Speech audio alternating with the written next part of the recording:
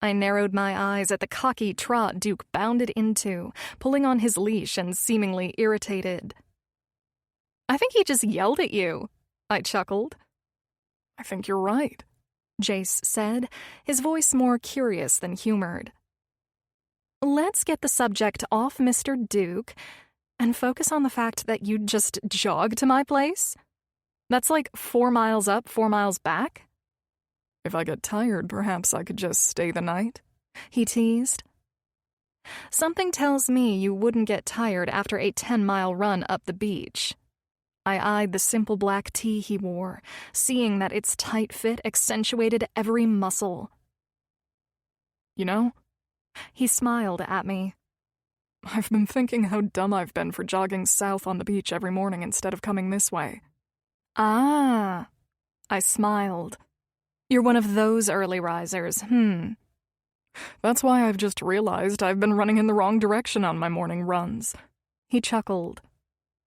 "Now I know you're out on your patio watching all the shirtless men taking their morning jogs, and my stupid ass has been running the other way like a dumb fuck." "If you and I think about it, we've both been running in different directions since the morning we walked away from each other on the yacht," I said, becoming more serious, curious about how he would respond. "I know we have," he answered. "I swear I wasn't planning for any of this to happen." He glanced over at me. "I'd be so fucked if you'd stuck to your word, leaving you and me at just that one night." I grinned at him. "Well, if the rumors are true, I guess karma could have bit you in the ass and used me to do just that." "If the rumors are true," he said with amusement. "Yes, the rumors are true.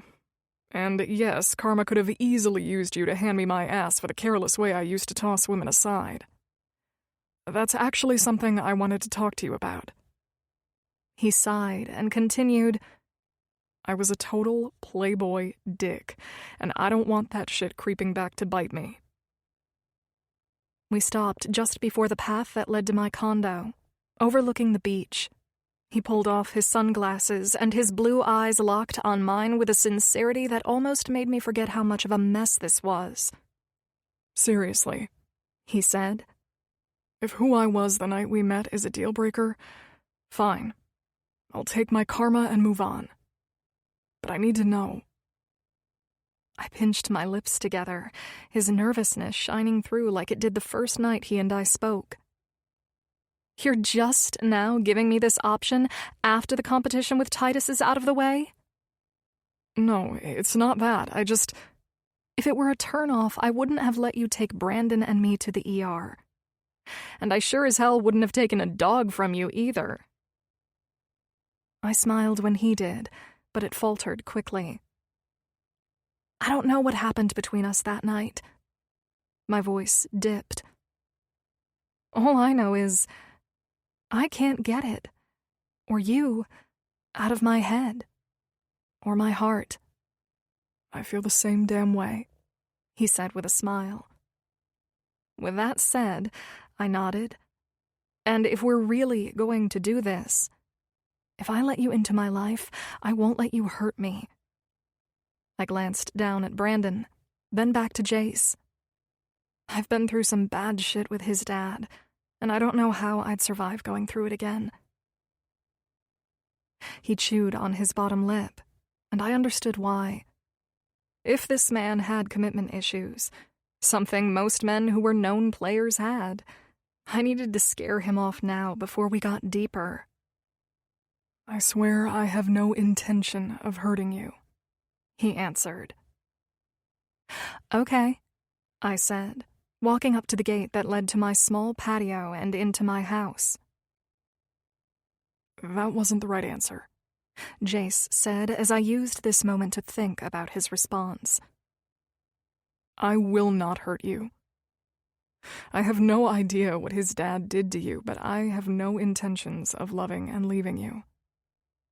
"It isn't just me you're dating, Jace," I said, pulling Brandon from his stroller and carrying him inside. "You're in this with more than one heart." I squeezed my son against me, protective instinct surging. Brandon's starting to get attached to people. And that scares me. My chest ached as the words slipped out. His dad can't hurt him. He's not in his life. Hell, I don't even think the bastard knows if I went through with the pregnancy. That's how hard he ghosted me the night he found out. Jesus Christ, Jace said. I had no idea. You couldn't have known. We've barely talked beyond small talk, and tonight we were headed that way before we ended up talking about Duke instead. I shrugged. Hey, give me a second to lay him down. There's beer in the fridge, or something stronger if you want to stick around for the hard part, figuring out if we should give this a try. I winked. I'll be right back. I just need to get this little guy to bed. I was thankful that Brandon was such a peaceful baby. Between the sitter's schedule for him and the schedule I kept to, this boy fell into a routine that was like a well-oiled machine. As a result, he slept soundly through the night when he wasn't teething, which was a godsend. Ah, I laughed as I rejoined Jace, who was on my patio lighting my torches. I see you opted for something harder tonight, Dr. Stone. He chuckled. I must say, I didn't pin you for a Jack Daniels kind of girl. I sank onto the small sofa lounge, the space softly glowing under solar lights, and the trickle of my little fountain blending with the waves. I like a little whiskey now and then, I said, curling up on my side and pulling in a throw pillow to my stomach. You look pretty damn hot right now, you know? He laughed. What the hell are you trying to do to me? Oh, please. I rolled my eyes. And you're trying to get off the subject we were discussing before I put Brandon down. He shook his head, pointing at me with the same hand holding his glass. That white button-down shirt, your sleeves rolled up like that, 4 buttons undone, and those cut-off jean shorts. All I can say is holy shit, gorgeous. Careful, I teased. Duke might be sound asleep in his bed, but if he hears you coming on to me like this, it might just wake him up. Well, that will be your fault. His forehead wrinkled in humor. Mine? I beg to differ, sir. I played back. Yup. He took a longer sip this time. Your sexy ass has been tempting me since we got here, and you said you wanted to change into something more comfortable. This is comfortable, I said. Oversized cotton button-downs were my favorite articles of clothing to lounge around in. What did you think I was changing into? Sweats? To prevent anything crazy from going down between you and me tonight? Yeah, I thought that would be your choice. I shook my head and took the glass he poured for me. After a sip, and feeling the warmth of the whiskey searing down my throat, I exhaled. I've spent too many months in sweats. I smiled at him. In fact, this lounge furniture hasn't been used for over a year until about a month ago. I'm sorry you went through such a hard time, he responded. Do you mind if I ask what happened? Not at all, I said, while my eyes drifted toward the shoreline. I was in a relationship with Brandon's father, Jonathan, for 5 years. Then, I found out I was pregnant, and when I told him, well, that was the last I saw or heard from him.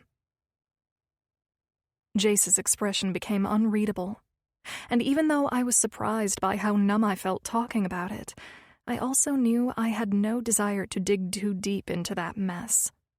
There was no point. That chapter had already done its damage, and in a way, it had set me on the path I was meant to take.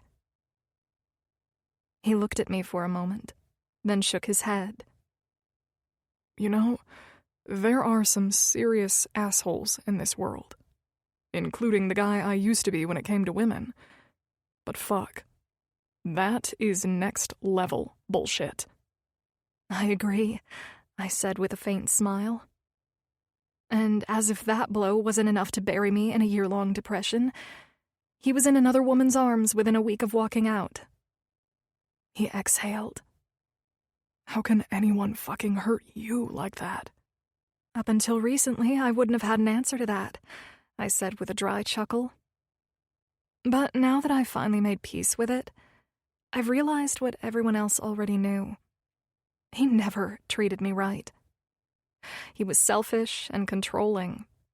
My self-esteem was shot to shit long before he tossed me aside like trash. I hate thinking about who I became in that relationship because he was constantly in a shitty mood, and I was always bending over backward trying to fix it. Sounds like he was a miserable asshole, Jace said, taking a sip of his whiskey. People like that usually hate their own lives, and they end up projecting all their shit onto the person who brings light into their world. Misery loves company, I said with a faint smile. And yeah, maybe you're right. When I first met him, I was probably the happiest I've ever been. It's like he made it his mission to snuff that out. Little by little, he chipped away at it until I actually believed I deserved to get walked out on, like it was my fault I got pregnant. Your fault? He questioned in disbelief. Yep. I sucked in a sharp breath of salty air. His exact words were, "Had you been more responsible and checked when you were ovulating, this nightmare wouldn't have come to ruin us." Come to ruin us? Are you fucking with me? He said incredulously. Who fucking has the nerve to say some theatrical bullshit like that? What, the fucker couldn't figure out how to use a condom? I laughed. I was on the pill, but it's never a 100% certainty, you know? I shook my head. He blamed my body for rejecting the pill or some stupid shit. I honestly don't even know what to say to this, he answered. He was a disgusting man, I said. I see that now. Back then I didn't because I was stuck in the nightmare, constantly trying to please him and smooth things over to keep the peace and make him happy. Now that I'm out of it, I can look back and see it clearly. Honestly, after the way he started treating me just a few months into the relationship, it shouldn't surprise anyone that he'd go so far as to blame me and my body for getting pregnant.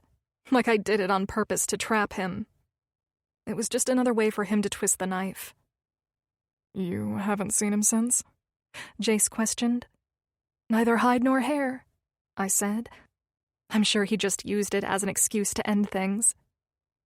The chick he left me for was probably around while he was with me, and perhaps my getting pregnant was the best excuse for him to leave. What a fucking coward, Jace said. At least when I was an asshole, I owned it. I let out a soft laugh. I'm only telling you this because I need you to understand why I have difficulty trusting people. Letting you into my life, even just to see if there's something real between us, is a big deal. I can't afford to be played or hurt like that again. My son deserves a mom who's happy and grounded, not careless. I'd rather raise him alone than bring a man into our lives thinking he's here to save us. I don't need that kind of shit. I understand, he said. I swear to God, I won't hurt you like that fucker did. God damn, I wish I could meet him one day. Oh, are you going to kick his ass? I taunted, trying to loosen Jace up a little. If I knew where that piece of shit worked, I might show up and ruin his day just for kicks. He chuckled, knowing he sounded just as immature as Jonathan. Well, he's a used car salesman, and something tells me you're not in the market for used cars.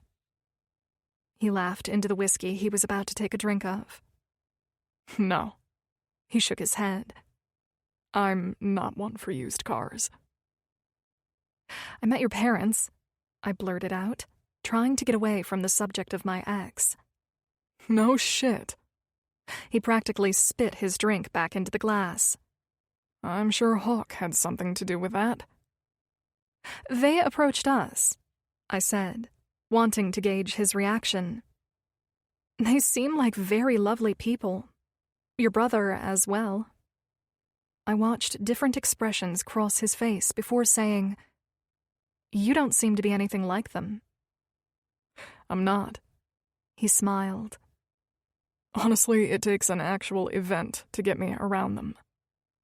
My brother and I can manage a short conversation, but I check out the second he starts going on about all his accomplishments. I have zero desire to hear about any of it. Not because I'm not proud of him, but he's just braggy in the shallowest way. He does seem to enjoy that world. Or should I say, that life. It's funny you see it that way, because that's how I see it too, Jace said. It's a completely different world, and it takes a lot of work and stress to live in it. The circles, the status games, the so-called friendships that are really just networking connections. It all feels like a performance. It's an illusion of happiness, in my opinion. I smiled. That's exactly what I saw in Titus that made me realize I couldn't live like that, no matter how charming or magnetic he was. None of it felt genuine. I felt more like an accessory than a person. Jace's expression grew contemplative. It makes me very happy to hear you say that. I feel the same way about you, especially after seeing where you come from and realizing you're not just some super sexy doctor who is amazing in bed. No, I'm nothing like them and have no temptation of that lifestyle at all. He smirked. He set his cup on the small coffee table in front of him and walked over to kneel in front of me on the sofa. Honestly, I have no idea what it's like to date a single mom and live in your world. But I want to try. He laughed nervously. If I'm being totally transparent, I am terrified that I'm going to fuck something up. And the last people on Earth I want to hurt are you or Brandon. So I have to ask you, are you willing to deal with a man who's never been in a relationship before and who might unintentionally do something fucking stupid to hurt you? The only way you can hurt me is by cheating or leaving me unexpectedly. I smiled reassuringly at him. Other than that, welcome to the relationship club, where communication is key and, after the honeymoon phase, everything is fucking work. That easy, huh? He smiled. That easy and that difficult. I challenged him with an arch of my eyebrow. But I don't think it's half as difficult as mingling with elites at hotel grand openings and trying to fit into all that, all while knowing you don't belong there. He licked his lips, his eyes locking with mine. I recognized that look on his face. It was the same one I'd seen more than once that night when he was ready for another round. And my body was already responding to him as if it remembered exactly what we both wanted and needed. What if this, me and you, what if it's just about the sex we had that night? I said without thinking. It's good to know you're reading my mind. He laughed. I'm serious. I sat up. What if we just want that night back? I didn't expect to have sex tonight. He moved closer, running his fingertips along my jaw. But it's one hell of a theory I'm willing to try out to see if you're right or not. Once again, I fell under the spell I'd been under the night we first met. His urgent lips claimed mine, flooding my body with the heat I'd been starving for since I last saw him. I moaned into his kiss as he eased me back, my legs parting in invitation. It was like he knew exactly what I wanted, his hands sliding up my thighs, his mouth hard on my throat. Holy shit, I breathed when his finger slipped inside my shorts and found my clit. The yacht came rushing back.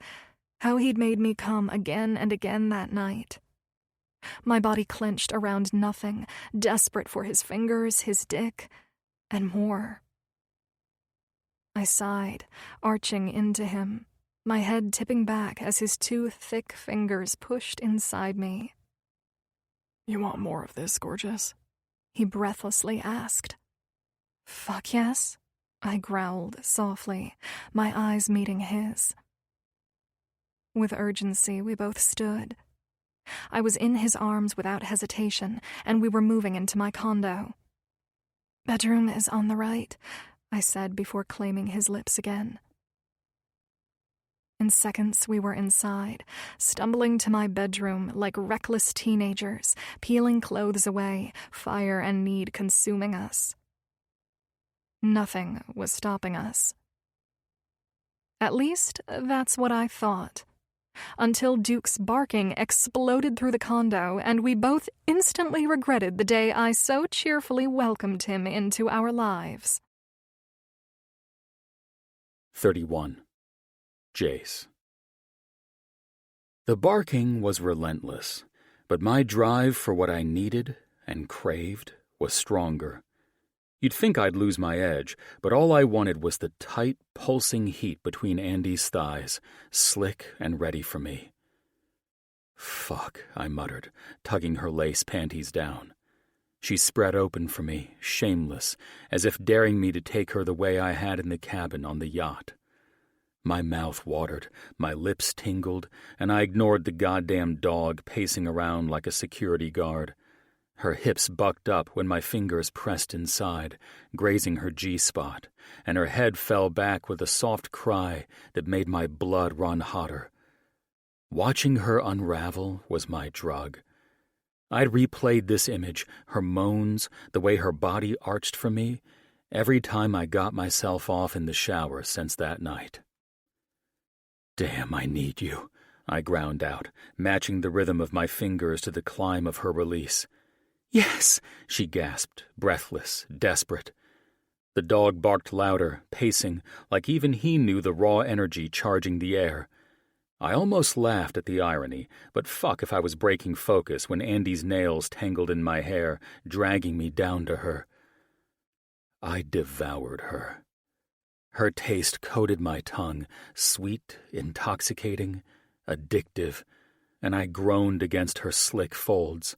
My tongue slid inside, deliberate, slow, every flick calculated to make her shatter. My lips sealed over her clit, sucking gently before circling with steady pressure that had her gasping my name. I gripped her thighs hard, holding her down as she bucked against my mouth. My cock was throbbing, dripping, aching to be buried inside her, but I wanted her undone first. This was about her. About proving that every inch of her belonged to me, even if she didn't realize it yet. I didn't want to stop. I couldn't. But the rat bastard of a dog had other plans. The next thing I knew, the little monster launched himself onto the bed, barking like a possessed Tasmanian devil. Andy and I both jerked back, scrambling as the 2-pound demon barked like a lunatic. Holy shit! I jerked back, scrambling onto my knees, trying to cover my now very unsexy, very exposed dick, while the dog lunged at me like he owned the place. "Brandon!" Andy shouted, leaping off the bed, clutching her sheer button-down shirt and bolting for her son's cries. Meanwhile, I was left to battle Cujo Jr. Great. Baby screaming, dog howling, my dick hiding in shame. Not exactly how I pictured this going. First order of business, put boxers back on. No way was I letting the story of 2-pound dog bites billionaire's dick off go down in history. The little fucker darted around like a roadrunner on crack.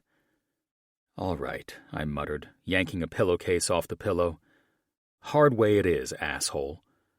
After a few failed swipes, I finally trapped Duke, the pillowcase wriggling like a bag of popcorn in a microwave. "What are you doing?" Andy's voice came from the doorway, half amused, half horrified. Brandon clung to her, still crying, while I looked like a deranged kidnapper with her dog in a sack. "The dog's going to give himself a heart attack," I grumbled. "I'm just trying to keep him from stroking out." "So you're trying to suffocate him?" she teased, coming closer. "He's alive and well, trust me," I said, letting her take the pillowcase. Duke immediately curled up in her lap, playing the mistreated victim. Fucking actor. And then something I hadn't expected happened. Brandon reached for me. Andy hesitated, but when she let me take him, the little guy rested his head on my shoulder. Baby powder and innocence filled my senses, melting something I didn't know I had in me. Kids weren't my thing. I didn't hate them, but I wasn't the pick one up and rock it type either.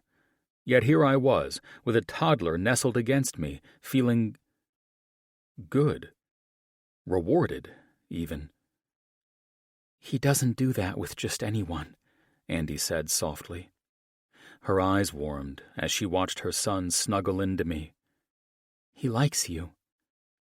At least one of your little dudes does, I chuckled. Come on, buddy, let's get you resettled. He'll need a story, she warned, or he won't sleep. I've got it, Mama, I said, already bouncing him like I knew what the hell I was doing. Books in his room? Yeah, or the living room. So maybe my cock got cock-blocked tonight, but this hit different. Something deeper than sex. Something I hadn't even realized I'd wanted. I'd never pictured myself with kids, but Brandon had me wrapped around his little finger. Rocking him in his airplane-themed nursery, searching for a rhyme book after my night got hijacked by a dog from hell, I was happy. Weirdly, unexpectedly happy. All right, little man, I murmured, settling into the rocking chair, his big eyes studying me like I was on trial. At least he wasn't as aggressive as his furry brother. I have no idea where your books are, I muttered, scanning the spotless nursery. Then I froze. Antique airplanes decorated the shelves, the same kind I'd had in my room as a kid. I chuckled. No way. You've got the same thing I did. My dad flew, my mom sailed. He passed the sky down to my brother. She passed the sea down to me. Guess I'm a product of compromise. Funny thing was, I'd never known if my parents were happy or just functional. Business partners more than lovers. But they'd made it work. And maybe that was the point. After what Andy had been through with the asshole who'd left her and Brandon, maybe functional wasn't enough. She deserved better. And maybe, I could give it to her. Scrolling my phone for something to read, I thought about how she wasn't dazzled by my last name or lifestyle. She just wanted real. And that I could do. Because I wasn't my parents. Andy wasn't going to get some hollow version of love from me. Not when I was already falling into something I swore I'd never want. 32. Andy.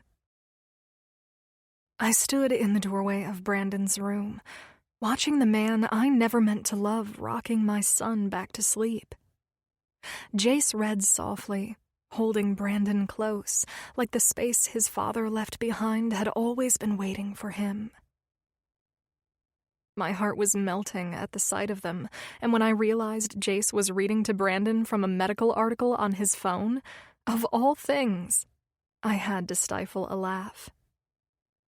The procedure reduced operative mortality by 36%, using a hybrid approach combining transcatheter valve replacement with direct visualization through a limited thoracotomy.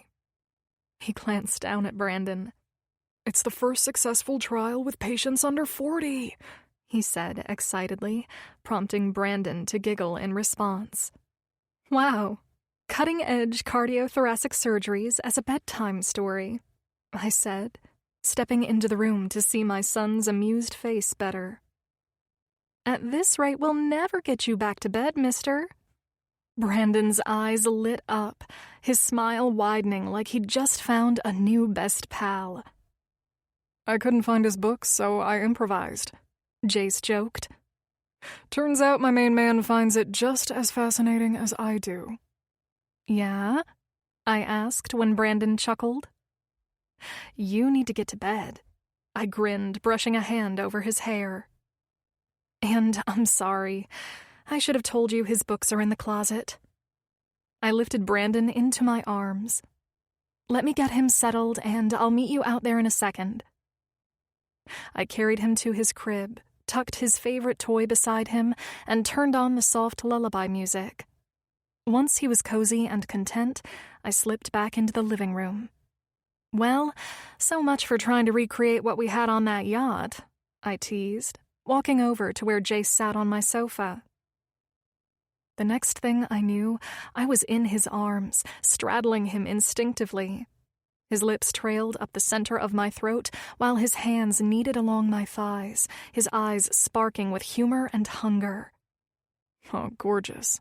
If you think a 2-pound dog and your adorable son are going to stop what I've been wanting since that night, you're sorely mistaken, he said, gaze locking on mine. Jace's mouth was on mine before I could suggest moving to the bedroom. His lips closed over my breast through the thin fabric of my shirt, his fingers slipping inside me like they'd never left, finding that spot as if it had been made for him alone. God, I gasped, panting. I dug my knees into the couch, shifting to give him easier access. My hand tangled in his thick blonde hair, tugging him harder against my breast. The surge building in me was hotter and sharper than before, the orgasm I'd been denied earlier rushing back with a vengeance. Jace groaned when I moaned, his fingers stroking deeper while his thumbs circled the bundle of nerves that made me shake. His other hand popped the last of my buttons, freeing my breasts to his mouth as his palm slid down to grip my ass. "Fuck," I whispered, when his fingers twisted and pulled me closer to the edge. "Jesus, you're drenched," he murmured, voice rough. "I want you inside me," I demanded, desperate for the thick length of him to unravel me the way only he could. My hand slipped into his boxers, wrapping around him, hard, hot, and pulsing.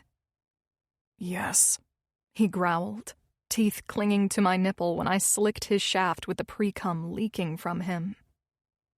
And then, click, click, click. The toenails, the barking. Duke. "Are you kidding me?" Jace muttered, half pissed, half desperate. I was in his arms again, on our way back to my room and laughing as he tried to keep the moment alive. It was pure comedy. Jace determined to salvage our night, while Duke launched a full-scale ankle assault like a pint-sized security guard. "Jace," I tried, choking back laughter. "Slow down before you break the damn door. Or the dog." "Don't even think about him," Jace grit out. He tossed me onto my bed, my laughter bubbling harder, then spun to herd the relentless little beast out. But Duke was having none of it. In full Rottweiler cosplay, he darted and barked, nipping and feinting like a 2-pound SWAT team. Jace lunged, failed, cursed, lunged again. The barking was enough to wake Brandon, and as hilarious as it was, I knew I had to intervene before this night ended in chaos. "Come here, menace," Jace snarled, lunging again. "I've got him," I said, scooping up my frazzled little tyrant. "Well, look at you," Jace shot back, eyes blazing at the dog. "All 2 pounds of him," I laughed. 2 pounds of diabolical energy can go a long way. Jace exhaled, finally smirking at Duke. "Guess I really screwed myself, using you as bait to get the girl." I brushed my hand over Jace's cheek. "Stay here. I'll put him back in his bed. Maybe he'll settle once we're not in the living room." Jace smirked in victory as I carried Duke toward the pantry. Of course, the little traitor barked again the second I passed Brandon's door, waking him. By the time Jace went to soothe Brandon, and I bribed Duke with a treat, the night was officially a bust. "Wait," Jace said from the doorway, Brandon in his arms. "You're rewarding him?" "I'm bribing him," I corrected. Big difference. But then Brandon did something that made my heart stop. He tucked his face into Jace's chest and clung, like I was the stranger, not him. "Look at that," Jace said softly, smiling down at Brandon. "The dog might hate me, but at least my new bud here doesn't." My chest tightened. Brandon had never latched onto anyone this quickly. With friends, with his sitter, he was sweet, yes, but never this. Never choosing someone over me. It was terrifying and exhilarating all at once. Terrifying because if this didn't work, it wouldn't just be my heart at risk. And exhilarating because maybe, just maybe, Jace was the unexpected piece Brandon and I had been missing. "He's not usually like this," I said quietly. No? Jace grinned at Brandon. Guess he just likes my medical journal bedtime stories. "Maybe," I admitted, still stunned. I think you and I need to pick up where we left off, huh, little man?" I watched Jace carry him back into his room, more eager to read him research articles than to have sex, which was both infuriating and somehow unbelievably attractive. I trailed after them, settling into the cushioned chair across from the rocker. My disappointment over the ruined orgasm softened as I curled up, blanket pulled over me, watching Jace read animatedly to my son. Brandon couldn't take his eyes off him. And hell, neither could I. As Jace's voice droned on, steady, soothing, I felt my eyelids grow heavy. I let myself sink into the sound of him, safe, warm, unexpectedly at peace. Sex could wait. Tonight, this was more than enough. 33. Jace. Brandon was completely knocked out, breathing heavily against me. His small body was molded to my bare chest, one tiny fist pressed firmly like he'd claimed me. A light trail of drool rested on my skin as he breathed in slow, even rhythms. I kept my voice low, continuing to read the latest cardiovascular journal on my phone like it was Goodnight Moon. I just needed to finish this last section, then I could finally put the little tyke to bed. The new hybrid procedure, a robotic-assisted valve repair combined with limited thoracotomy, has demonstrated an 82% reduction in perioperative mortality in early trials. I paused, eyebrows lifting in fascination. Glancing over at Brandon, I couldn't help but snicker softly. Apparently, he thought this stuff was a sedative. The poor kid was completely out, pacifier on the floor, the tiniest snore escaping him. The moment brought me a sense of joy I didn't think I'd ever felt before. "So, groundbreaking cardiac innovation puts you to sleep." "Noted," I muttered under my breath. If only this worked on the damn dog. I glanced up, seeing Andy curled in the oversized chair in the opposite corner. She looked like an angel. Hair spilled down one shoulder, head tilted and resting on her palm. Her legs tucked beneath her like she'd only meant to sit for a second before her body gave out. Well, shit. I start reading about hybrid surgical techniques and the whole damn room passes out, I whispered, half to Brandon, half to myself. But then, silence. Something about it hit harder than I was ready for. I was holding a boy who wasn't mine and staring at a woman I never meant to fall for. Every thought I'd had about Andy since that first night came rushing back. Whatever had drawn me to her then was still here, only now it cut deeper. This was peace. And God help me, I didn't want it to end. Brandon stirred when I moved, but didn't wake. I carried him to bed, lowered him into the crib, and pulled the blanket over his legs. Smoothing the wisps of hair from his forehead, I grinned when he didn't even flinch. "Sleep tight, little man," I whispered. I turned back to Andy, still knocked out, looking more attractive than I could explain. I should have left her there, but something about her unguarded softness, her face free of the tension she wore like armor, made it impossible. I bent down, slid one arm beneath her knees, the other around her back, and lifted her gently. She stirred a little, then relaxed her head against my chest. A sigh escaped her lips as she instinctively curled into me, the same way Brandon had, undoing me in ways I wasn't prepared for. I carried her down the hall, pulled back the covers, and eased her onto the bed. She looked so damn peaceful I didn't want to wake her, but selfishly, I wished she would have stirred, now that the house was quiet, so we could pick up where we left off. Oddly, as much as I ached for her in my arms, making love to her until sunrise, there was something even more intense about just standing here, caught in feelings I didn't recognize. She murmured something as I tucked her in, then went still again. Tonight, I'd read about a breakthrough surgery that could change how we save lives. But this felt like a breakthrough I never saw coming. Andy and her son. This quiet life I never thought I wanted. It was cracking me open, and for the first time in years, I didn't want to close back up. I pulled the blanket one last time, smoothing it gently over her thigh before stepping back. Still flushed from earlier, but deeper in sleep, she was stunning. After that night on the yacht, I'd passed out so fast I never really saw her like this, her true natural beauty. If we could make this work, I could be the happiest bastard on the planet. I smiled at the thought. We were heading somewhere together. And the best part?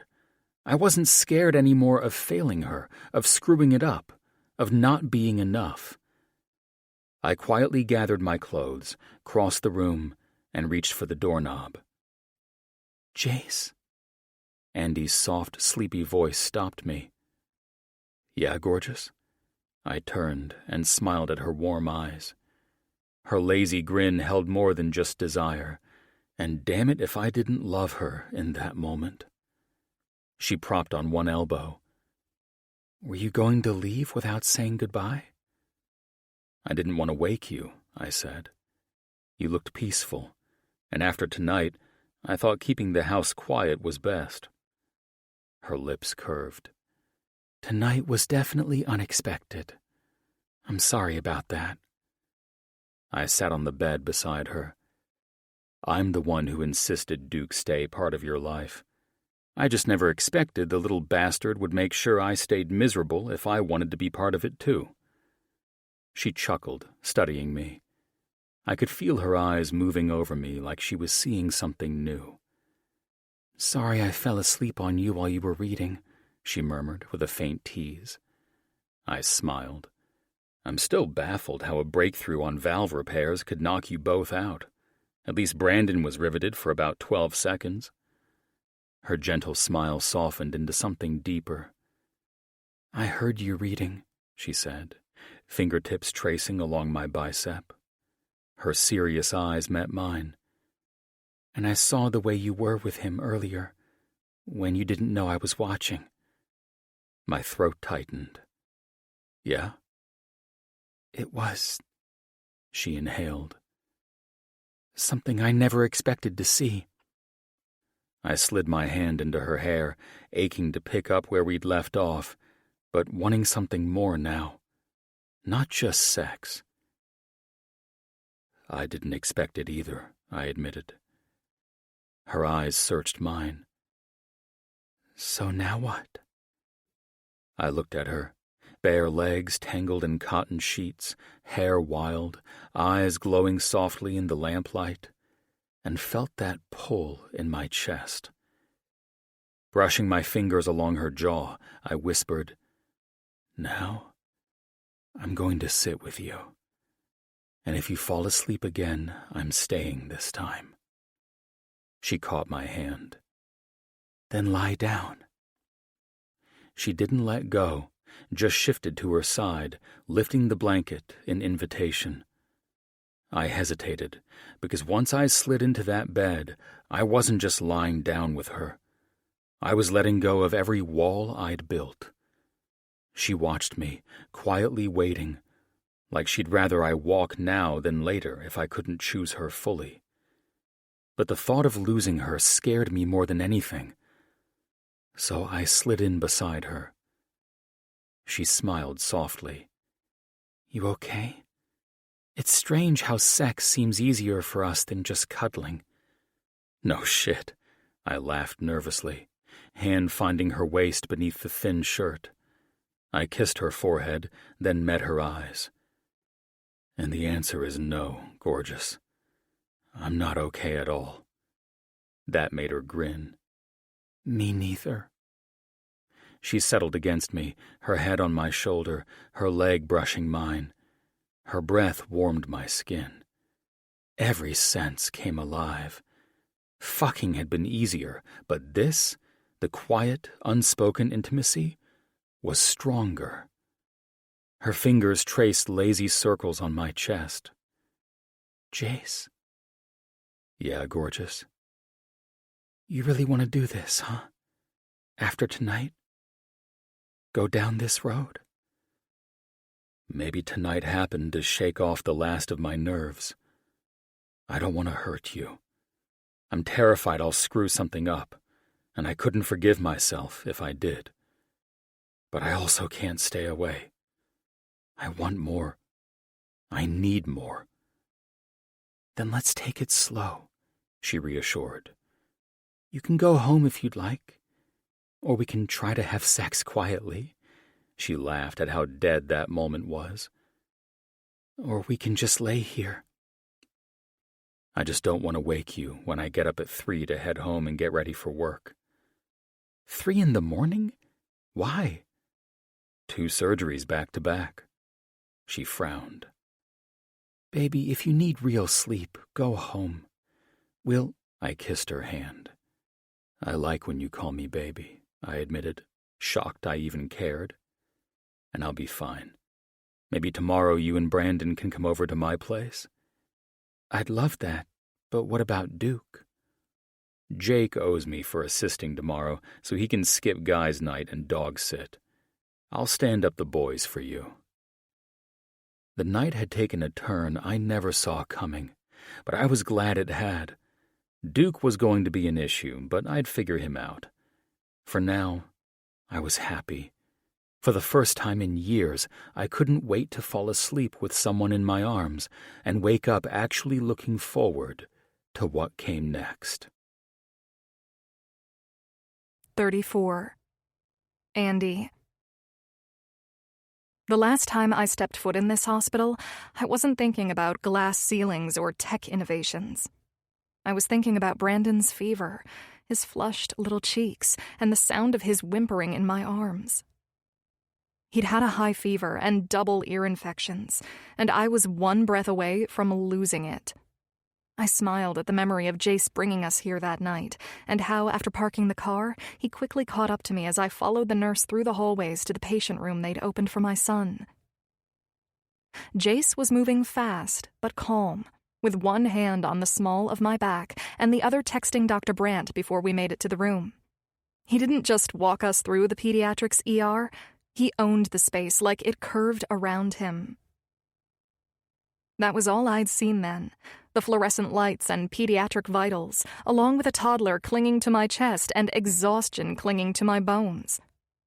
But today was a completely different experience while I walked through the main entrance, the part of St. John's I hadn't seen before. Holy shit, I thought, taking it all in. I stood beneath a towering glass atrium, stretching 5 stories above me, staring at holographic coastal images that shimmered in midair beneath a glowing digital sky. This didn't feel like any hospital I'd ever been in. It felt surreal, like I'd stepped into a place that was part futuristic research center and part architectural masterpiece. Everything around me gleamed and moved with quiet intention. Even the air felt different. Cooler, cleaner, as if it carried a quiet reverence for each human life that entered here seeking to be healed by a professional who was the best at what they did. This place wasn't only about healing people. It was about honoring the science that made healing possible. I followed the signs for cardiovascular innovation and surgery, my steps getting slower as the halls turned quieter. Along the corridor, the colors shifted from calming blues to rich navy and gold. Sleek glass doors lined the walls, each etched with names and titles of world-class doctors, directors, and specialists. I reached a front reception desk marked simply, Cardiovascular Associates, Dr. Jacob Mitchell, Chief of Cardiothoracic Surgery, Dr. Jace Stone, Cardiothoracic and Vascular Innovation, There were more names beneath theirs, all in the same precise script. These were the best of the best, and Jace wasn't just part of it. He was one of the top names on the glass. The young receptionist glanced up with her professional smile in place. "May I help you?" "Yeah, I'm here to see if Dr. Stone is out to lunch yet." "Sure." She smiled, her eyes studying mine for a moment, then continued. "Let me page him. He just finished a consult and may have already left." I inwardly smiled, wondering how many random women had shown up at Jace's office hoping to have more with him. The receptionist's reaction made me think I wasn't the first to pop in without notice and badger the Playboy doctor. I watched as she tapped something on her touchscreen and gestured toward a set of sliding doors. "You can head through the garden. His office is on the west side of the atrium." "The garden?" I said with confusion. "Yes, right through there." She smiled and pointed as if all hospitals were like this. Instead of asking questions or telling the receptionist how blown away I was by this place, I followed her directions, walked through the glass doors that opened with a whoosh, and was met by a soft, floral breeze. This place was breathtaking, plain and simple. Ash needed to update the gallery to match whatever architectural magic her brother-in-law had conjured for this place. A lush courtyard stretched between the hospital wings, layered with sculpted stone fountains, exotic flowering trees, and winding mosaic-tiled paths that glittered in the sunlight. Birds flitted in and out of ivy-draped trellises, and quiet streams of water trickled from bronze spouts into narrow reflecting pools. It looked more like a luxury resort than a medical facility. I walked slowly toward the private cardiovascular offices tucked on the far side, holding the small brown bag with the lunch I'd picked up for Jace. And then I saw a brushed gold plaque. Private Offices, Cardiothoracic Innovation and Research. Dr. Jace Stone, M.D. Well, here we are, I thought as I stepped inside. So much for imagining Jace's office as a boring room with a desk, some medical certificates, and a few generic heart diagrams on the wall. Of course, it would mirror the same magic and sophistication I'd walked through in that surreal garden courtyard to get here. Everything was sleek glass and clean lines. Rich espresso shelves were filled with anatomy texts and intricate 3D models. Floor-to-ceiling windows flooded the space with coastal light, and a holographic screen cycled through open-heart surgical techniques like a rotating exhibit of living science. Then my eyes took in the image of him, Dr. Jace Stone. He stood across the room with his hands in his pockets, a white lab coat on, and a slate-gray shirt rolled at the sleeves. He stood facing the window, focused and still. I wanted to crack a joke at the dramatics of him standing there like that, in all his perfection and handsomeness, but I bit my tongue and took in the image of what were the first things he'd ever told me about his true personality. I smiled at the memory of him saying he was a science geek and a book nerd, but I didn't see that in him at this moment. I saw a man deep in thought, in command, his mind most likely reeling over a life-saving consultation. It was intriguing to use this moment to appreciate that Jace was far more than just a man who was amazing in bed and had a history of taking what he wanted from women and leaving without a second thought. So this is who you really are, eh? I thought, knowing this was Jace's world that I'd stepped into. This was a far cry from the other night of psychotic dogs trying to rip his balls off, and my son screaming in fear as if the house were on fire. I grinned at how different he seemed now.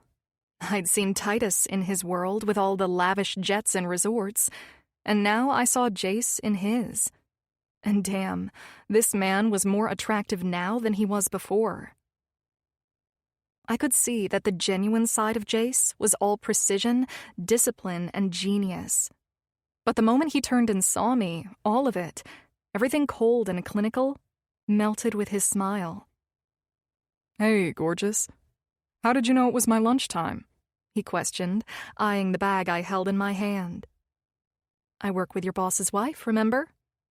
She needed me to run some errands in the city, and I thought I should stop by to surprise you. It sounded like the perfect opportunity, especially after the rough day you had in surgery when we had to postpone our lunch date the other day.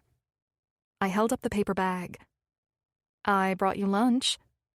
All you needed to bring was yourself, he said with a playful expression. He crossed the office in 3 long strides, took the bag from my hands, and cupped my jaw as he leaned in to kiss me. It was slow and soft, like I'd made his day without trying. He slowly pulled away and brushed my nose with the tip of his finger. Thanks for bringing lunch. I'm starved. This hospital is beyond me, I said, following him across his office to sit on a leather sofa against the side wall. I feel like I'm in some futuristic medical facility from Star Trek. You haven't been here before? He asked. I haven't been to the enchanting part, I guess. I've only been to the ER in pediatrics on our first date, remember? He smirked, pulling out the 2 turkey and avocado sandwiches I'd bought from the bakery where Ash and I frequently ate lunch. Well, you've only seen the tip of the iceberg in the pediatric ward, he said, taking a huge bite of his sandwich like he hadn't eaten all day. What I saw was nothing like this, but that could be because we snuck my kid in through the back doors to be seen by Dr. Brandt. I need to take you over there when I'm not stacked with patients next time, he said, devouring his sandwich. That amazing, huh? I said, finally getting to my sandwich. Oh my God, yes. You wouldn't believe it, he said, bringing a napkin to his lips. Sometimes when it gets slow or we're cross-referencing charts with Brandt and his staff, we'll play football in the holographic arena with Brandt's residential patients who are undergoing treatments. Football? I laughed. Not just football, gorgeous, he said with a smile, leaning in to press a quick kiss to my cheek. Holographic football. He arched a playful, challenging eyebrow. There's a kid over there, 12 years old, fighting leukemia like a total champ. His name's Travis, and his favorite thing is when we chumps try to get out there and play the kids. He chuckled at the memory. The kid kicks our asses every time, even Brandt, who used to be a goddamn star quarterback in college. That's something I'd like to see, I teased. I wish I didn't have a jam-packed schedule today. I would have gladly shown you Travis handing us our asses. He grinned. It's sad to hear about his condition, though. It's got to be pretty rough to be a hospital resident, I said, my heart bleeding for the child and his parents. He's got the best pediatric doc in the world with Cameron Brandt, Jace said, becoming more serious. And that kid is a fucking fighter. There's no way his disease is going to beat him. Look at you, Dr. Stone, I said with a smile. Reading medical breakthroughs to Brandon like bedtime stories one night, playing football with kids the next. I've got to admit, I didn't have you pegged as the kid type. His cheeks blushed. Quite honestly, I didn't either. He shrugged his shoulders. Before your cute ass came along and wrecked my plans in life, I was a book nerd, science geek, and sailboat enthusiast. And now look at me, reading The Little Ones in a rocking chair after nearly having my dick bitten off by a 2-pound rat disguised as a fucking dog, he said, popping the last of the sandwich in his mouth. Well, if it means anything, I am impressed with your astonishing adaptability. I smiled, closing my sandwich up in its paper. You going to eat that, gorgeous? Jace's eyes went to the half of the sandwich I was too full to finish. It's yours. You've earned it, I said, handing it to him. This shit is delicious, he said. Did you make it yourself? Because if so, I might be down to move this relationship swiftly to marriage. He winked and took another bite. It's from a bakery where Ash and I usually get lunch and coffee. Their croissants are made fresh every morning. I think that's what makes the difference. That and the opium they sprinkle on top, he said, devouring the last bite and standing up. He extended a hand down toward mine. I'd love to show you what I fantasize about with you in this office on my slow days, but sadly my next appointment is in 15 minutes. He pulled me in, his lips covering my neck, then running up to my jaw. "I'd love that," I said, running my fingers through his soft hair and allowing his rich cologne to assault my senses. "But I need to get out of here and finish picking up supplies for the gallery before getting Brandon and Duke from the sitter's house." The sitter watches that little shithead now. "She loves him, and he loves her and all the kids." I laughed. Perfect fucking dog to everyone but me and Jake. He rolled his eyes, then pulled me in tighter. "Let me walk you to your car before my next appointment." "That's not necessary," I said. "Stay here and prep yourself. I just wanted to sneak in a little lunch since we didn't get to the other day." I stepped back and eyed him up and down. "You know, you look hot as hell dressed up as Dr. Stone." "You're about to get fucked on that desk, and this time I'll ensure we both finish without interruptions." He eyed me. "How about this?" he said, as if a thought just hit him. "Tonight I'm off at 8, so it may be too late to come over. But how about I get out of work early tomorrow so we can take out my sailboat? Are you comfortable with Brandon out on the boat?" "That depends on what kind of sailor you are, Doctor." "I've been doing it since I was a kid."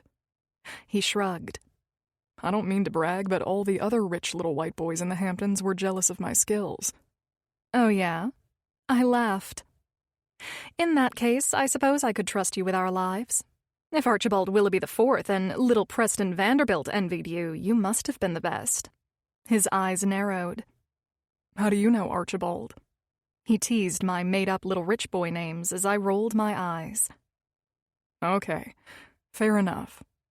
But seriously, you also know your shit when it comes to sailing, don't you?" "I guess you'll just have to take out me, Brandon, and Duke tomorrow to find out, won't you?"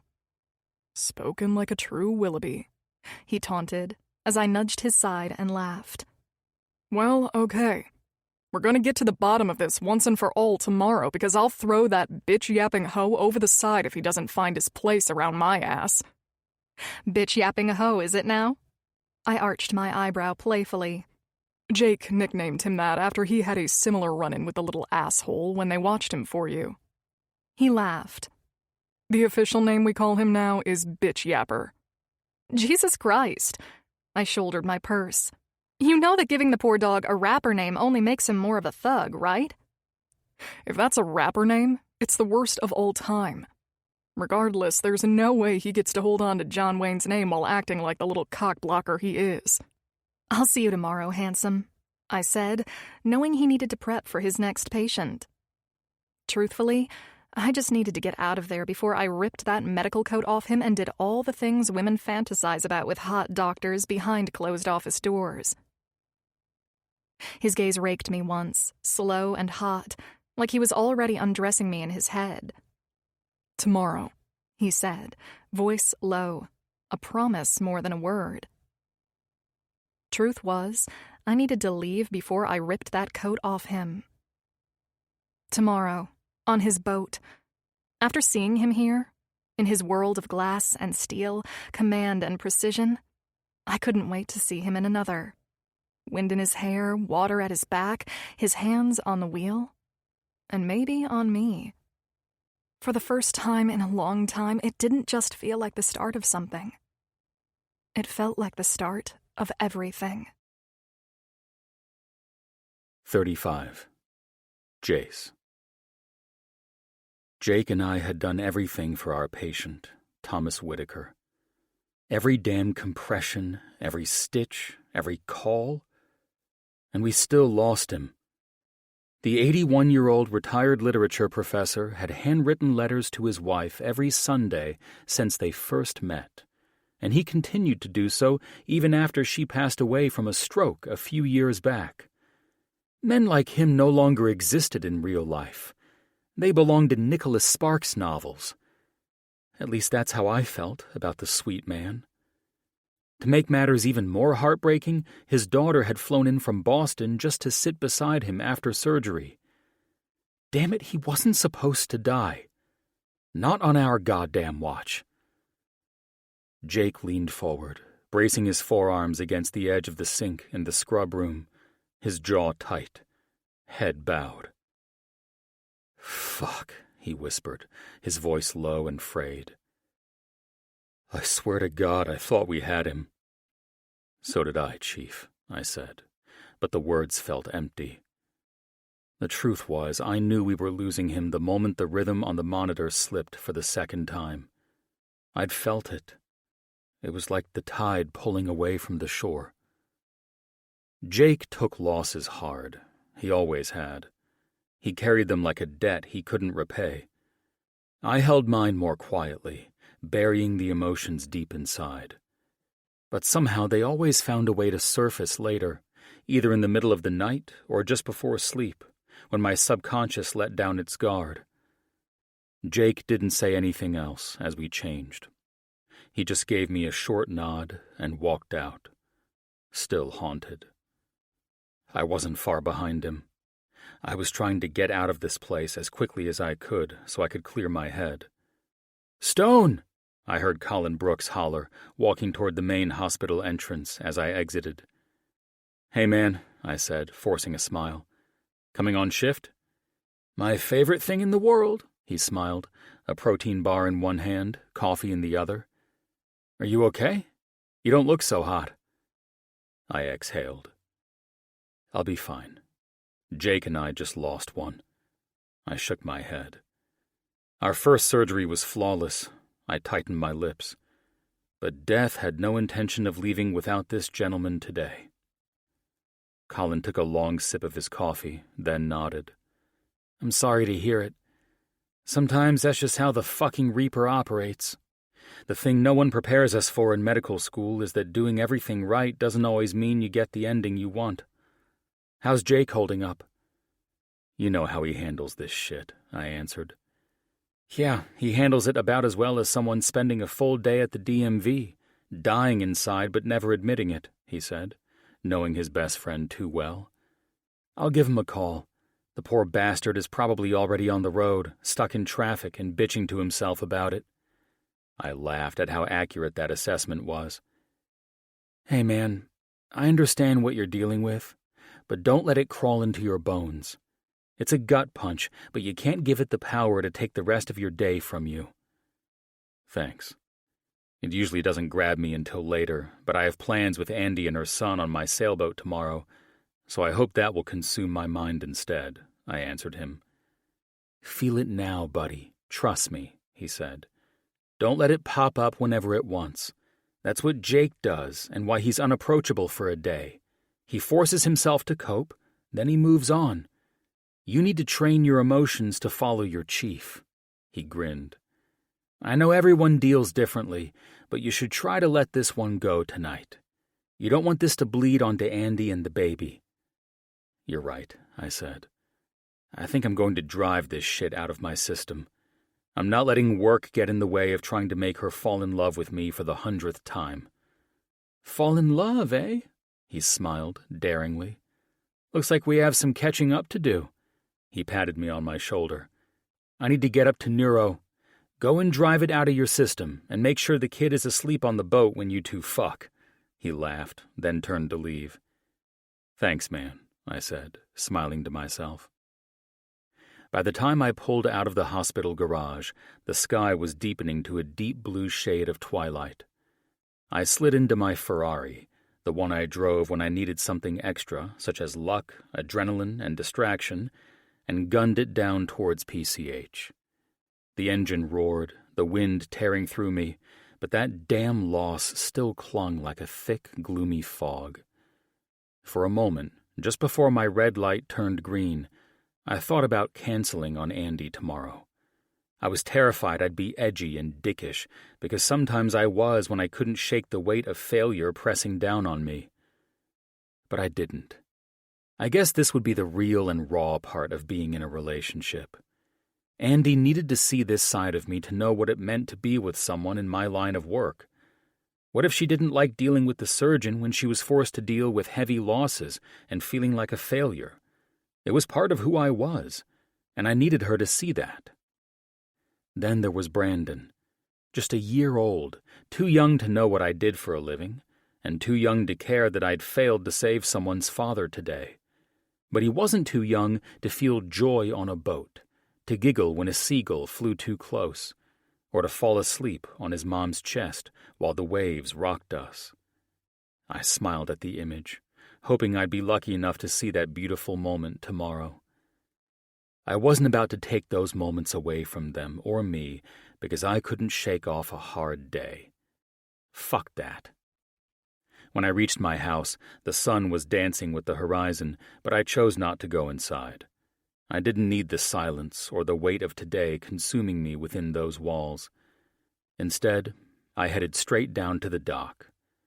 My sailboat, my other lady, via her, waited like she always did.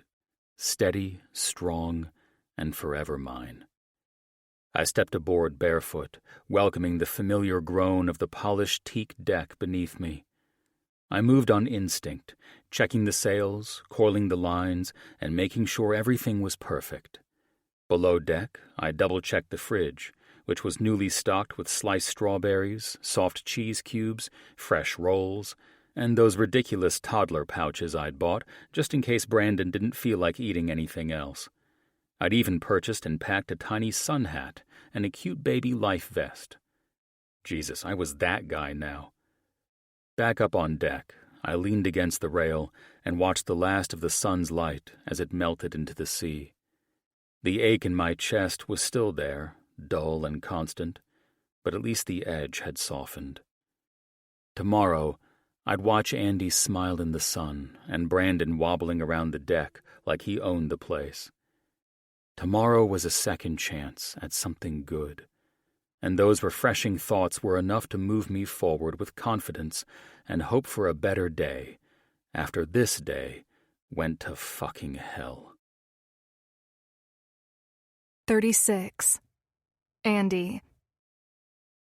The sun was barely up when I reached the docks and spotted Jace's boat floating like it had been pulled straight from a dream and anchored in real life. Growing up around these boats, I knew a sexy one when I saw her, and Jace's was just that. Sleek, classic, and quietly commanding. I easily picked out that it was a Hinckley. It wasn't flashy. However, it was elite in a way that only people who knew boats understood. It was handcrafted, timeless, and the type of vessel you didn't buy to show off. You bought boats like this because you appreciated mastery. So, of course, Jace would own this boat. This sexy lady was all him. Steady lines, quiet power, and details you wouldn't notice unless you looked closely. Hinckley boats had this quiet elegance, understated on the surface, but impossibly deep once you got close. A lot like how I was starting to feel about Jace since he stayed over the other night.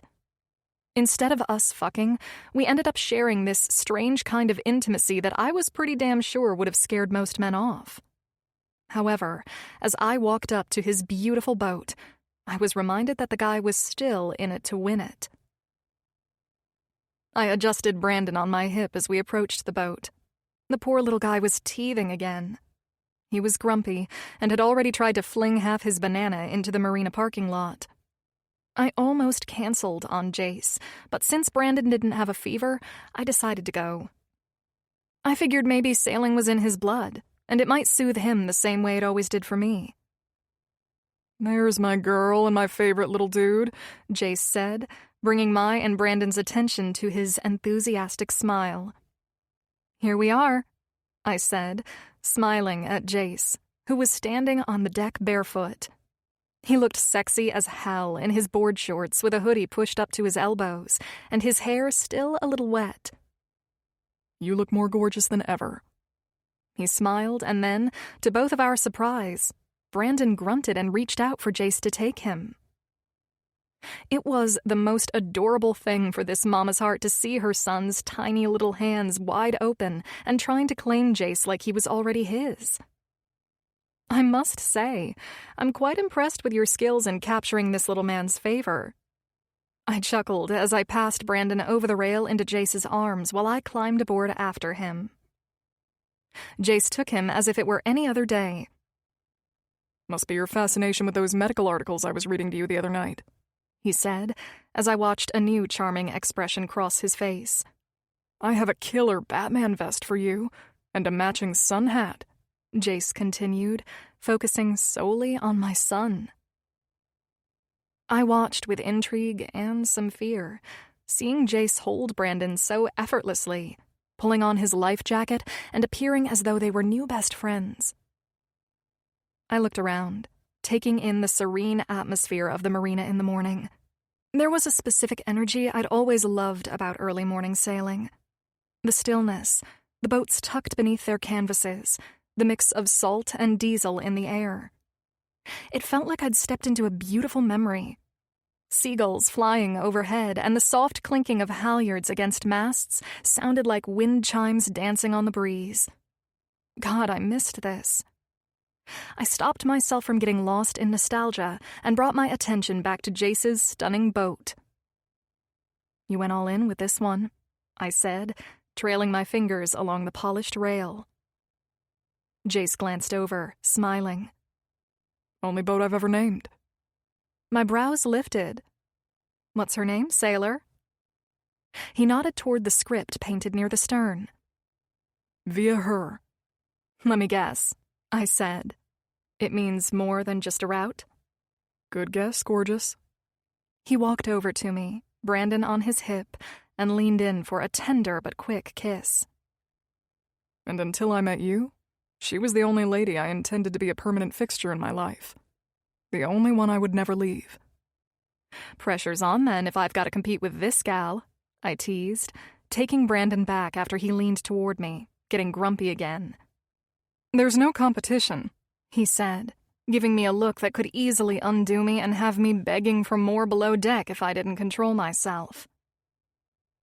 "We need to get this little lady out to sea so you can show her off for me a little," I said. "Coming from the daughter of Santa Barbara's top yacht broker?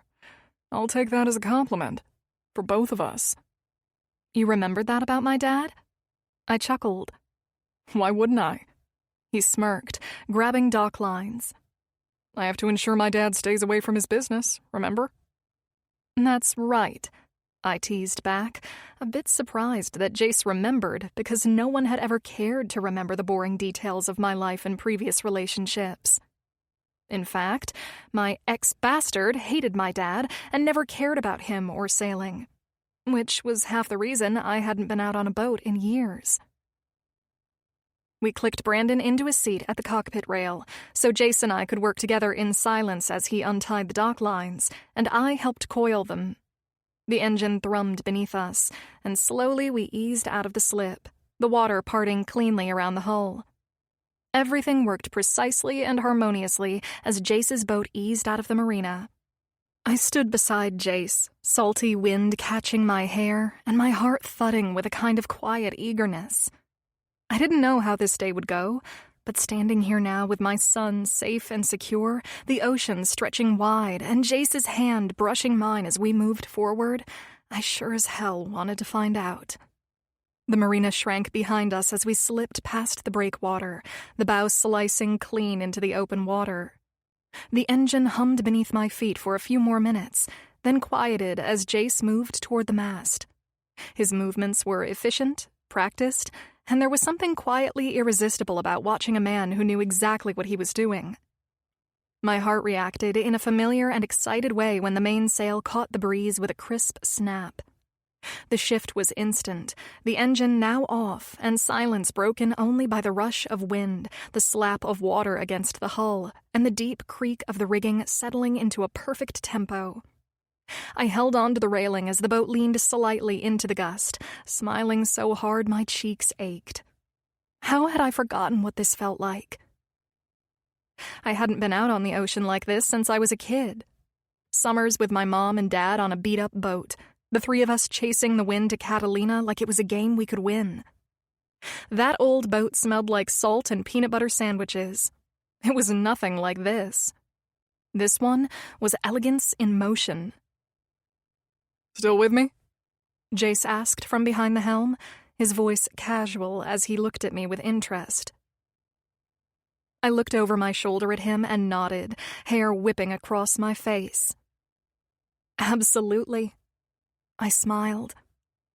"I love this. It feels like coming home." A flash of something warm washed over his handsome and youthful face. "Then my mission has been accomplished." We curved gently along the coastline with the cliffs of Malibu rising to our right. He was steering us toward Paradise Cove, the spot where we'd gone on his motorcycle to have our first real date. Though that wasn't the only reason we were heading there. It was a quiet inlet, still empty this early in the day. I moved closer to where Brandon was secured in his seat, kicking his feet and babbling at the sea like it was talking back, and I spotted dolphins playfully skimming the surface a few hundred yards out, the most stunning sight for anyone to see. Once Jace secured the sails, he handed me a water bottle from a built-in cooler tucked behind where he'd been standing at the helm. "We're secured, and now it's time to give you both the tour." I grinned. "I thought you'd never ask." I unfastened Brandon, and as if it were Brandon's new favorite thing, he reached for Jace and ignored my ass. I followed Jace and Brandon below deck. The interior was stunning, with clean lines and soft finishes, complemented with cream cushions, light oak cabinetry, and a galley that looked like it belonged in a fucking magazine. Well, I'll be damned. First your gorgeous home, and now this? Do you live part-time on this, too? "Sometimes," he said with a shrug. "It's a perfect escape from the demands of my profession." I peeked into the bedroom. Crisp navy linens, built-in shelving, and the faint scent of cedar and ocean. A skylight let the sun spill in above the bed. Of course, my mind immediately went to the mistake of imagining us in that bed, making up for everything Duke was working so hard to prevent between us. "This is the guest berth," Jace said, opening a door to a smaller cabin. "I figured if Brandon needed a nap or got overstimulated, we could set him up here." I turned to him and smiled. "I appreciate you taking that into consideration," I said, stunned by his thoughtfulness and how truly beautiful his boat was. "This is so lovely." "Well, I figured if I wanted you to come out here with me again, I would need to keep you both well taken care of," he said with a wink. I stood there momentarily with one hand braced on the doorway as the boat rocked gently beneath us. The sunlight dappled across his face, and I felt a calm warmth settle inside me toward this man who was genuinely trying. Seeing that in him was deeply comforting. Out here, surrounded by the sea, I let myself wonder what it might feel like to trust him with more than just a morning out on the water. To believe that maybe there was hope for an amazing relationship that I never thought possible after what Jonathan did to me. We didn't have time to get lost in the moment or each other once Brandon started getting fussy and grumpy. "I'm going to take advantage of your lovely guest room and put him down for a nap. He's teething again, so he needs some juice and a snooze, and then he should be back to his happy self again," I said. "Sounds great. Do you need any food or anything?" "I'm good. I'll get him down and meet you on the deck once he's out." It took nearly 20 minutes before Brandon was knocked out, the rocking of the boat working better than any rocking chair. What I expected to be a short nap could easily turn into an hour or more. I went up to meet Jace, loving how the boat sailed so smoothly and steadily, with the wind filling the mainsail like the boat was alive. It cut through the water effortlessly, and Jace engaged the autopilot now that we were past the traffic near the cove. "Did you get him to go out?" Jace questioned with a flirty grin. The boat had a hand in it, I chuckled, happily welcoming his advance when he walked up to me and brought me into a warm hug. "Good. Now, I have better plans, which I've had in mind for you since I arranged this sailing trip." "Oh?" I arched a knowing brow at him. "What if Brandon interrupts your efforts this time? I mean, you're asking for a lot by trying to date a single mom with a 1-year-old and a dog that hates you," I teased. "If Brandon wakes up, and I can't take your ass like I've wanted to since our first night together, then all of this build-up will add to the explosion of when I finally get the chance," he said, kissing the tip of my nose. "Follow me, gorgeous." I followed Jace down the companionway, the faint scent of salt and teakwood surrounding me. The cabin light of the room was warm, and it filtered through the skylight above, casting a soft gold across the linens on the bed. Jace turned to face me, one hand braced above the doorway, his eyes locked on mine like he was waiting for permission, or for me to make the first move. I didn't even remember crossing the small space.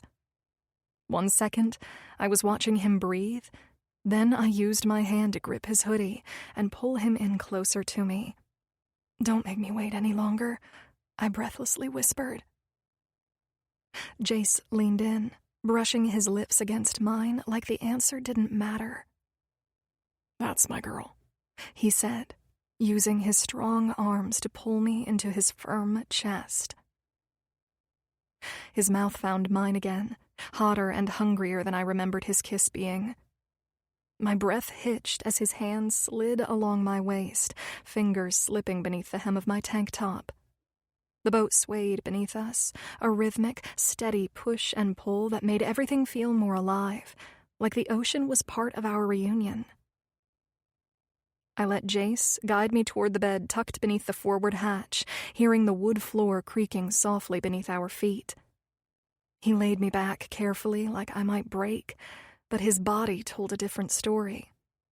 He lingered over me while his lips ran a fiery hot trail down my throat, using his steady fingers to unfasten the button of my shorts with maddening precision.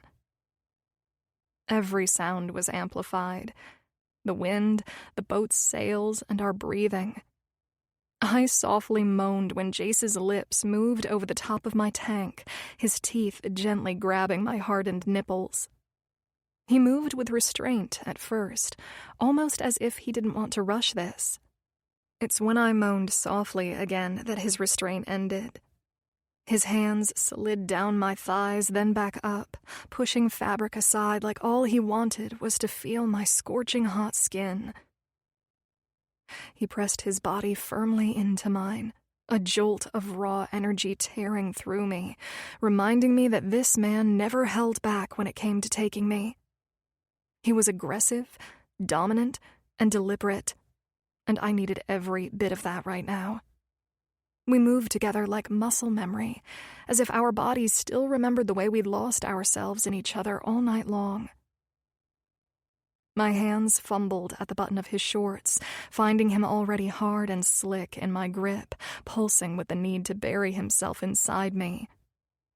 "Fuck yes," he growled, his voice rough against my ear. "I could come just from your hand, gorgeous." In the next breath, my shorts were gone, stripped away in his frenzy, and then his thick length was pushing into me as he yanked my shirt over my head. "Jesus Christ, I've missed this," he groaned, driving deeper, precise and hungry. My body welcomed him, clutching tight around every deliberate thrust, my climax threatening to spiral before I could stop it. "God, you feel so fucking good," he panted, pounding harder, his mouth sealing over mine as if we could devour each other's need. My legs fell open, giving him everything. The room blurred, my body on fire, and for a second it felt less like sex and more like satisfying an addiction we both couldn't deny. "You have to tell me if you're close. We don't have a condom," I gasped, the last flicker of control before desire drowned it out. "Yeah," he gritted, his pace relentless, my orgasm rising sharp and hot. "I want to taste you," I whispered, feral with want. That broke him. My body shattered around him, clenching hard, forcing him deeper until he pulled free with a curse. In an instant, his cock was at my lips, thick and urgent, and I took him down with greedy abandon. I gripped his tight ass, feeling the tremor in his muscles as he gave in, spilling hot and heavy into my mouth. I swallowed him, eyes open, watching his roll back as he groaned through the last pulses of release, vulnerable in a way I'd never seen. Fuck, baby, he rasped, pulling back slowly, a wicked smile tugging at his lips. You're so goddamn hot.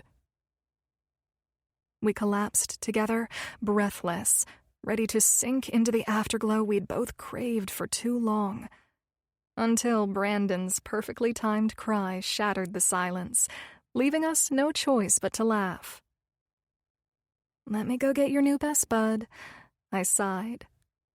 You stay here and take your time, he said, giving me a simple kiss to my throat before pushing up from the bed.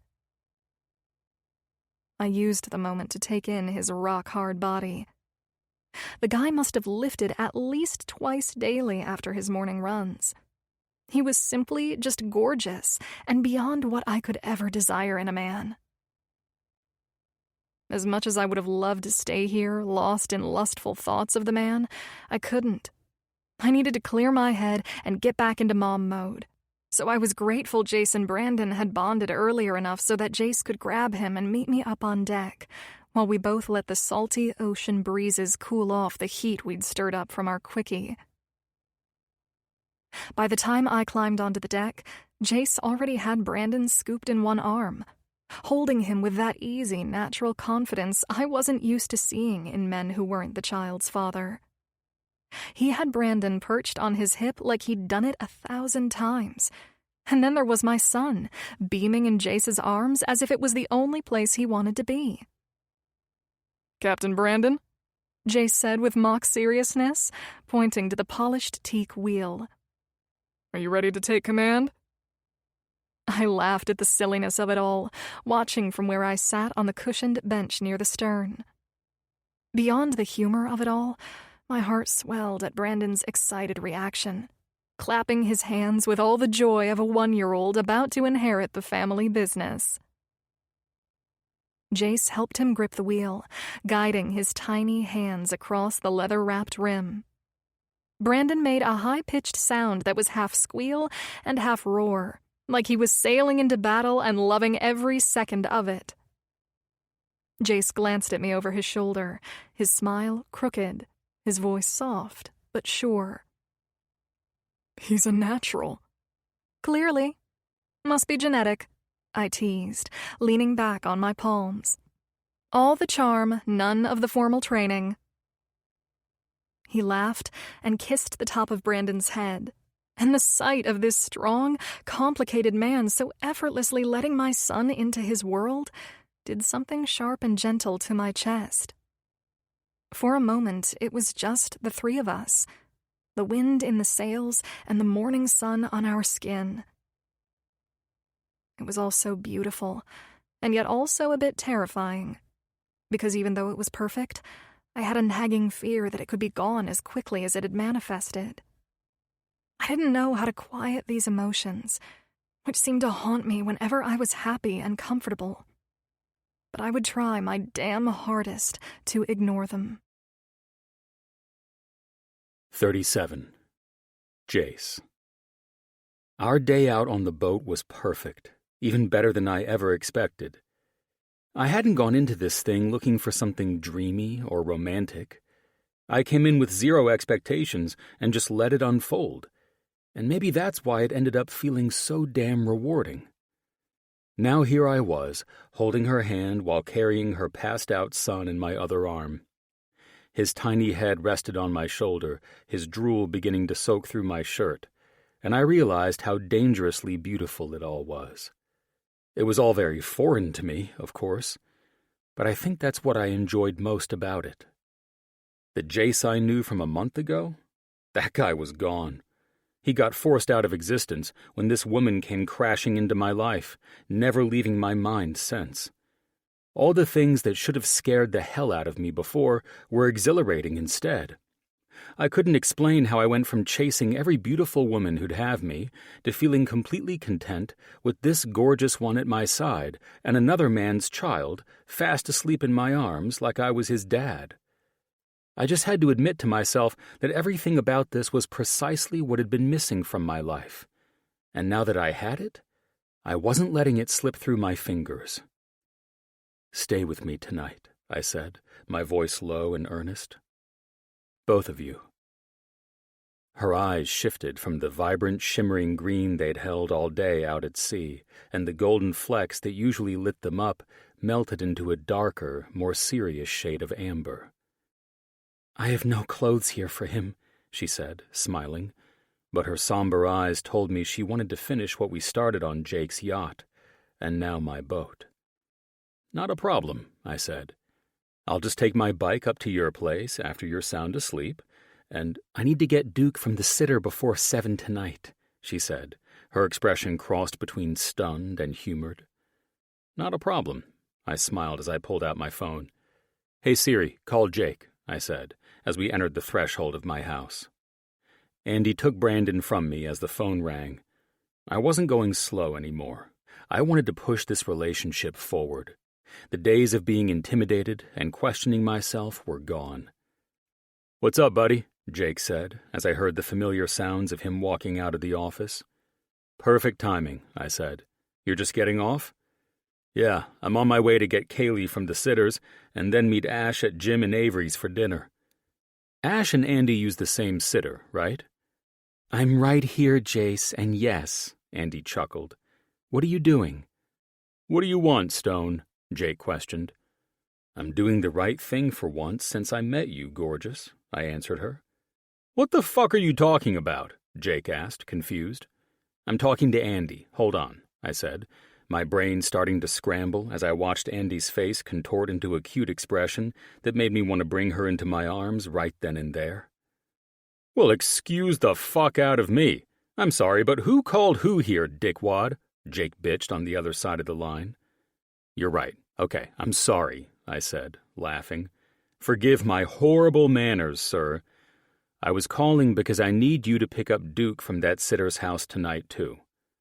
"That bitch-yapping little prick can walk his cocky ass home. I'm not—" "Listen, you owe me, and I'm fairly confident you're still in your head about our loss yesterday. Duke will snap you right out of that shit. Besides, Ash said Duke loves the kids and they love him. I planned on fucking my wife tonight, and that little bastard isn't going to block my cock again like he did all weekend when we watched him," Jake said. "Lock him up in the pantry or some shit." "Is this little fucker cock-blocking you as well?" he asked. I heard the smile in his voice and couldn't resist laughing. "Sure as fuck is. And if I ever want to get laid properly in this relationship, I need you to watch him. I'm supposed to help you get laid by making it so I can't get laid, eh? What kind of world are we living in?" Jake's humored voice told me he'd get the dog and deal with him for the night, but I would have to pay the piper for this favor. "I just need you to take him until I figure out how to manage the little tyrant and put him in his place. Only because I owe you for taking that second surgery with me will I bring the damn dog home for the night. But he goes right out of the house the next morning. Have the kids sleep with him or something," I said. "Tried that, but I swear that dog matches his yapping to my romantic moves. He's a goddamn menace," Jake said, while I laughed. "You'd better hope I don't block your number after this." "Okay, I hear you loud and clear." "Thanks, dude. I'll talk to you later," I said, hanging up the phone. "Well, that wasn't an ordeal or anything," Andy said, with a confused look. "Are you trying to ensure that everyone hates us as a couple?" I laughed. "I'm not finished with our day," I said, staring into her beautiful eyes.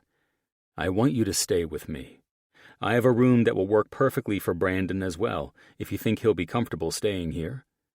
She softly exhaled. "He does very well when staying with others," she said, then reached her hand up to my face. "You're acting a little unhinged right now, though." I bent to kiss her lips, rubbed the top of Brandon's sleepy head, and let her observations slide. "Let's get him settled in his room, and then I'm taking your gorgeous ass and running a hot bath for the both of us." I arched a brow at her. "I hope you love baths." "I think I'm starting to love you," she chuckled. "But honestly, I need to get a playpen or something. I can't just have a random sleepover at your house with a 1-year-old and not have extra clothes and diapers." "Follow me," I said, leading her up to the second floor of my place and to the smallest room I had in my home. "You get him settled in here. I'm going to run out and find the closest store with baby paraphernalia because we're going to make this work." "Quite determined tonight, are we?" I brushed the back of my knuckles along her soft cheek. "I'm just sick of wasting time and being constantly interrupted when we have it." "Here's the key to my house. The playpen is in Brandon's closet, and his backpack is hanging on the back of his door. It's already got extra clothes and diapers packed in it." She smiled and sighed. "Let's hope his teething doesn't keep him up all night, or you're really going to get a taste of the life you believe you want." I grinned. I wasn't lying when I said that to you earlier today. I took the keys to her place, kissed her lips, and stepped toward the door. I find something about all of this beautiful and comforting, and I think it's because I've never known anything like it in my entire life. "That's what scares me," she shook her head. "Now go get his stuff while I draw a bath for us to enjoy when you get back." My dick immediately joined the conversation, and the surge of energy that hit me was enough to make me consider skipping Brandon's stuff for now and handling it later. The need to have this woman again was damn near overpowering. "Make yourself at home. I've a feeling you'll be impressed with my bathroom," I grinned. "It's on the 3rd floor." It took about 30 minutes to gather everything, and when I got back, I peeked into Brandon's room. A soft sigh of happiness slipped out of me when I saw him tucked into the low bed on the floor, throw pillows surrounding him like a cozy little nest. The scene was adorable and a bit surreal, knowing I'd helped create this perfect, nautical-themed space just for him. I headed up to the 3rd floor, where my master suite waited, and with it, the image I'd been craving to see. I paused in the doorway of the master bath, leaning against the frame, and let myself take it all in. Fuck, she's goddamn perfect. Andy was soaking in my tub, and suddenly the entire room I designed myself felt different. It was like everything was softer and lit differently. My massive granite basin sat in the corner of the master bath like a sculpture, carved from a single slab of dark stone and polished until it shimmered like wet obsidian. I designed it to mimic the feel of an infinity pool, the way the edge met the windows with no break, so when you sat inside, it felt like you were floating over the ocean. It was unique, and everything I loved about my vision coming to life served as an escape from the world for me. It all looked different now. Andy was half submerged in the steaming water, her damp hair swept back, eyes closed, lips slightly parted, like the warmth of it all, the stone, the water, the silence, had unraveled something deep inside her. I smiled, just watching. The lights were dimmed low, casting a golden sheen over her skin, and letting shadows trace the curve of her collarbone. Beyond the breathtaking woman resting in my tub was the view through the floor-to-ceiling glass, which only amplified the moment. The ocean stretched out in soft silver waves under the moonlight, and the marina below twinkled like a constellation had crashed into the harbor. The glass walls turned it all into a moving canvas behind her, with waves shifting and the night breeze stirring. It created a surreal atmosphere, as if time had finally slowed down for both of us. The 3rd floor had been built to be my sanctuary, with every detail chosen for comfort and solitude. But in this moment, watching her sink deeper into whatever calm had taken over her, it didn't feel like a sanctuary anymore. It felt like peace. I'll be damned if I wasn't thinking this for the millionth time today. It felt like fucking home. A kind of home I'd never had or thought I needed until all of this hit me without warning. I wasn't just falling in love with her. I was falling in love with everything that made her who she was. I quietly stepped closer, seeing Andy's lips curl faintly, like she already knew I was there. I wanted to remember this, the way she looked against all that stone and water and sky. The way something I'd built for myself could hold her like that, could move her like that. God, she was more than beautiful. I peeled off my shirt and let it drop to the warm tile floor before taking off the rest. The water lapped softly as I climbed in behind her, careful not to startle her. But the moment my legs brushed hers under the water, she let out a breath and a lovely, relaxed sigh that added to the unraveling I was feeling inside. She leaned back against me instinctively, bare back pressed to my chest, while her head tipped to rest on my shoulder. I wrapped my arms around her without a word, one hand trailing along the curve of her thigh beneath the water, and the other flattening over her stomach, holding her there. I wanted to go further, but I needed to savor this moment first. "Your bathroom looks like a luxurious spa," she said, her voice humored but soft with relaxation. "Thanks," I chuckled. "I designed it myself." "Holy shit, Dr. Stone," she said, with a cute sassiness that I hadn't heard since we first met. "You designed all of this just for yourself?" she asked softly, her voice sleepier now, like she didn't fully want to break the silence. I pressed a kiss to her temple. "I did, but," I said, my voice low, "I didn't know I'd be sharing it with you." Her hand slid over mine under the water, fingers lacing through as she turned just enough to look up at me. Those eyes, those damn eyes that I could get lost in, were now hazy and heavy-lidded. They met my hungry ones with something more profound than want. Fuck, if I was honest, it was something that stripped me clean. She never broke eye contact when she twisted and pulled herself up to straddle me, her hot slit slick against the tip of my cock she'd grabbed and was now teasing with her entrance that was primed and ready for my hard dick. "Your favorite position, gorgeous," I said, bracing my hand on the back of her neck and bringing her face closer to mine. "I was gentle with you that first night." I leaned up to kiss her lips, then my breath caught as she slowly slid down on my erection. "I'm not going to be as gentle with you this time, gorgeous.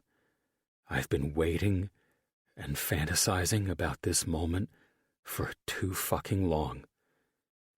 "You'll fuck me the way I want you to, handsome," she said, moving her hips in circles, the inside of her tight pussy grabbing and pulling my dick like it remembered. "Damn, I've been waiting for you," I said, before my lips covered and swallowed her perfect breasts. This is what I was craving, needing, and desperate for since that night, and I wasn't going to stop until this perfect woman begged me to. 38. Andy. I straddled him, rolling my hips in slow circles, feeling his swollen length stretch and fill me, sparking a fire so deep I knew it would shatter me when I came. My hands pressed into his chest as I moved with purpose, the warm water sloshing around us. God, it felt so good to be back here again, having the upper hand during sex. Jace's head tipped back slightly, his eyes still locked on mine, his breath ragged but controlled. I traced the edge of his jaw with my fingers and brushed my lips against his to tease him. All I wanted was to drive him crazy, not just for the power of it, but because it was safer than asking if he still desired me the way he did on our first night. I gave him a flirty smile with a soft moan after I maneuvered the tip of his cock deep inside me to hit that perfect spot. That's when everything changed. Jace's gaze darkened, his hands clamped around my hips, firm and unyielding. His eyes were sharp and focused in a way that made the breath catch in my throat. The only other time I'd seen him look at me like this was when I first showed up at his office to bring him lunch. The Dr. Stone expression. And fuck, it was hot as hell. He was locked on me, and God only knew where this would go now. "You think you're in control, gorgeous?" he said, voice low and dangerous. "Riding me like you own it? Like you did that entire night I let you take over?" Before I could answer, he gripped me tighter and lifted me off him like I weighed nothing. The water sloshed as he turned me around, pressing me forward so my elbows braced against the granite ledge and my chest dipped toward the view beyond the window. I let out a moan of appreciation when I felt him push into me from behind. He was deep, firmly set inside me, and devastatingly perfect. "I let you have control that first night," he growled into my ear, while his hips began to move in a rhythm that made it impossible to think. "I let you tease me, ride me, and take what you wanted." He thrust harder, driving into me with enough force to make my body jolt forward while my moans grew louder. "But tonight," he said, flattening his palm against my lower back and holding me in place as his other hand slid between my thighs with expert precision. "Tonight, you're mine. Not just your body. All of you." My mouth fell open, but nothing came out. Jace was raw, dominant as fuck, and I was unraveling under the way he took me. "You feel it?" he rasped. "The way your body gives into mine."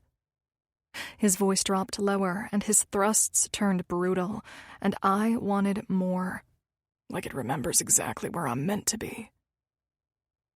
My legs started to tremble while I absorbed the pleasure Jace was bringing to life in me, all while being mesmerized by the view of the ocean stretched out before me. The moonlight glistened on black waves, and I couldn't stop quaking after each possessive stroke. Jace gently wrapped his hand around my throat, tilting my head back toward him. "Tonight, you're going to come when I say, Andy.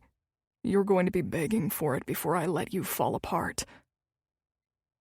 My heart pounded while every muscle in my body seized with a strong current of electricity that threatened to explode. I had never felt more dominated or more desired. "Damn it," I gasped, feeling the fire inside me searing and ready to burst. "Baby?" "Let it build, gorgeous," he said. "I want to feel you clenching me when you come." "Jesus," I moaned, pleasure coiling tight inside me, pulsing like electric flickers. "Fuck, yes," he panted. I felt like cracking glass, slowly breaking apart as the orgasm built, wave after wave of sensation tearing through me. If he touched my aching clit right now, I'd shatter with or without his permission. "Fuck. Now," he growled. "Come for me, beautiful. Let me feel it." My body obeyed, shattering completely as my legs gave out. I cried out, pleasure ripping through me, and a heartbeat later, Jace followed with a deep, guttural groan.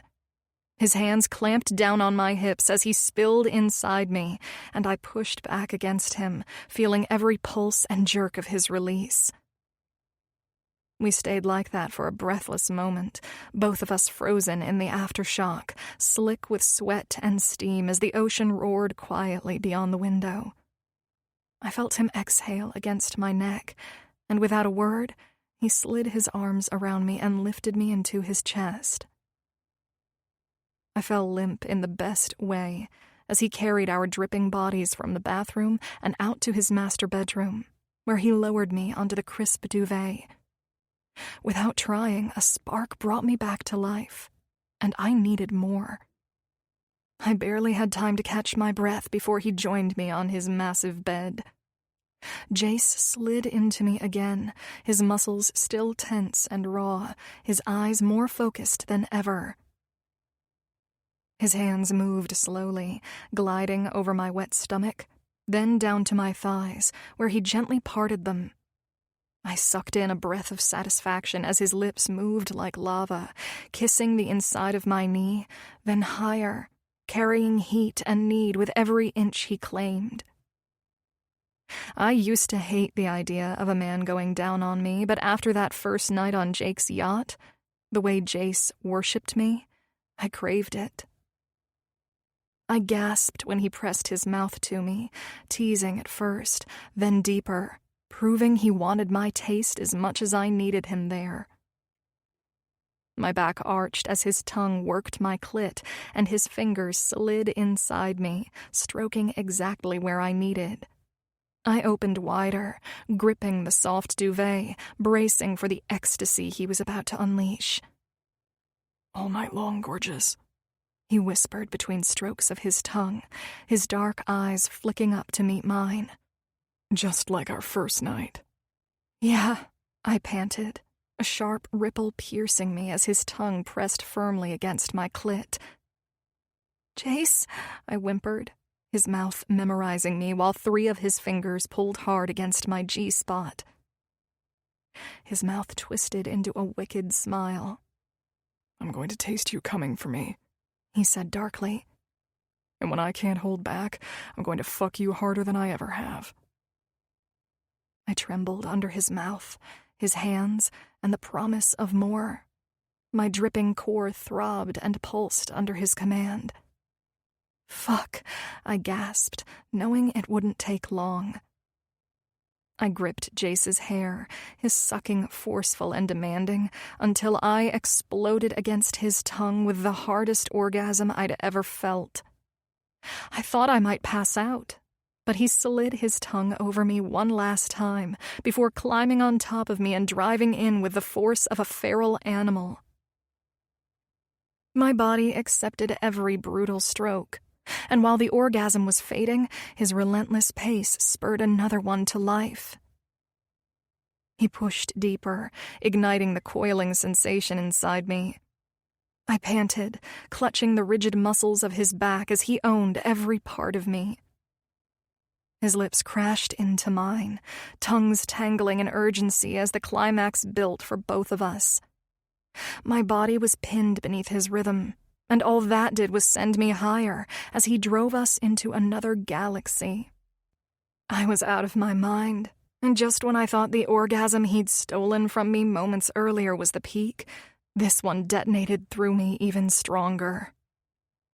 If this was how the night would go, each climax deeper, more powerful than the last, then by morning, I might not even remember the woman I was before he touched me like this. 39.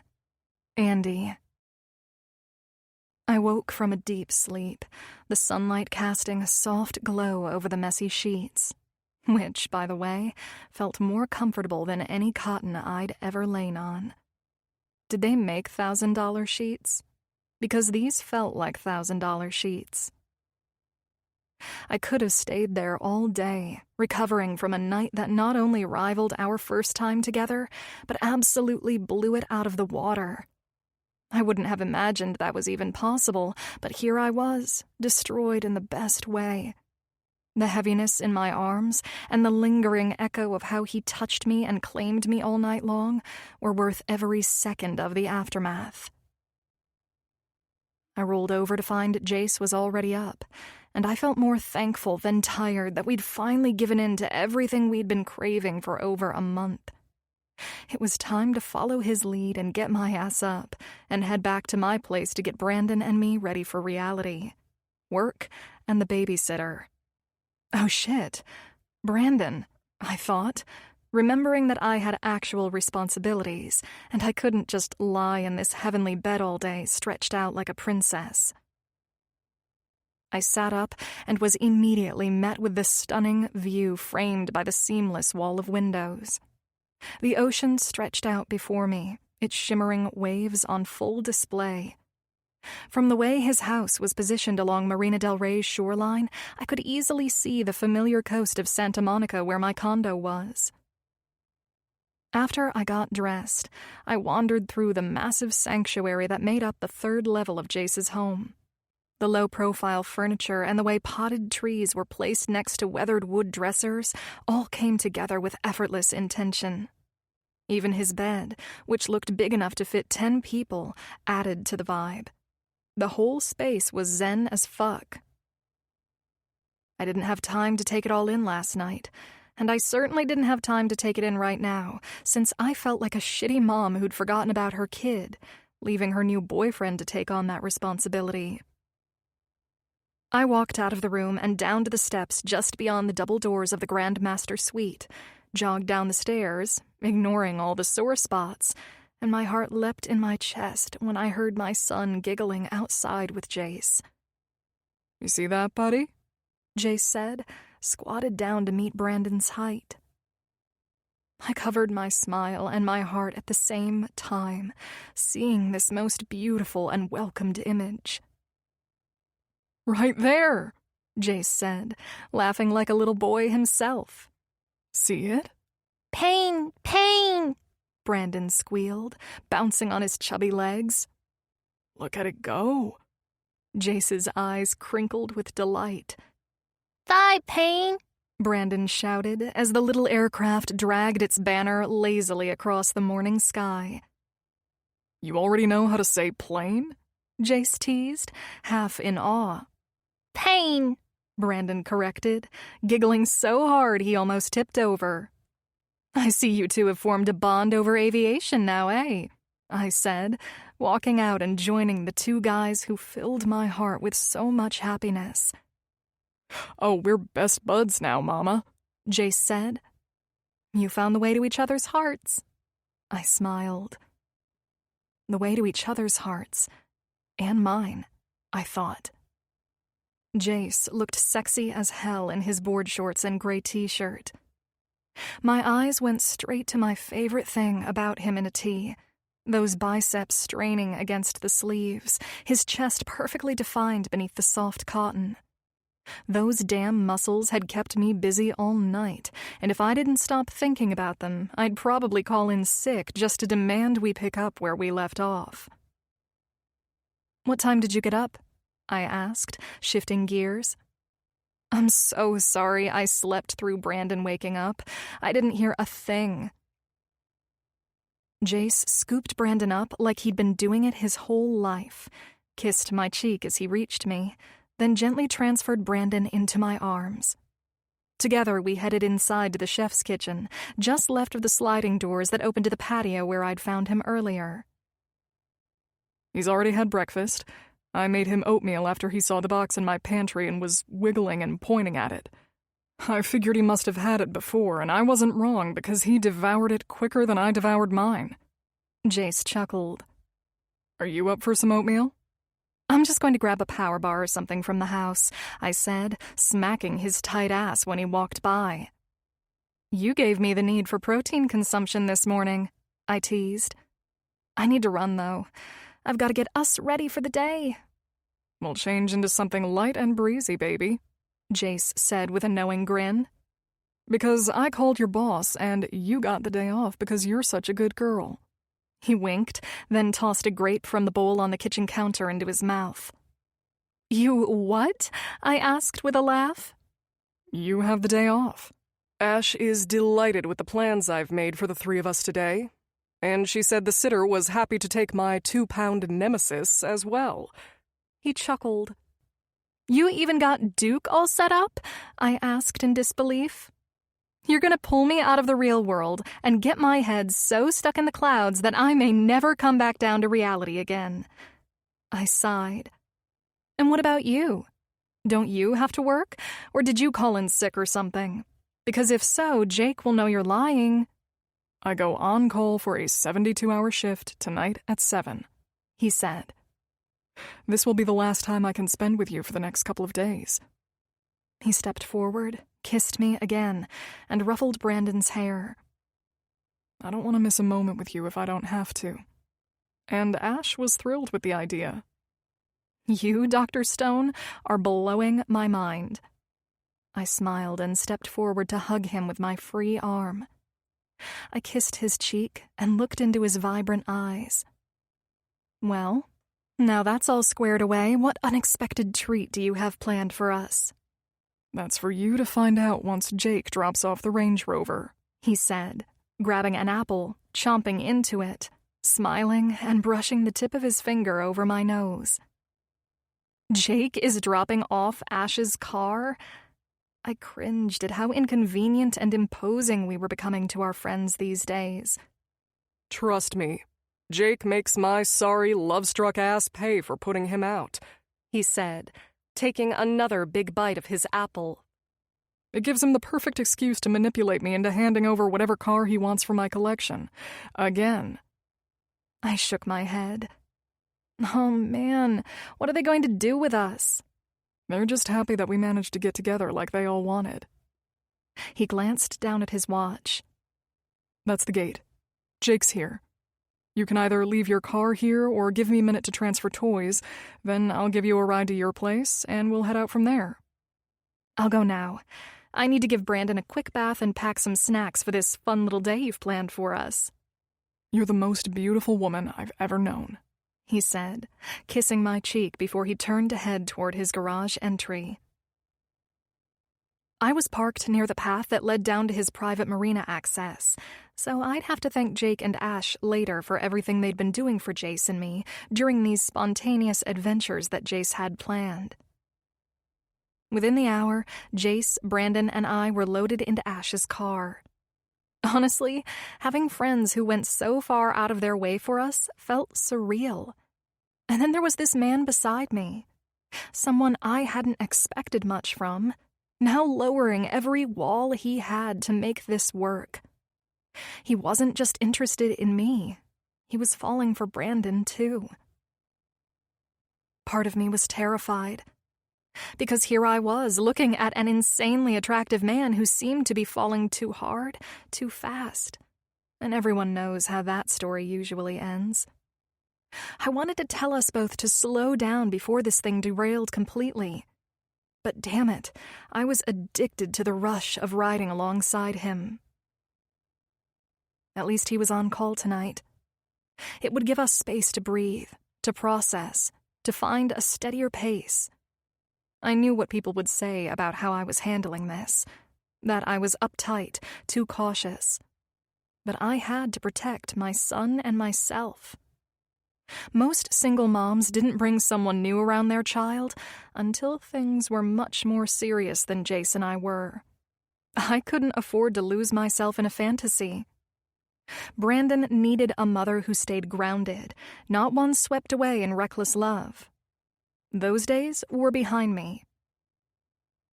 "Oh, my goodness," I said with intrigue and delight as we pulled into the parking lot of our destination. "You brought us to the Science Museum? What made you think of this?" After seeing how excited Brandon was with that airplane this morning, I couldn't resist making a couple of calls and bringing him here. He smiled at me. I think he'll like the planetarium exhibit, too. He glanced back at Brandon, sound asleep in his car seat. If he wakes up, anyway. "He'll wake right up," I said, leaning over to kiss him. "You're adorable, and thank you for thinking about him instead of just me." I smiled, then turned to step out of the car before I was stopped by Jace's strong hand. My eyes met his. "I wouldn't have this any other way with you," he said. "The way I see it, you and Brandon are a package deal, and I need to work for the privilege of being with you both." I smiled. "I'm delighted you see it that way." Inside, I watched my son light up under the glowing planets, Jace at his side like it was second nature. "Mo! Mo!" Brandon squealed, clapping when the stars danced across the dome. "You want more stars, huh?" Jace grinned, hitting the button again. "Star!" Brandon babbled, hand reaching for the light. We ended the day at the Santa Monica Pier with hot dogs and sodas. Doggy! Brandon pointed at a seagull creeping toward Jace's fries. "That's not a dog, buddy," Jace laughed. But I get why you think so. Doggy! Brandon insisted, clapping sticky hands. Jace tore off a piece of bun, handed it over, and Brandon lit up. No! He chirped, bouncing until Jace gave him another bite. I didn't want the day to end. Somehow Jace gave us every second, even with a brutal shift ahead. As much as I wanted to fall asleep in his arms, what mattered more was the way he showed up. For me. For Brandon. For us. Watching my son glow around him made my chest ache in the best way, and for the first time in a long time, I let myself believe this wasn't just another fleeting moment. It felt like the beginning of something real. Something we could hold on to forever. 40. Jace. I was 48 hours into a 72-hour shift, and this damn place still hadn't given me a breather. Since I'd walked through the doors, it had been trauma after trauma, hallways buzzing with urgency and overhead pages firing off like clockwork. Normally, by this point, I'd be running on fumes and autopilot. But tonight was different. I was wired, in the best damn way. Hell, I felt like a rookie again, fired up even while getting my ass handed to me. In the chaos, my mind kept flashing to Andy. I pictured her on her evening walk with that shithead Duke and my new little buddy, Brandon. Or maybe she was on her patio, watching the sunset roll in with the breeze. What I really wanted to imagine was her and Brandon safe and happy at my place, waiting for me to come home. But I knew I was steamrolling things and needed to chill the hell out. As much as I wanted to ask her to move in already, I also knew I had to slow down. Still, I couldn't help it. I was thrilled at the possibilities, and somewhere along the way, my usual patient, steady self had disappeared right along with the man I used to be. "Dr. Stone," a nurse said in a flirty tone. "Sure you don't want me to grab you a coffee? Maybe a neck rub?" I glanced up from finishing a patient's chart and spotted Kayla, one of the new hires. A month ago, I probably would have welcomed the attention. Maybe even flirted back, just to feel something during a long shift. But now? Nothing. Her pretty face, puppy dog eyes, and overly done makeup for an on-call shift barely registered. If anything, it made me cringe. "I'm good, thanks," I said, dismissing her ulterior motive with my tone. "You do look exhausted," Tasha added, another nurse who never seemed to take the damn hint. Her tone made it clear that if I gave them anything else, I'd be stuck in this conversation all night. "Honestly, I'm fine, thanks." I handed off the chart to the receptionist. "Enjoy the quiet while it lasts. Something tells me it won't be long." I forced a polite smile and walked away before they could say anything else. None of it landed the way it once did. I used to eat up the attention. It was a quick way to stay sharp and keep the night moving. But now, my mind was locked onto the only woman who mattered, the one who left me more fulfilled every time I was with her. I needed a power nap, though, because it wasn't a lie when I told them this reprieve wouldn't last. Hell, I was shocked an emergency hadn't been called in the last 5 minutes. The on-call suite Jake and I shared was more like an upscale apartment than a hospital crash pad. Leather couch, blackout curtains, even a rainfall shower. Perks of Jake's brother being the guy who practically owned the place. I kicked off my shoes, lay back on the couch, and 30 seconds after closing my eyes, buzz, pager lit up. Of course. I sat up, scrubbed a hand over my face, and marched down to the cardio ER wing. On the way, I read the page, bracing myself for whatever was about to hit. Male, approximately mid-70s, sudden collapse at private residence. Blood pressure 85/56, heart rate 52 and irregular. Unresponsive on scene for 1 minute. Confused on arrival. Transferred to St. John's ER under cardiac alert.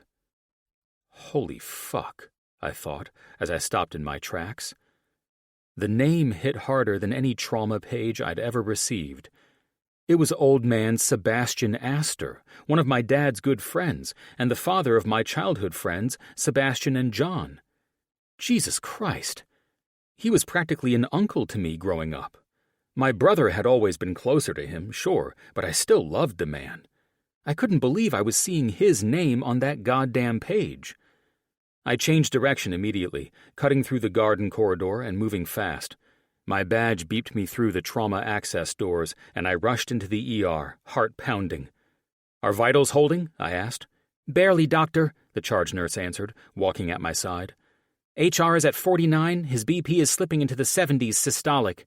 Patient had an irregular rhythm on arrival, no history of heart conditions on file." "He collapsed at a private residence?" "Yes, his son's home. His son, Sebastian, called it in. The paramedics said he was passed out cold." As we waited for the arrival, I grounded myself, forcing my emotions into check and focusing solely on the task at hand. This couldn't be Mr. Astor to me right now. He had just to be the next patient I would bust my ass to save tonight. And I would save him. I sucked in a breath, my control faltering the second the trauma doors burst open and he was wheeled in. A wave of paramedics rushed through, pushing a gurney carrying him, looking pale and drenched in sweat, with an oxygen mask strapped to his face. I swallowed hard, gave a brisk nod, shoved my emotions down, and moved to his side. "You're in good hands, sir. I'll have you feeling great in no time," I said mechanically, feeling only determination to save his heart and life. His eyes fluttered. "Jace," he rasped, "was supposed to be a quiet dinner." My throat locked. For half a second, the boy in me wanted to crumble, but the surgeon didn't let me. "Yeah, well," I forced a smile. "You always did command the attention of every room. This was a bit over the top, though, don't you think?" Then I flipped the switch.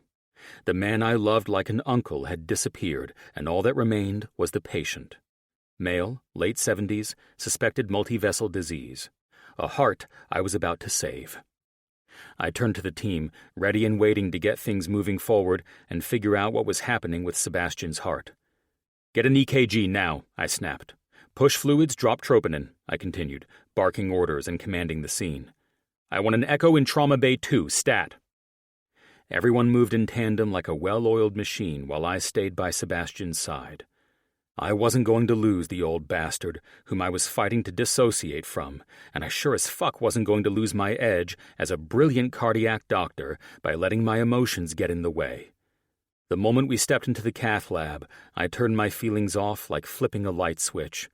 Sebastian was no longer one of my father's best friends, or the man who taught me how to play polo, or gave me my first taste of scotch when I was too young. He was simply a male in his late 70s who'd collapsed at a private residence with suspected multivessel coronary artery disease. The next patient in the line of patients I'd been saving since I got on shift, and I was about to save his ass. I locked eyes with the cardio team. "Let's move. We're going femoral and local anesthesia and fluoro live. Someone please notify the cath attending that I'll be leading this." We all moved quickly and precisely, our hands and voices remaining calm. I fell into a sterile rhythm, as if it were second nature, like I always did. His heart didn't care that we had a personal history. His arteries were closing off, and he was minutes away from becoming a ghost in a bespoke suit, and it wasn't my job to feel that shit. "Angiogram shows severe narrowing, LAD and right coronary," the interventionalist confirmed. "Balloon both," I ordered. "We placed 2 drug-eluting stents. We're not waiting for a second hit." I guided the wire in with perfect precision and without so much as a tremor in my fingers. There wasn't a hint of hesitation, and every move was clean, laser-focused, and professional. I watched as blood flow returned and his rhythm steadied while his blood pressure climbed back into the safe zone. "2 stents deployed," my nurse said. "Flow restored and rhythm is normalizing," she nodded after eye contact with me. "We're clear, doctor." I stood there for a moment, just breathing. This could have been so much fucking worse, but thank God it wasn't. I listened as the monitor settled into a strong, stable rhythm. All vitals looked perfect. This was fucking textbook. Sebastian was still unconscious, lightly sedated, and the post-op nurse would wheel him down to post-op while I met with his family and whoever else was here with them. I walked through the hallway, still keeping all emotion buried, while I spoke with my family's friends and alerted them that Sebastian was alive and recovering. The waiting room came into view. It was quiet and dimly lit, tucked in behind frosted glass doors reserved for the families of high-stakes patient emergencies. I saw them through the glass, first Darcy, Seb's fiancée, who was near the corner with a pale face and arms tightly folded together, but still composed.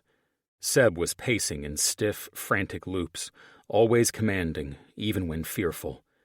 Then there was Margot Astor, who was like a rigid aunt to me, standing elegantly with her hands clutched together.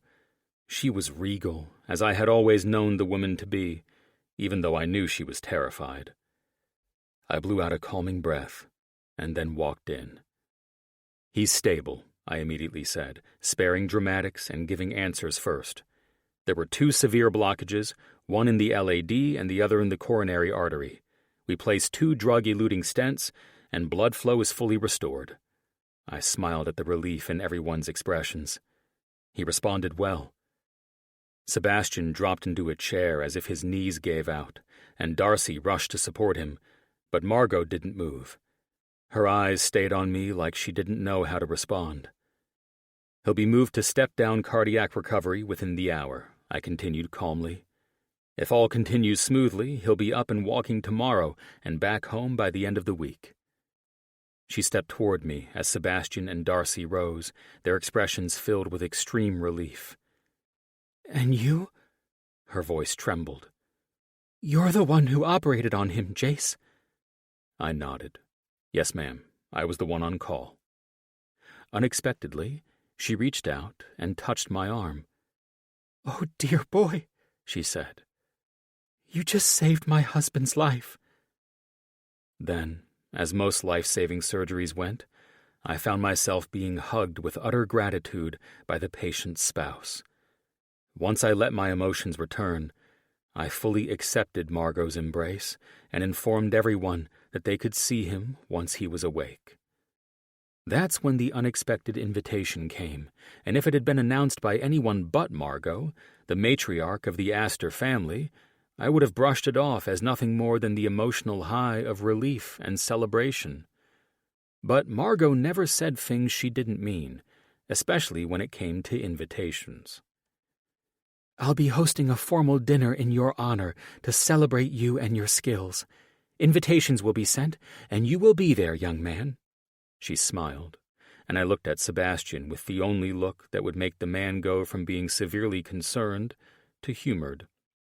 He shrugged, while Darcy cringed, and just like that, I was facing another damn elite soiree, one that wouldn't just force me to mingle in their circles, but also put me in the spotlight, being acknowledged like I was some kind of celebrity.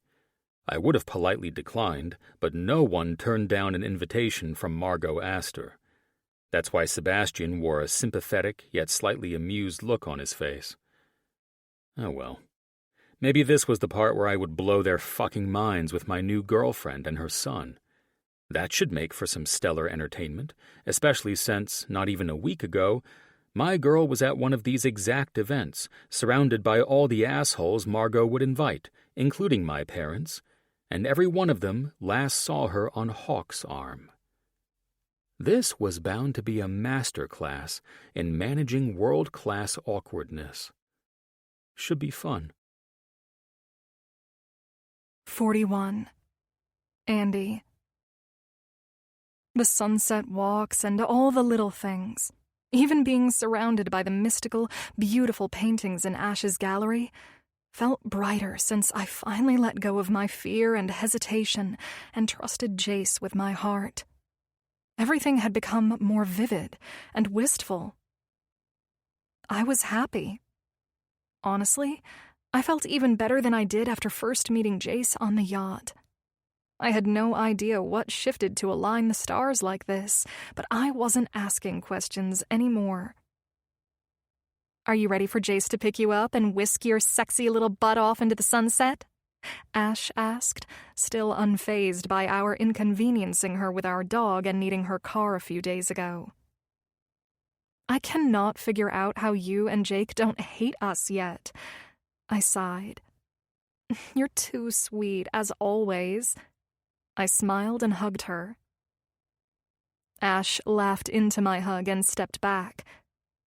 "That's because I absolutely love everything about new love," she said. "When the universe aligns two souls that were meant to be together..." She drifted off, floating up into her hippie Ash world. "It's just beautiful. I experienced it with Jacob, and I know the feelings that come along with two perfect halves uniting." "Oh, babe," I said, smiling at her. "We're barely starting to date, and although I can't get the man out of my mind, or this damn smile off my face, we're just getting to know each other. Unfortunately, getting to know each other means banishing the dog who hates love to another room and risking Jake ending up with a case of blue balls so bad he might never speak to us again by the time we even figure out each other's birthdays." She rolled her eyes. "We've managed just fine with Duke. Jake is just being dramatic so he can give Jace shit about it. That's how those men are, trust me. Duke is not a problem. In fact, he sleeps with Kaylee and is becoming quite attached to her." She laughed. "That might be your real problem. Duke never wanting to leave his favorite girl for you." I rubbed my forehead. "What an ordeal, you know?" I laughed. "I mean, I take in a perfect little dog from a guy who was trying to date me. I wind up dating him, and now that dog hates the guy, and I'm about to lose said dog because I can't have him around if I want to be with the guy." "Sounds like a classic crossroads scenario," Ash chirped. "Boyfriend or the dog?" I laughed and shook my head. "There's no better way to put it," I said with honesty. "However, boyfriends come and go, and dogs stay loyal until the end, right? So my choice should be easy here," I teased. "In my opinion, that dog's loyalty is starting to shift to my little girl, and you're about to lose the dog entirely." Our laughter and silly conversation came to a halt the moment Jace walked in. He pulled off his silver Ray-Bans, his hair tousled in that unmistakable, just fucked kind of way, looking like a gift from the gods. "Hey, gorgeous," he said, approaching me, kissing my cheek, and then turning to Ash. "Hey, Ash. Thanks again for keeping the dog for us tonight." "I was just telling Andy that soon enough, you both won't have to worry about him," Ash answered. "How so?" Jace laughed, his hand sliding to my lower back. "Does Jake have plans to drop him off at an animal rescue shelter?" "He wishes, but no. Kaylee and Duke are best buds at home and the sitter's house. They're becoming quite inseparable." "No shit?" Jace said, as if his secret prayers had been answered. I nudged him in his side. "We're not dumping the dog you gave me on Jake and Ash," I chuckled. "I don't see why not," Jace said, eyes bright and practically filled with holiday cheer. "The dog loves their daughter." He extended his hand out toward Ash.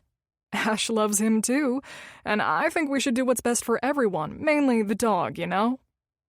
I narrowed my eyes at him while Ash laughed. "You spend way too much time working with my husband," Ash said. "You guys get out of here. We can't wait to see you at our place for dinner tonight." "See you then," I said, taking Jace's hand and leaving work to go wherever this place was he'd been planning to take me since his 72-hour-long shift. "Okay, I'm very curious as to where we're going. You sounded like a little boy who just walked into a room full of Hot Wheels last night when you called to let me know Ash would be taking me to work and you'd be picking me up." I eased my arm around his waist and leaned into him like we'd been a couple for years. His strong, imposing demeanor and commanding masculinity felt like second nature to him and to me. "You'll see, gorgeous." He kissed my cheek. We got into his sleek Aston Martin and drove up the coast, and I had no clue where we were headed. Ash told me about Sebastian's dad, I said. I don't know much about the Astors, but she said your family is close with them? He nodded, his hand casually gripping the steering wheel. I've known them my entire life. He smiled over at me. Old man Sebastian is like an uncle to me. They're some of our oldest family friends, doing vacations and other extravagant shit together for as long as I can remember. It's incredible that you saved his life, I said. His lips tightened and he let out a breath while changing lanes. I'm thankful I was able to treat him like he was any other patient I'd bust my ass to save in that ER. I just had to bury my emotions pretty deep. I interlaced my fingers with his, loving the warmth and comfort I felt doing it. I'm happy that you saved him. It appears you're a damn fine doctor, Dr. Stone. He smiled and brought my hand up to his lips for a kiss. It's always awesome when I save a life, especially a friend's. He smiled at me.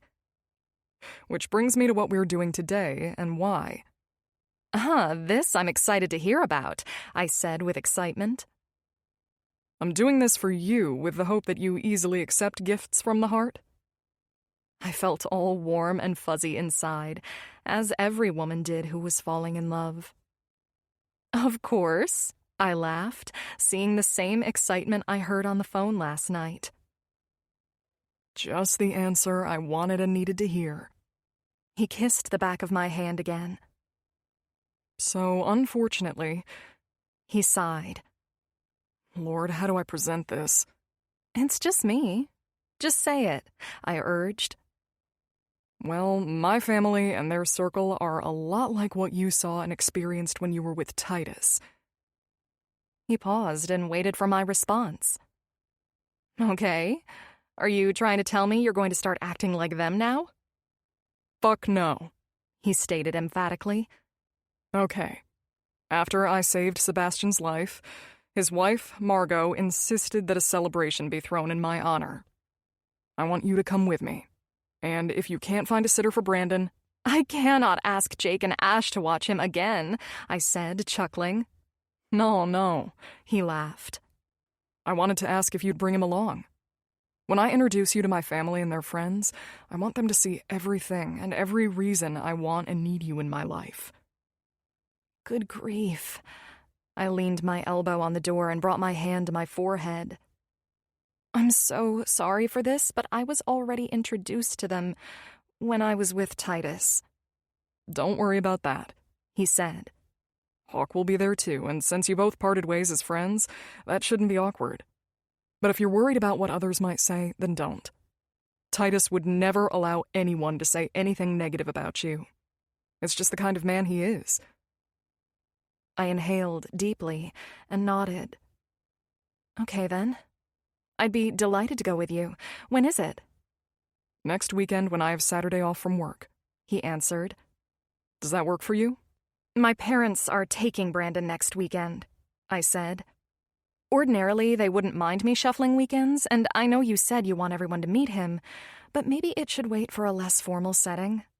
It might be easier for me to navigate this for the first time without a 1-year-old hanging on me. He nodded. I completely understand, he agreed. I would love my guy there, but perhaps you're right. It would be much easier on him and you not to force the kid into an exhausting evening of lavish bullshit. He should enjoy his grandparents for the weekend instead of a bunch of strangers. I love that you are so thoughtful when it comes to him, I said. Really, I do. He grinned. Well, then you'll love what I have planned for today for him. And you, and of course for me too. Now, I want you to know it's yours if you'll take it. The reason I'm gifting this to you and covering all the extra expenses is to show you what you mean to me. Not just as my girlfriend, but as the person who's transformed me into someone I barely recognize. He kissed my hand again and smiled. I used to be stuck in a lonely, empty life, and if, for some reason, I fuck all this up by not living up to your boyfriend's standards, I want you to know there are no strings attached to this gift. It's simply my way of saying thank you. That's all. Damn, I almost feel like I need to sign a disclaimer from the way you're talking about this gift. What did you do, buy me a new house? I chuckled. Then we turned into the luxury Porsche dealership in Beverly Hills. Oh shit, was my first and only response as I sat suddenly tense and not knowing what the fuck to think about this gift. Like I was saying before. He paused, parked, and placed his hand over the seat rest. There are no strings. I did this so we didn't have to borrow Jake and Ash's Range Rover anymore. We need an extra seat now that you're allowing me to join in on all the fun with you and Brandon. I didn't know what to say while Jace's eyes roamed my face for something. It's not an SUV. I didn't think you'd be up for that since you drive a 911 Carrera. He chuckled while my shock was subsiding. After this little gift you're giving me, Dr. Stone of the Stone Family Old Money Fund, we really need to establish a $10 spending limit for the broke jokers in the relationship. He smiled, leaned over, and kissed my forehead. What you do for me is worth more than a stupid car. His lips captured mine in a delicious, consuming kiss I'd been craving since the last time we were together. My God, this man had the pedal to the floor with us now, and in a 4-door Porsche, no less. Hell, I couldn't even imagine what kind of over-the-top gifts Titus would have thrown at me if I'd stayed with him. We walked in, and the air and atmosphere reminded me of when I walked into a dealership like this with my parents, and they bought me my car. It smelled like oiled leather and money. From the white marble floors and glass walls to the sleek espresso area in the corner, everything gleamed in powerful beauty. I froze and instinctively clung to Jace's arm, and it wasn't because I was facing a brand new Porsche with a bow and my name on it. Fucking Jonathan, I thought while my stomach dropped. He leaned on the counter like he owned the goddamn place, wearing a gray button-down shirt, black slacks, and a gold watch gleaming under the lights. His beard was neatly trimmed, hair cut short and styled sleekly. Definitely not the work of your local budget barber. This bastard used to sell used Nissans behind a strip mall in Van Nuys, acting like he was some kind of savior for handing people the keys. He'd come home every night, crack a beer, and talk big about promises that never meant a damn thing. Now the bastard looked like he was swimming in money. But I knew this fucker, and he was just a greasy, used car salesman at best. What are the fucking odds? I whispered. What's that? Jace said, a moment before we were interrupted when the bastard walked up to us. My ex, Brandon's dad, I muttered. Before I could say, get me the fuck out of here, the asshole was marching toward us. Fuck. Andy? He said with surprise. His smile was the same, at least, perfect and practiced. Wow, seriously, it's been... I believe the vehicle I ordered should be here. Jace interrupted, feeling my instant tension in reaction to Jonathan's voice. Jace's voice was low and protective, easily warning off this dickhead. Jonathan brought his attention to Jace, and I watched as Jonathan's sleazy energy changed instantly. Jace stood cool and confident, towering over him. He was dressed like the entire dealership answered to him, wearing dark navy-tailored slacks, a crisp white shirt open at the collar, and a presence that screamed quiet dominance. Jace slid his arm around my waist, ensuring Jonathan knew his place around him and me. Mr. Stone? Jonathan greeted him in the respect that Jace's demeanor demanded. Yes, your Porsche was overnighted from the VIP fleet in Vegas, and it arrived this morning, fully optioned as you requested. We, made sure it was done fast and efficiently, sir. I know. I made some calls, was all Jace said. Jonathan nodded, but his expression showed how uncomfortable he was. He wasn't used to taking orders, especially in my presence. Of course, in his head he was probably laughing, thinking Jace was just using me, flaunting his wealth by buying a new car in front of me, and I was eating it up like an easily impressed silly girl. Little did this dickhead know.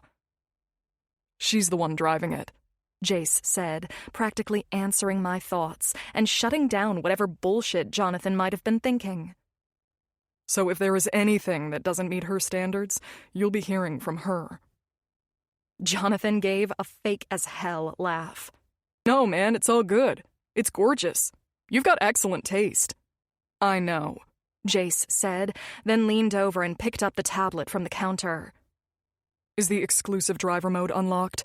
Yes, sir. It has been calibrated for optimal performance, and the custom seat memory feature has been installed. Everything is upgraded to your specifications from the motor to the headliner, Jonathan answered. Which, might I add, I don't need a sales pitch. Jace interrupted whatever bullshit Jonathan was about to grease him up with. Just make sure my lady loves her car and we'll be on our way. Jace handed the tablet back to a silenced Jonathan. Run the payment through my holding account at Stone Capital. You've got the wire.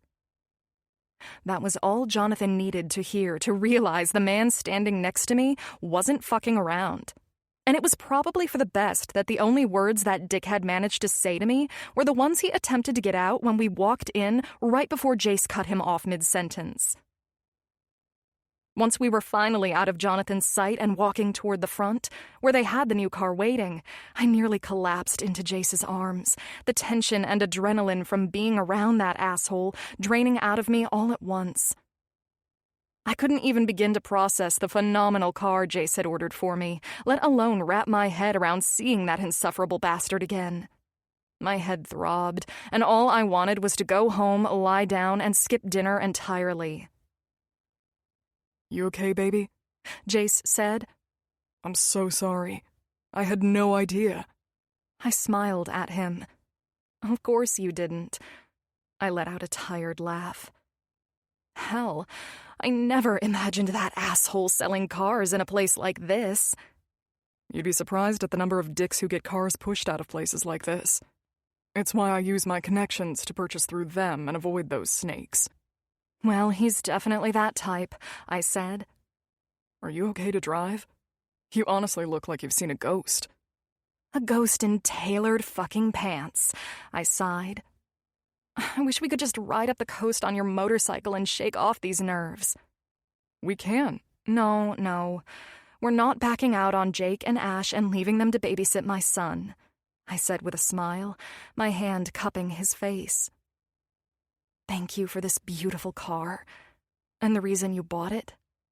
But more than that, thank you for showing him exactly what he is. Nothing. Jace's grin was slow, wicked.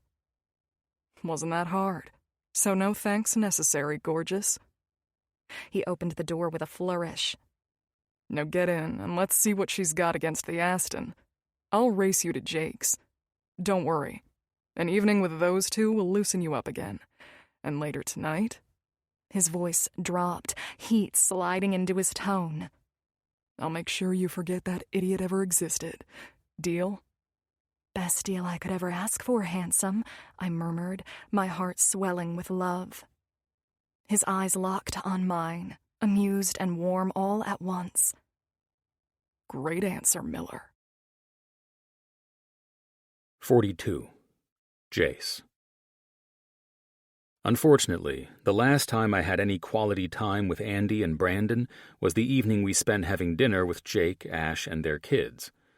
I was thankful for that night for multiple reasons. Most importantly, it served to unwind Andy's nerves from the run-in with her ex, whom she thought she'd never see or hear from again. But the other reason, which stirred my soul and moved me deeply to my core, was being able to witness what Ash had been talking about. Kaylee forming a beautiful, timeless bond with Duke, which meant there was hope after all to get that fucker off to a better home than Andy's, keeping my nuts perfectly intact. I know it was a horrible thought, but Christ almighty, that dog had dominance issues. He would not let any man around their woman, as if he were protecting her from the heartbreak. He was like a living, breathing chastity belt. I had to admit that Duke's protectiveness was a pretty cool feature when the dog wasn't trying to castrate my ass, but finding his territorial off switch was a whole other puzzle that I wasn't in the mood to solve. The dog was a guy's best friend, and he proved it when Ash and Andy went into the house with the kids, and Duke wanted to remain outside with the men. He chilled with me like my best fucking bud, and so long as he wasn't insisting on love triangle dramatics, I didn't mind the cute little rat. Since that evening was the last time I'd enjoyed Andy's company, thanks to work, I felt fortunate and honored to truly appreciate this night. The night we arrived at Sebastian and Margot's newly purchased estate in Pacific Palisades. The night we were all gathered to honor me for saving Sebastian IV, a man whose second chance at life had prompted all these random one-percenters to fly in from around the globe to celebrate. I still can't believe your parents bought real estate here to call home, I said to their youngest son, John. I swear, something shifted in them after I made it clear I was willing to write their asses off to keep Mickey in my life.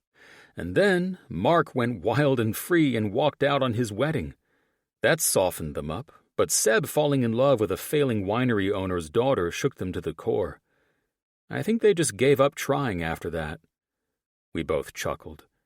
Sounds like something out of a damn soap opera, I said, taking a sip of expensive bourbon. Isn't everything in this ridiculous world we decided never to be a part of? John arched an eyebrow at me. I clinked my glass to the tip of his. And never did and never will, my friend. It's just too bad my brother is too tied up in it to let go and have a conscience like Seb did. John nodded and shrugged. We wouldn't have seen Seb become the man he is if life hadn't left him a widower. That loss forced him into the arms of a woman who tamed his arrogant ass and humbled him in a way no one else ever could. I took a deep breath and watched Dorian, who wasn't here to honor me, but, like nearly everyone else, was here to surround himself with silk, suits, and status. Perhaps there's hope for the asshole to be happy beyond empty promises for money, I said, knowing there was really no hope for that asshole. It wasn't just his arrogance that trapped him in this empty life, but his need to kiss everyone's ass to feel like he mattered. Or so I assumed. I couldn't judge him too harshly, though. Until I met Andy, I was just like him, shallow and stuck with the fucked-up idea that every relationship was as broken as my parents. There's always hope, my man. Look at your sorry ass, even mine. I smirked. True. My eyes scanned the area while standing in the group of men who were my closest, trustworthy friends at these bullshit events. The Astors estate rose high above the cliffs of Pacific Palisades, where the hills rolled gently into the Pacific. Honestly, I was shocked that the rumors were true, that they'd settled here just 2 weeks ago. If I hadn't seen the blockages with my own eyes, I'd have blamed that heart attack on Old Man Astor having to sign the deed for a West Coast home. In a million years, I never imagined this day coming, but here I was, standing in their backyard. By backyard, I mean tiered limestone patios and endless infinity pools that seemed to spill seamlessly into the sea beyond, and a terrace expansive enough to host an orchestra, draped in ivy that cascaded over balconies crafted from imported wood. The servers floated around, offering lobster canapes and glasses of chilled cristal. I wasn't built for this world, nor was John, and it's why he and I usually huddled together at these events when forced to attend. Even though I grew up in this lifestyle, it wasn't who I was. My parents immersed themselves in this life and wore it like a tailored suit or evening dress. But my life, just like John's, revolved around the pressure of saving lives and learning how to keep people healthy through medical research. For me, it was about beating death itself in that damn OR, saving my patients, and riding the adrenaline rush whenever the opportunity arose. Margot Astor's gratitude and new appreciation for my field of work and expertise were the reason I was here tonight. I did appreciate someone in this world finally valuing the path I'd chosen in my life. Margot looked like royalty, as usual, standing beside Sebastian as if she were the reason he was alive and kicking. And maybe she was, aside from those few hours when she had to trust his life with my skills and knowledge. She offered me a subtle and elegant smile from across the patio and stepped forward as the music softened. I chuckled under my breath, watching her heels touch the stone but making no sound. The woman was born and bred to maneuver this life with flawless grace. "Friends, thank you all for joining us this evening, and welcome to our new home. We are so grateful to be here and live closer to our children. Now more than ever, Sebastian and I cherish our family and our health. Tonight is not just a celebration of family, health, and Sebastian's life, but it is to honor to the man whose strength and skill is the reason Sebastian stands with us tonight." I instantly tensed, all eyes on me as if I were being awarded a medal at a yacht race. Shit like this was not my thing.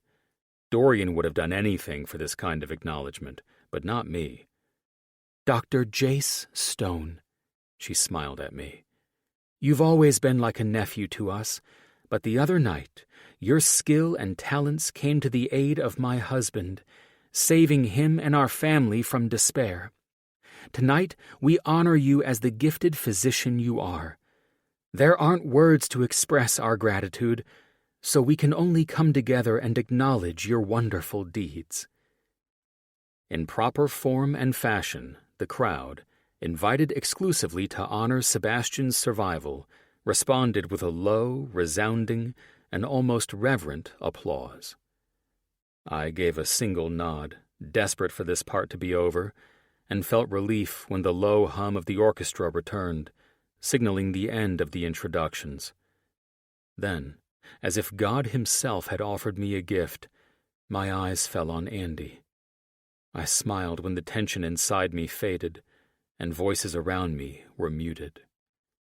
She stood near the edge of the pool in a dress that made every man glance twice. She was angelic, the twilight sky highlighting her perfect body in that damn dress that appeared to be poured onto her like honey.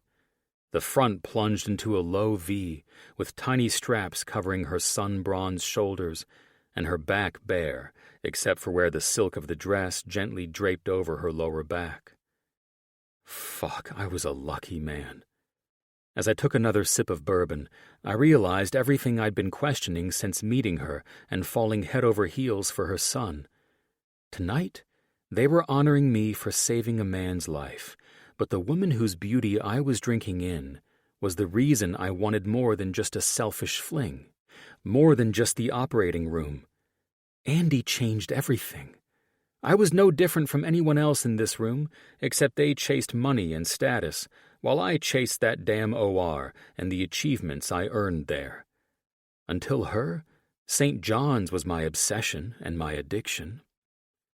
I smiled. She changed me. And though I knew there was no hope for Dorian, John might just be right. If his brother could change, and if I could change, maybe all it took was letting someone with meaning and purpose into our lives to change our damaged ways of thinking. Perhaps it took the stars to align, allowing us to let our guards down. I smiled while tipping the rim of my glass for one last sip before walking over to my lady and proudly introducing her to my parents. We may have been here to honor the man who saved Sebastian Astor IV, but the only person on this terrace of the Astors' luxurious estate who deserved recognition was my lady, the one who saved my life. 43. Andy. The sun had slipped below the horizon, casting a warm, golden glow over the magnificent Astor estate. I could never have imagined myself living in a sanctuary like this, one that rivaled every multi-million-dollar home in the city, let alone owning a place in the Hamptons and a historic family winery overseas. It was hard to wrap my head around the idea that people lived like this as if it were normal. I wasn't judging. I was just standing there, quietly awed by it all. "How are you holding up, kid?" Mickey, John Astor's wife, asked. I smiled. Sort of mesmerized, I guess. Avery chuckled. Mesmerized by your lover boy's accomplishments? Or by this atmosphere where, if we're not draped in velvet or silk, we might as well go fuck ourselves and head home? Don't let it intimidate you, Darcy said with a smile, laughing along with us at Avery's comment. It's all just a tax write-off, she added with a wink. Not that your handsome Jace isn't worthy of it, she clarified quickly. But this is just what these people do. It's how they... She paused, searching for the right words. Well, I guess it's their version of trading office memos, she said, lifting her champagne for a sip. You really did do your research on them, huh? I asked. I remembered what I'd learned on the yacht, that the Astor's oldest son had fallen hard for her, while she was only after her next headline story on him. Oh boy, she chuckled, while the other women exchanged humored expressions. I have every insider's dream about these elites and how they are. Every hug, smile, flute of champagne, and nibble of caviar is a business transaction or a tax write-off. There's almost nothing genuine behind the charm. Most of the families flown here from around the world on the Astor's fleet of jets care about little more than their personal gain. Holy shit, they flew everyone in on their fleet of jets? I asked. Tax write-off, I heard Jace say in a humorous voice, his hand sliding over my lower back. Hey, gorgeous. He kissed my cheek, then addressed the women I stood with while waiting for him to become free for the night. If you ladies don't mind, he said with a smile, I'm going to steal this lovely woman away for a moment. He looked at Mickey and added, I told John we'd rejoin you all where the husbands are already summoning their wives with those broody stares. Jace lifted his half-finished bourbon glass and gestured toward the spot where the men had gathered, tucked slightly away from the crowds. Jesus, that lawn furniture would make Martha Stewart jealous, Mickey said with a laugh. Then she looked at Darcy. Can you and Sebastian get your plans in gear and get married so I don't have to deal with your future mother-in-law like this alone? We'll see you guys in just a few, Avery said, then turned to the women. Let's go pacify our drooling husbands, shall we? The ladies walked off, and I laughed to myself, struck by the thought that they were all in this life but not of it. Even though Jace's family clearly expected a few appearances, it was obvious he felt the same way. And just like that, I found myself more at ease being here on his arm than I ever expected. What I loved most was how natural it all felt, the way he and I moved through this together, like we'd been doing it our whole lives. Jace's hand remained firmly in place on my lower back. Let's get the whole meeting my parents part out of the way so we can actually enjoy the night, he said, pressing a kiss to my temple. Let's hope it goes smoothly, I murmured, leaning into him. And by the way, congratulations on tonight. I drew in a little closer. You deserved the recognition, whether or not you wanted to be here. The whole damn night makes a lot more sense now that you said that. He smirked as we approached the stones. They were mid-conversation with a small group, but quickly excused themselves the moment they spotted their son. Son? His dad shook Jace's hand. It's an honor to be here tonight. I'm very proud of you and have been since I heard the news, he said with a distinguished nod. Only since he heard the news? I thought, hearing the weight of that implication loud and clear.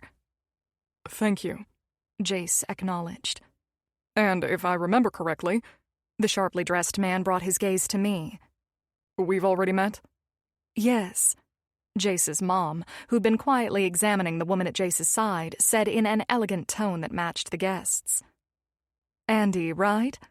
Yes. I smiled, then quickly closed my eyes, realizing I'd completely forgotten their names, while, of course, they hadn't forgotten mine. I'm so sorry. Never apologize, dear. She cut me off like a strict teacher who couldn't stand the class clown. This is my mother, Victoria. Jace finally killed the awkward exchange. And my father, Everett Stone. He smiled, while holding on to my back as if he were anchoring us in place. Titus mentioned that you all met for a brief moment in Costa Rica. Yes. Victoria's stare was on me now like she was scrutinizing a dossier. "You made quite an entrance being there on Titus's arm. Titus had exquisite taste in, well, everything that night." Everett nodded and glanced toward his son. "It is indeed an interesting turn of events," he said with a measured tone. He wasn't unkind. He was probably more ambivalent than anything else, merely acknowledging my place in his son's life. "It is," Jace said. "I understand this might seem confusing, but Andy is not with Titus. She's with me, should either of you be reeling with judgment or curiosity." Jace wasn't being rude, merely setting the tone, making it clear that any assumptions or stories about me, him, and Titus needed to stop before they even started. I remained as calm as I could, still embarrassed that I couldn't recall their names and that any of this needed to be made clear in the first place. Looking around at the people in attendance, thinking about how many of the people at this event quite literally ran the world in one aspect or another, it made me wonder if his parents thought both Jace and Titus had lost their minds by associating with me in the first place. "I'm glad that is cleared up," Victoria said, drawing an end to the conversation. It felt like there should have been so much more conversation, but honestly, what were we supposed to say? That I was a one-night stand that Jace couldn't get out of his head? Then I started seeing Titus and enjoying the fact that both men wanted me, all while being a single mom and leaving my child with a babysitter while I wore rare jewels and tailored gowns. Jesus Christ. I'm glad I didn't say that out loud, because just thinking about it made me feel a little disgusted with myself. "Good evening," Titus said, practically manifesting into the conversation as if the Spaniard god had been summoned. "Evening, Titus," Everett acknowledged. "Hey, man," Jace said, his voice now tense. I suddenly felt like shit that my games had put him in this position on a night when his parents should have been focused on being proud of him for saving a life. "Titus, darling," Victoria smiled. "We were just being reintroduced to the lovely Andy, whom we met in Costa Rica. I assume you remember." "Of course I do." He turned and winked as if to say, "Calm the fuck down, I've got this." "And I'll say to you now, Miss Miller, just as I did that evening when you so humbly offered to support my efforts in my mother's memory."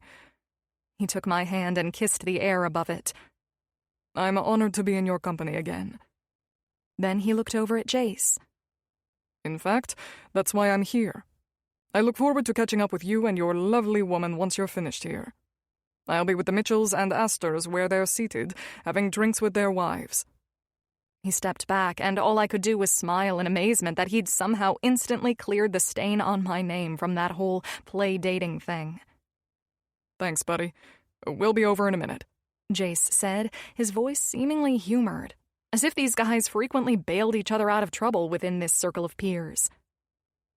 "As I told you before," Titus said, his Spanish accent thick with seduction and authority, "you are truly a lucky man. If she wasn't yours before I brought her to Costa Rica, I might have changed my ways, especially after she sparkled there with a reverent beauty that outshone every other woman in attendance." Jace chuckled. "I'm just thankful you stuck to your word," he said, as his parents remained silent, studying the exchange. "That I did, and I will still stick to the same word I gave when I returned her safely to you, untouched and unharmed." He took a sip of his untouched bourbon. "Break her heart, and I will ensure it will never happen again." His brows lifted in subtle humor before he vanished into the crowd as effortlessly as he had appeared. "Well, now that's all cleared up, I'm quite confident you have guests to attend to," Victoria said. "Thank you," Jace said. "Lovely to see you again, my dear," Everett said, his expression that of a man entirely at ease in a world I clearly did not belong in. After leaving them, we turned down a stone path, and I inhaled sharply, trying not to overthink what was said, how it was said, or what conclusions they might draw about the piece of trash I felt like in that moment. "Relax, gorgeous," Jace said, lacing his fingers tightly through mine, securing me to him.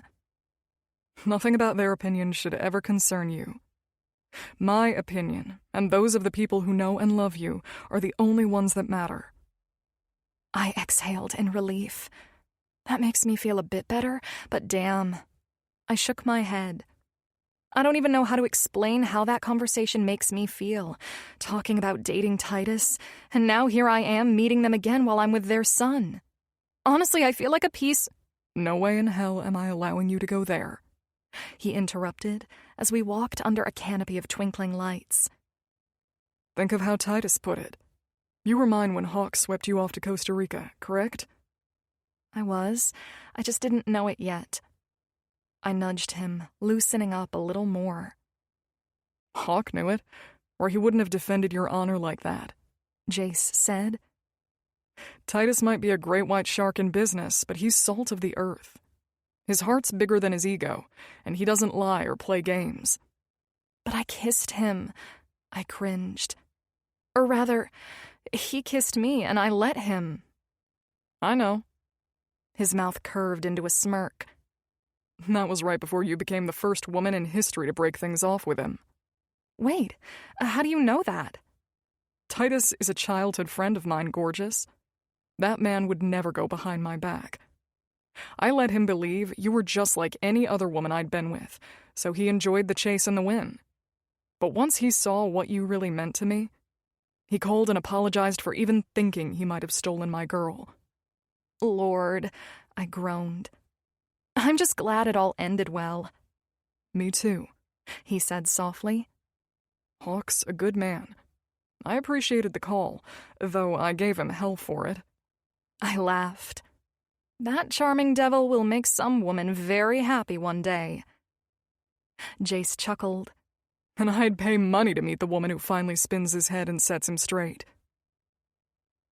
We descended through the split-level garden, lights woven through the olive trees overhead. The clink of glasses and low hum of laughter grew louder with each step. I smiled as I spotted our group of friends casually chatting. Suddenly, the event felt smaller, more intimate.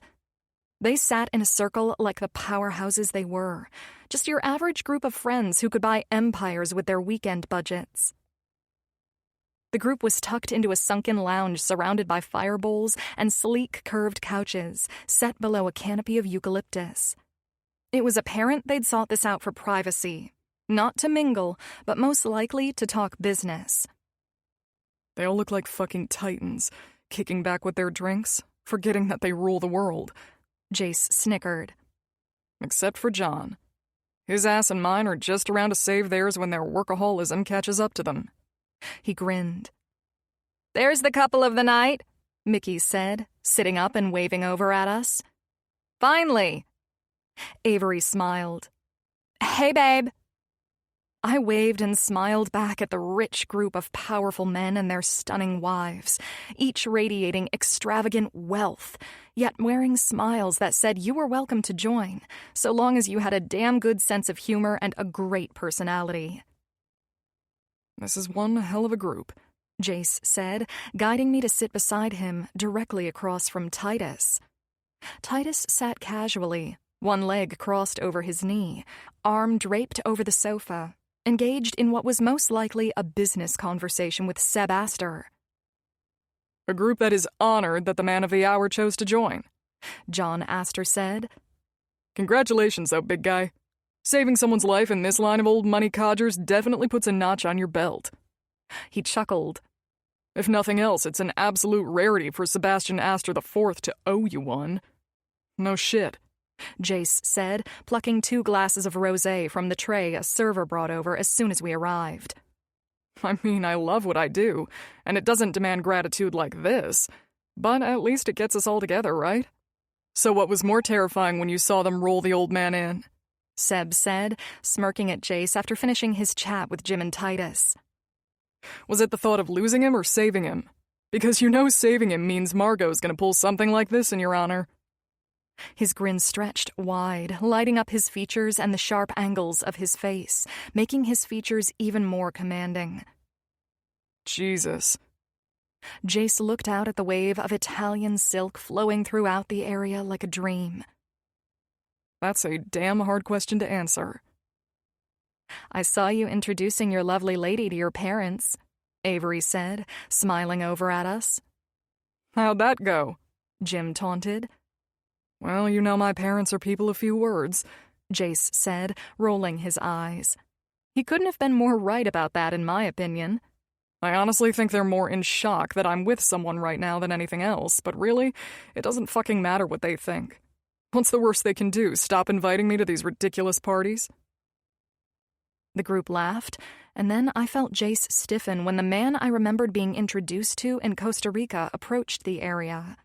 I spotted him before I heard him, seeing the glint of a watch that probably cost more than a sports car, and dark hair swept just enough to look effortless. Dorian Stone. Jace's younger brother walked like a man who believed the air moved for him. Each stride was smooth confidence wrapped in polished charm. His walk reminded me of Jace's, but where Jace carried an air of authority, Dorian had a harder edge. Don't tell me you started without me, Dorian said as he slid into the circle with a smirk and no invitation. I had to endure a glass of flat champagne and 2 conversations about market volatility just to get down here. The tragedy, Mickey said, arching an eyebrow teasingly at him. Being married into the Astor family, I wasn't surprised she knew what kind of man he was. We were all just wondering where the real party was.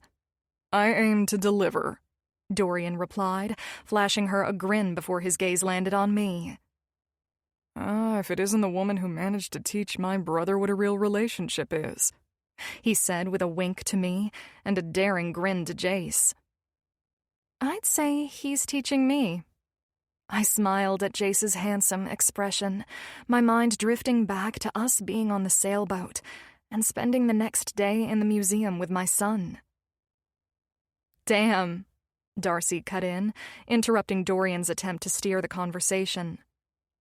You two look like you're lost in love, she grinned. I blushed and leaned into Jace, while Jim chuckled. Sure, you might have it all in that Tom Ford suit, buddy, but you've got nothing on your brother when it comes to being in his position.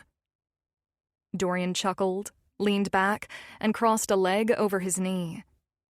Relationships do nothing but slow a man down and force his ass into submission. I'm not the type. Oh, God, Avery said. You bastards and your cockiness about women. Newsflash, in the end, we always bring your arrogant asses to your knees and leave you begging for more. She shook her head. I swear, every time one of you chumps talk like this, you end up with a shattered heart, wishing you'd never fucked up the best thing that ever happened to you. Oh, sister. Dorian raised his glass to her. That last part is why no one in this group will catch me allowing another woman to get her hooks in me again. Something I said. Jim smirked, looking at Avery. And now look at me. That's because you're a big teddy bear lover, man. Titus finally joined in with a laugh. Dorian leaned back. At any rate, it's a pleasure to see you again, Andy. For the record, I haven't seen my brother's smile light up like that in years, so it appears you were to thank for that. How's Madrid treating you, hermano? Titus asked. It's been a while since I've visited your cocky ass. Dorian raised a brow.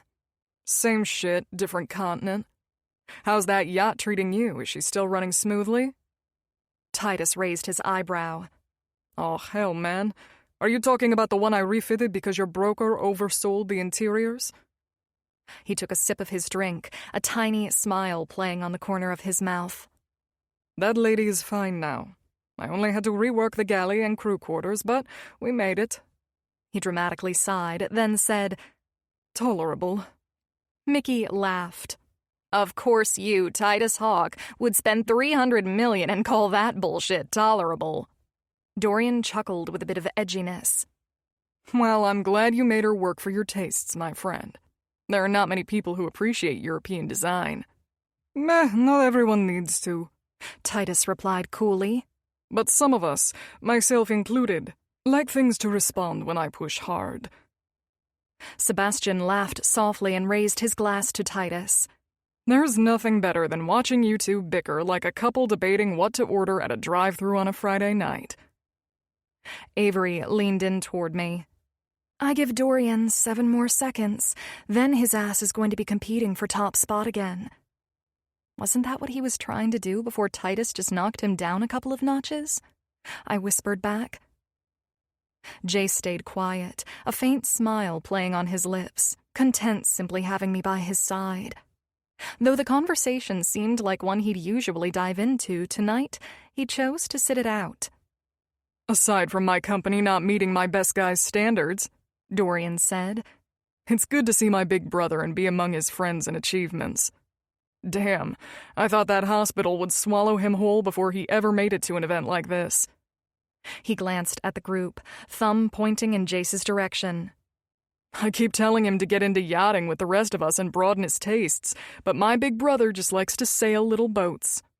You don't feel the ocean in your soul on a super yacht, Jace said, meeting Dorian's gaze. That just feels like standing in a palace on the water. Sailing is different. You feel the pull of the wind, the current beneath you, the shift of the boat when the sails catch right. It's not about luxury. He lifted his glass toward his brother. It's about letting the boat and the ocean into your soul.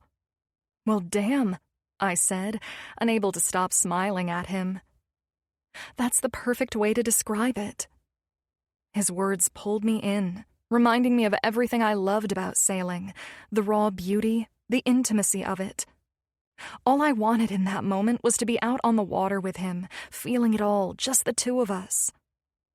You're perfect, gorgeous, he whispered, his eyes softening before the conversation drifted towards some acquisition Jim's company was making. This world was overwhelming, yes, but with Jace at my side, it felt strangely natural. He navigated it with ease, never letting it define him, never letting it overshadow who he was. That was what mattered to me, not the money or the names, but him. The man who saw the world in a way that mirrored mine, who made everything feel right. I leaned into him, letting the warmth of the fire bowls and the low hum of laughter wrap around me. For the first time all night, I stopped thinking about appearances or expectations. The only thing I cared about was the way I was falling for this man, harder with every glance, every touch, every word. 44. Jace. Some days, I loved being in my office and conducting patient consultations, and other days, I preferred the adrenaline rush and high of the OR. Today, I was content to be in my office, seeing my patients. I was fully booked, which explained why the day was flying. By 2 o'clock, I'd already seen 4 patients, 2 post-op follow-ups, one who needed imaging reviewed, the other discussing recovery after bypass surgery. The other 2 were pre-op clearances, walking families through surgical risks, consent forms, logistics, and every anxious question they could throw at me. My last patient, Mrs. Bethany Combs, had been more complicated. We'd moved to the family consult room, big enough for her 7 adult children and their spouses, all armed with questions. I didn't use that space often, but in cases like hers, it was necessary. I was relieved once that marathon ended, but the consult in front of me wasn't much easier, just demanding in a different way. Mrs. Lucinda Houghton sat with her husband and their 2 daughters, nerves tight in every glance. First-time surgery consults were always the hardest. These were the draining ones. Still, this was my job, to calm fears and guide them through what lay ahead. Her heart valve repair wasn't just about surgery. It was about giving a mother the chance to keep showing up for her twin daughters. They might be wrapped up in crowns and pageants, but my focus was keeping their mom alive to see all of it. "Girls," Mr. Houghton said, in a steady yet somewhat fearful tone, "now is not the time or place for this." He sighed. "Forgive us, Doctor. It's just that we weren't expecting this kind of surgery." "Easily understandable reactions, Mr. Houghton," I said. "Allow me to help set you all at ease as best I can." "Thank you," Mrs. Houghton said, with a somber nod. I won't dance around the seriousness of this surgery or pretend it's just another day in the OR. Every procedure I perform carries weight, and I take each of them very seriously. With that in mind, our Chief of Cardiology, Dr. Jacob Mitchell, and I will go in with precision and focus, committed to delivering the best possible outcome. Dr. Mitchell and I routinely perform these operations together. In addition to being chief, he's one of the most experienced cardiologists in the country, which is why you've placed your trust in us. I looked directly at the more shaken of the two daughters. We will treat your mother as if she were our own. She exhaled, but it was shaky and still riddled with nervousness. I went on. This surgery gives her the chance to keep showing up for both of you. One day, when you start families of your own, she'll be there for that too. I held the gaze of both identical twin daughters. We will do everything in our power to bring your mother safely through this. There was a soft knock on my office door before Jake peeked in. Sorry to interrupt, Dr. Stone. I'm just here to let you know I'll be taking Mr. Jacobson's consultation in my office. I'll get him started. His eyes scanned the room, and he instantly understood why my special case was running long and why he was stepping in to take my next surgery consult. We'd already been in here for an hour, and like Jake, I wasn't about to let my patients leave my office still losing sleep over a surgery they had every reason to fear. I nodded, silently grateful Jake was keeping me from getting backed up. Take your time. We'll go over the details of what is discussed later, he said, referring to our patient who was scheduled for an open-heart bypass tomorrow. The door closed, and I went back to work, doing everything I could to reassure the Houghton family that Jake and I were the best team they could have for their mom's surgery. A half hour later, I was walking them out to my receptionist, everyone now relieved and hopeful about the operation that would keep Mrs. Houghton around a lot longer. I felt accomplished, but having not eaten a damn thing all day, I was starving. I hadn't stopped all day, and I was grateful Jake had taken my 3 o'clock so I could finally inhale a granola bar before seeing my last patient at 5. After that, I was out of here and heading out to get things packed and prepped to take Andy on the boat to spend the night anchored out in Catalina tonight. My plans were to have the boat ready to sail by the time she dropped Brandon off at her parents' place in Santa Barbara and returned back home. I was excited as hell to see my lady, though a little bummed we wouldn't have the little tyke with us out on the boat tomorrow night. Still, the plans I was already making for a moonlit, sexually charged serenade with her on my boat would more than make up for missing out on chasing dolphins and hearing Brandon's excited squeals the moment he spotted one. I peeled open my granola bar and set up my espresso machine to make an espresso for me. After I'd finished the granola in 3 bites, I took my freshly made espresso and sank into my sofa, viewing the trees that shaded the gardens beyond my wall of windows. I heard a knock at the door and glanced over as it slowly opened, wondering why Jake was suddenly so damn bashful about barging into my office. I stood up, and my eyes instantly caught the golden blonde of Andy's ponytail and the dark curls of Brandon's hair. My heart damn near leapt out of my chest with the excitement of her stopping by, going out of her way for me to hug my little stooge goodbye. I knew it was still a new relationship, but I didn't think I could ever grow tired of this shit. "Oh my God," I said, locking eyes with her green ones. "This is the best damn surprise yet." I smiled, seeing those golden flecks turn so brilliant that her eyes shifted into their hazel color. "I'm happy to hear that," she smiled, while Brandon reached for me. I reached under both his arms and tucked him into my side. "Hey, buddy," I said. "I love your boat." I smiled at his giddy expression and poked my finger softly into the embroidered boat on his shirt. I laughed when he bounced in my arms, his eyes wide and shining like he wanted to spill every thought in his little head. But all he had were 2 words, at least what he thought were words. "My beau." Anyone else might have missed it, but I knew exactly what he meant. My boat. "That's right, it is, little man," I said, and reached for Andy's face. "You're off early today, gorgeous?" We usually close the gallery early on Fridays, and Brandon and I were just on our way to my mom and dad's, she said, leaning into my free side. Fuck, I could get too used to this so easily.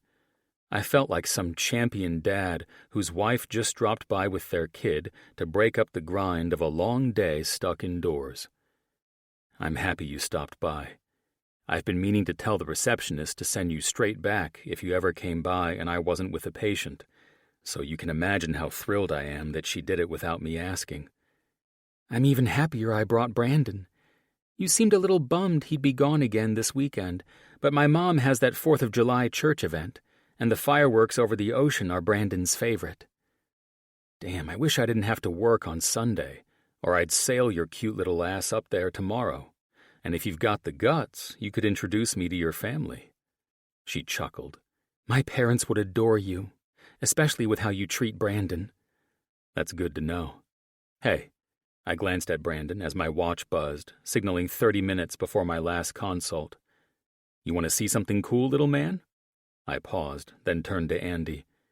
Can he be trusted not to throw a tantrum if he has to leave behind something really overstimulating and cool?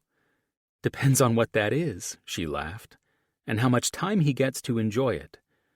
Well, I've got 30 minutes before my next patient, and down in Brandt's pediatric wing, they just added a whole tech area where you can sit in the cockpit of an airplane. It seriously feels like you're flying. Some next-level simulation stuff. I was thinking we could take a quick flight, if Brandt's kids aren't using it right now. An airplane simulator? Her eyes widened. This hospital is insane. Brandon will be more than excited. He was already squealing at the holographic wall when it showed a real-life beachscape with planes flying through as we walked up here. Ah, you took the fun route to get here, huh? I just tried to remember how I got here the first time, but I took a wrong turn at one of the fountains and wound up in that area. It took running into Colin and him pitying my ass to help me get on the right trail to find you. The entrance to the neuro wing is pretty fucking astounding, I said. Everything is placed strategically to enhance the brain's stimulation. Colin played a significant role in designing many aspects of it after Elena had difficulty recovering from her coma. It's made to keep the brain calm, even when certain triggers are activated in trauma patients. Unbelievable, was all she said. One day, I'll give you a tour of this whole place. I'd love that. Give me a second to call Brandt, I said, dialing his number. Stone, how goes it, buddy? Cam said when he answered my call. Hey, dude, all good over here, but I'm curious, is the airplane hangar empty? Sure is, why? Are you and Jake planning to take another flight and get into one of your imaginary dogfights like you're in jets instead of a tiny Cessna? We still need to get more points on the scoreboard for that. You know you loved it. I laughed. But no dogfights today. Andy's here, and I wanted to show her little boy the simulator. Oh, he's going to love it. How's the little guy doing anyway? Great. You know, just stealing my heart and all. Never thought the day would come when I'd hear you say those words, he chuckled. That's great, man. Well, I have rounds, so I won't be able to meet you guys down there, but go hard and have fun with it. Thanks, Cam, I said before ending the call. Let's get this boy in a flight simulator.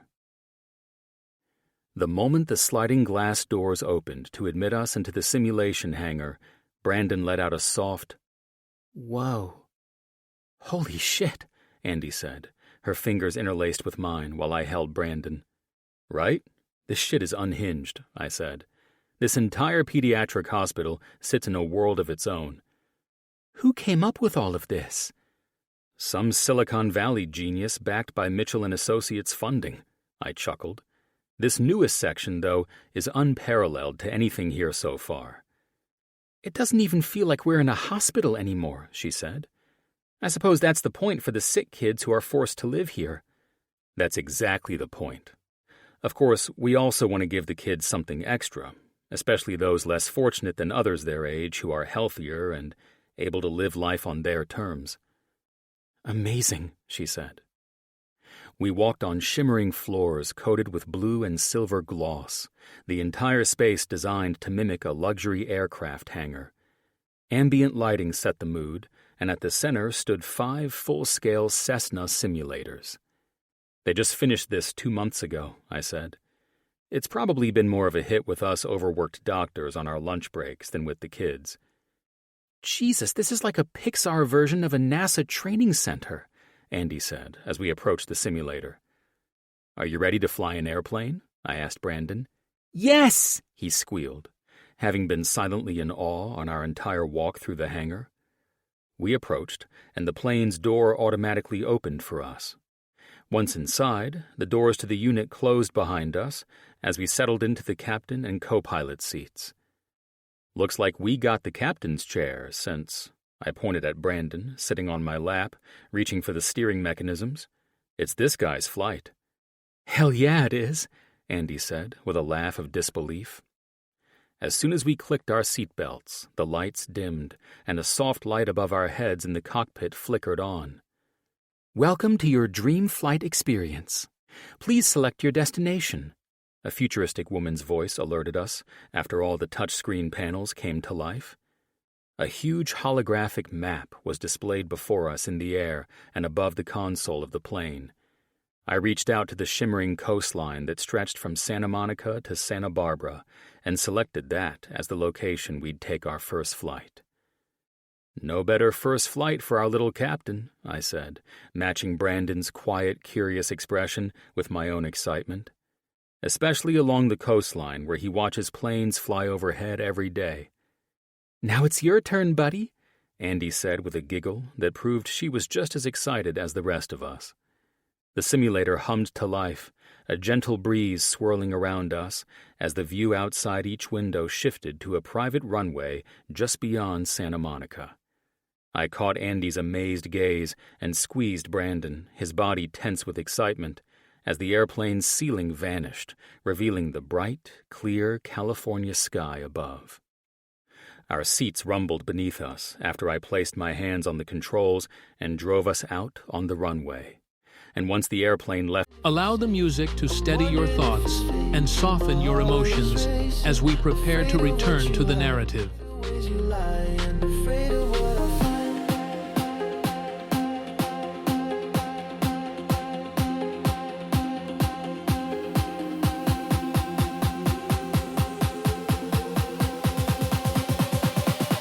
Crying when I'm smiling.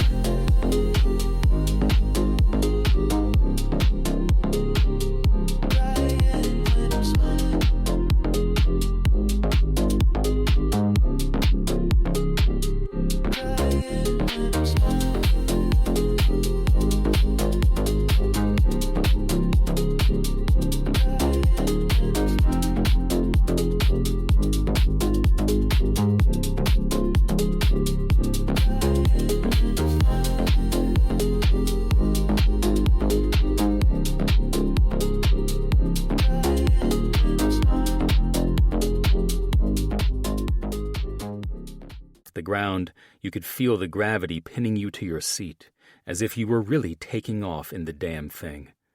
This is so fucking awesome, Andy said, while Brandon clapped his hands and bounced in his seat. No shit, I said, loving this as much as I would if I were flying my own damn Cessna. The plane soared above the Santa Monica Pier, and everything in sight transformed through the windows, making it feel like we were flying over the coastline in real time. The white foam of the waves crashed ashore, beachgoers, surfers. Everything happening on the shoreline was right there beneath us. Hell, you could even feel the warmth of the sun shining through the cockpit windows. This is beyond me, Andy said, as the plane smoothly rushed through the air and over the coast, dipping just enough to allow you to feel everything you would in a real-life flight. What an amazing thing they've done for these children by giving them this, she said with the most beautiful smile. Keep looking at me like that, and I'll be sure to tear your cute little ass up on the ocean tonight. She chuckled. Don't make promises you can't keep. The joy I felt in that moment, having this sweet little family visit me at work and sharing the incredible things I was fortunate to be surrounded by, was simply indescribable. Rather than trying to put words to why I'd been so drawn to this woman since that first night, I chose to accept it as a blessing, something even more remarkable than the simulator itself. Tonight, I couldn't wait to spend the evening anchored out at Catalina Island. I'd planned a lovely dinner on the island, and for the rest of tomorrow, we'd just let the wind take us wherever it wanted. I couldn't wait to get home, get the boat ready, and have my lady back from her parents so we could make this sailing trip even more exciting than the amazing simulator flight we'd just experienced over the West Coast. This was what it was all about, just being with her and making the most of every moment we had together. 45. Andy. The drive up to my parents' place was supercharged, both Brandon and I riding the high from our visit with Jace. The bond those two formed felt natural, with Jace effortlessly stepping into the role of a solid presence in Brandon's life. But after today, with Jace practically giving Brandon his first flying lesson, my son couldn't stop saying his name. Every few minutes, Brandon would giggle from the back seat and shout, Bye, bye. and I'd echo back, "Yes, you did fly a plane with Dr. Jace," matching his excitement, still in awe that a simple office visit had turned into such an unforgettable moment for my little boy. I pulled into Mom and Dad's driveway, knowing I didn't have much time before I had to head back so Jace and I could sail his boat out to Catalina. Stepping out of the new Porsche, something I plan to thank Jace for later properly, I unbuckled Brandon's seatbelt and lifted my son out of the car, his little body practically buzzing with excitement. "You ready to go see Papa and Gamma?" I asked, repeating the names he'd given them as he learned to talk. Papa, Gams. He smiled, punching an excited fist in the air. Yes, I fine, Mama. "I know you did, baby," I said, my heart thudding with excitement while I kissed his perfect head and walked up to the charming entrance of my parents' home. To my surprise, my mom opened it before I got there. And from the look on her face, I guessed the church must have canceled their 4th of July fireworks extravaganza or something. "Is everything okay?" I asked as she pulled Brandon from my arms after he reached out to her. "Hey, sweetheart." A smile finally reached her lips, but her eyes were severe. "I need to speak with you, honey. Just follow me." I frowned, not knowing what to think. My mom was not one for hysterics or dramatics, so I had no idea what to make of any of this, and it was starting to scare me. "What's going on, Mom? Is something wrong with Dad?" "Your father is fine," she said, turning toward me. For a split second, she looked like the devil himself had taken up residence as an unwelcome guest in their home. "Jonathan was here in Santa Barbara, and he showed up unannounced at your daddy's office this morning, sniffing around, I presume," she said. "Speaking of the goddamn devil, why the hell was that man anywhere near here?" I said, my voice matching her darkened expression. "He told your father he wanted to check on us after seeing you last week at his dealership. I guess some gentleman was there to purchase you a car?" "Yeah, a guy I recently started seeing," I said with a small laugh. "It's kind of a long story why I suddenly have a $100,000 car and why you and Dad hadn't heard about him until now. But I was hoping to plan a fun dinner next weekend to introduce you to since, well, it's starting to feel like this might really go somewhere. This wasn't how I planned to break the news of my new relationship to my parents. But then again, I never imagined I'd be forced to. Especially not because my ex, who had practically vanished from existence, decided to rise from the dead and start lurking around my life again. "Don't you worry about that, sweetheart. I just want you to be on alert," she said, trying not to sound menacing and scare Brandon. "I don't like how he's suddenly interested in your dad and me. And if he didn't already know about Brandon, he does now." "What?" I nearly shouted, feeling like I'd been kicked in the stomach. "How? Why would you guys tell him?" "He saw the pictures in your dad's office when he walked in," she said. "So you just be on guard. I don't want to be dramatic, but I don't want you getting blindsided by that man either. He was horrible to you and extremely controlling during your relationship. And now, with even a hint of jealousy over this new guy in your life, there's no telling what he's capable of. Just when my life is going in a direction better than I thought possible, a damn nightmare has to show up, I said. Sorry about the curse word, I apologized, knowing how much she despised swearing. Don't apologize. I almost said the A word about him when your father called me about the surprise visit. Oh dear. I smiled and hugged her. If that man dares to force you to say ass, I'm going to have to kick his. I chuckled. Let's get Brandon settled. I have to get back down to Marina del Rey to meet the man I've been meaning to tell you guys about. This guy is one Dad will approve of. He sails. Is that so? Mom said, her expression becoming lighter. Yeah, I'll give you a quick rundown while we get Brandon's bed and things set up. Where is Dad, anyway? I never see him when I'm here these days. Your father is down getting our boat ready. We're going to watch the fireworks and the boat parade for Brandon this year. It's too bad you and this new friend of yours couldn't join the parade in his boat. He's got to work, or he said he'd love to sail his boat up to meet you and Dad this weekend. Well, from the expression on your face and those pretty little eyes lighting up like that, I'd say this young man must be quite something. You look absolutely smitten.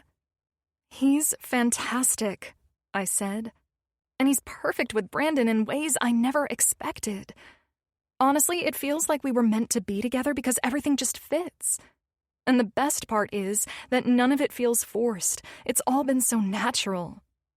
The Lord works in mysterious ways, Mom said, her face glowing with adoration as she took in my happiness. When your father and I first met, it was the same way. Everything just clicked, even before we really knew each other. The relationship blossomed overnight, and the best part was how easy it all felt.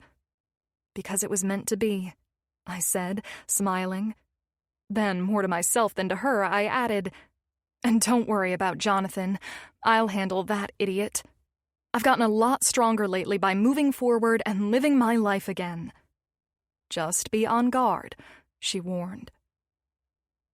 I used the rest of the short time we had to catch her up on as much of my whirlwind romance with Jace as I could, and by the time I had to go, my mom and I were both excited about making plans for them to meet my new man.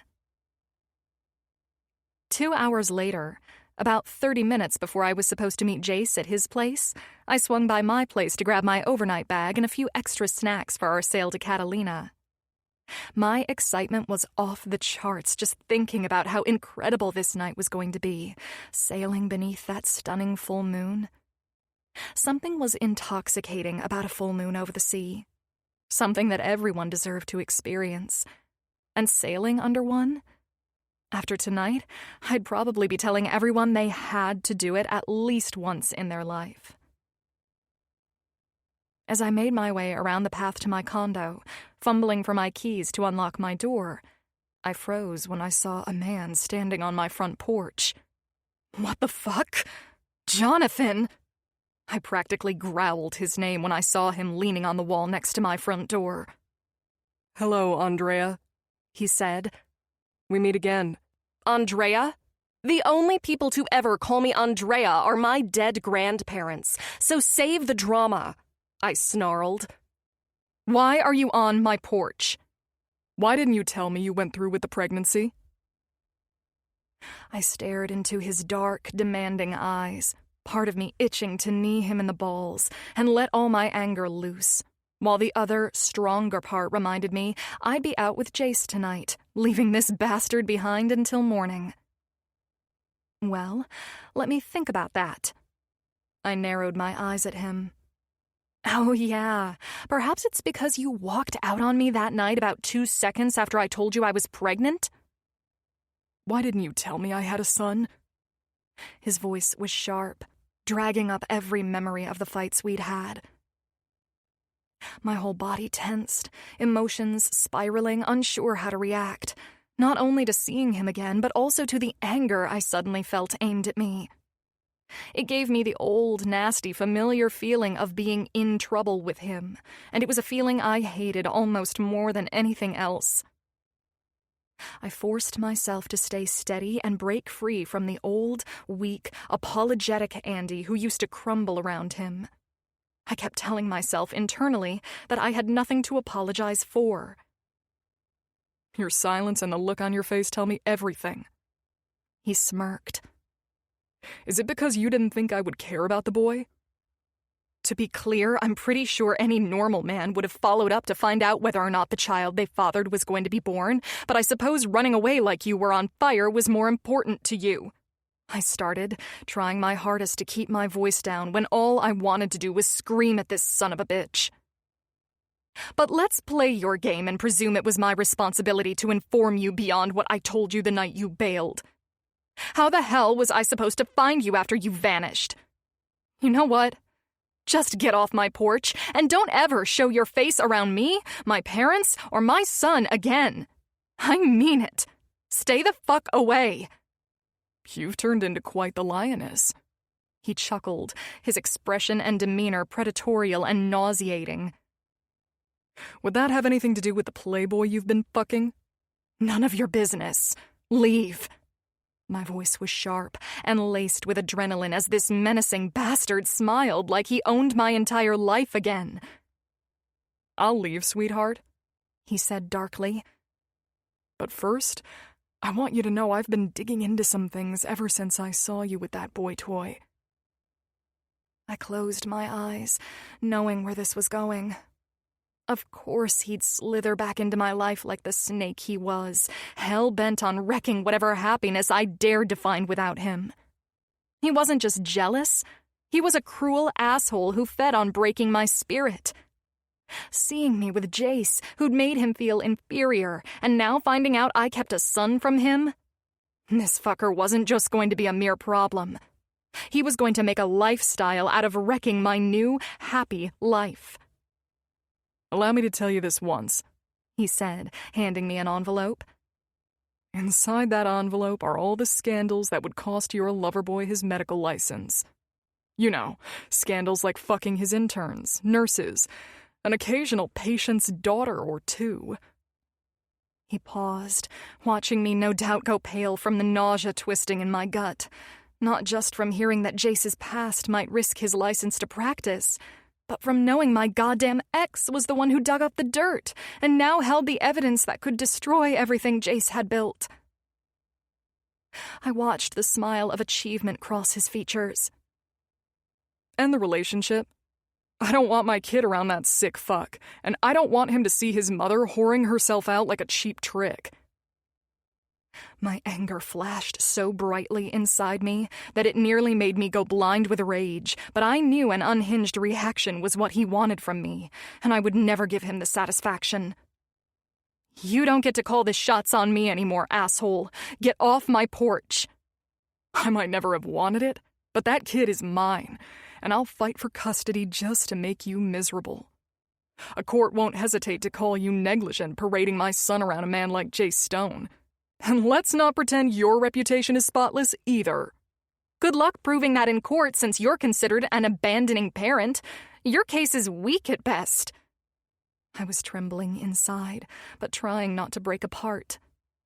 The case won't be weak, he sneered. Not when the court and those elite circles you've been pretending to fit in with see what kind of reckless mother you are. Jetting off to Mexico, Costa Rica, Catalina, clinging to Titus Hawk's money, then coming home to screw the Playboy doctor. Because once the tabloids get wind of it, or more importantly, once that hospital board sees the scandal he's tied up in, they'll toss his golden boy ass out faster than he can lose his license. One headline is all it takes to ruin a man like him, and I've got plenty of them to write. I was frozen. I had no way of predicting that any of this would happen. What the hell do you want? I growled, desperate for him to leave so I could think. Stay away from that predator, he said, voice low and venomous. And if you even think about running to him or any of his preppy little friends for help, I'll use my contacts and leak every piece of it. While I destroy that man for thinking he could ever be a father to my son, I'll be dragging your whore ass through the courts." Tears pooled in my eyes while he cocked his head to the side and smiled triumphantly. "You don't want that, do you? Even your rich daddy and mommy's lawyers couldn't save the stress and trauma that would cause our precious son." He stepped to leave. "Do the right thing, gorgeous," he whispered, mocking the pet name Jace called me as he bent to kiss my cheek while I stood there paralyzed with fear. "I already have PIs watching you. You can understand, yes? I need my son, our son, to be safe." "You're a monster," I croaked, my voice breaking even as I tried to steady it. Jonathan's lips curved, slow and cold, like he'd been waiting for me to say it. He stepped closer, eyes glinting with sick satisfaction. "Funny," he murmured, tilting his head as though I were something fragile in his hands. "You've never looked more beautiful than when you finally remember your place. Don't make me teach you the lesson again." With what little strength I had left after he walked away, I barely managed to open my front door, step inside, and lock it behind me. I stumbled down the hallway and almost didn't make it to the bathroom before everything in my stomach came up in violent waves. I couldn't think. I couldn't process. I couldn't do anything but collapse onto the cold tile floor, a place I hadn't been since the last time that man walked out of my life and left me shattered in this very house. 46. Jace. I was stepping onto the boat after stopping by a coffee shop to get my lady a piping hot cup of coffee when Andy called. "Hey, gorgeous," I said, smiling into the phone. "Hey, handsome," she responded in a weak, hoarse voice that instantly troubled me. "I'm so sorry to do this, but I don't think I can make it." "Don't be sorry," I said. "Is everything okay?" I heard her sigh. "I think I have a pretty bad case of food poisoning." She paused, and her breathing was heavy. I could tell it was a struggle to get through the call. Oh no, not food poisoning. I feel that pain. How do you think you got it? "It must have been the crab dip I was snacking on at my parents' house. I took a few bites after I got there, and I started to feel a bit sick after I left the house. I barely made it to my place before it hit me hard." "Oh, baby, I'm so sorry," I said, feeling awful for her. "Let me come over and take care of you. Last time I got food poisoning was during my fellowship in Boston, and I was on death's door for 3 days. "That's exactly where I feel I am," she said. "I'm sorry for the last-minute cancellation, but don't worry about me. I'm just going to go to bed." "Are you sure? If I'm there, I can get you anything you need while you suffer through this. I have to study for a major surgery scheduled the day after tomorrow, so I can do that while you sleep all day tomorrow." "God, you really are perfect. The best, actually." I furrowed my eyebrows, the unease settling deep in my gut like a weight I couldn't shake. She wasn't just sick. Something was off, and my mind ran through every possibility, each worse than the last. Was she pulling away? Was I losing her before I even had the chance to hold on? "I feel the same about you. Let me come over and help you out." "Honestly, I just need to lie down. If I need anything, I'll call you." "Yes, please do," I said earnestly, not wanting to push her when she didn't feel well.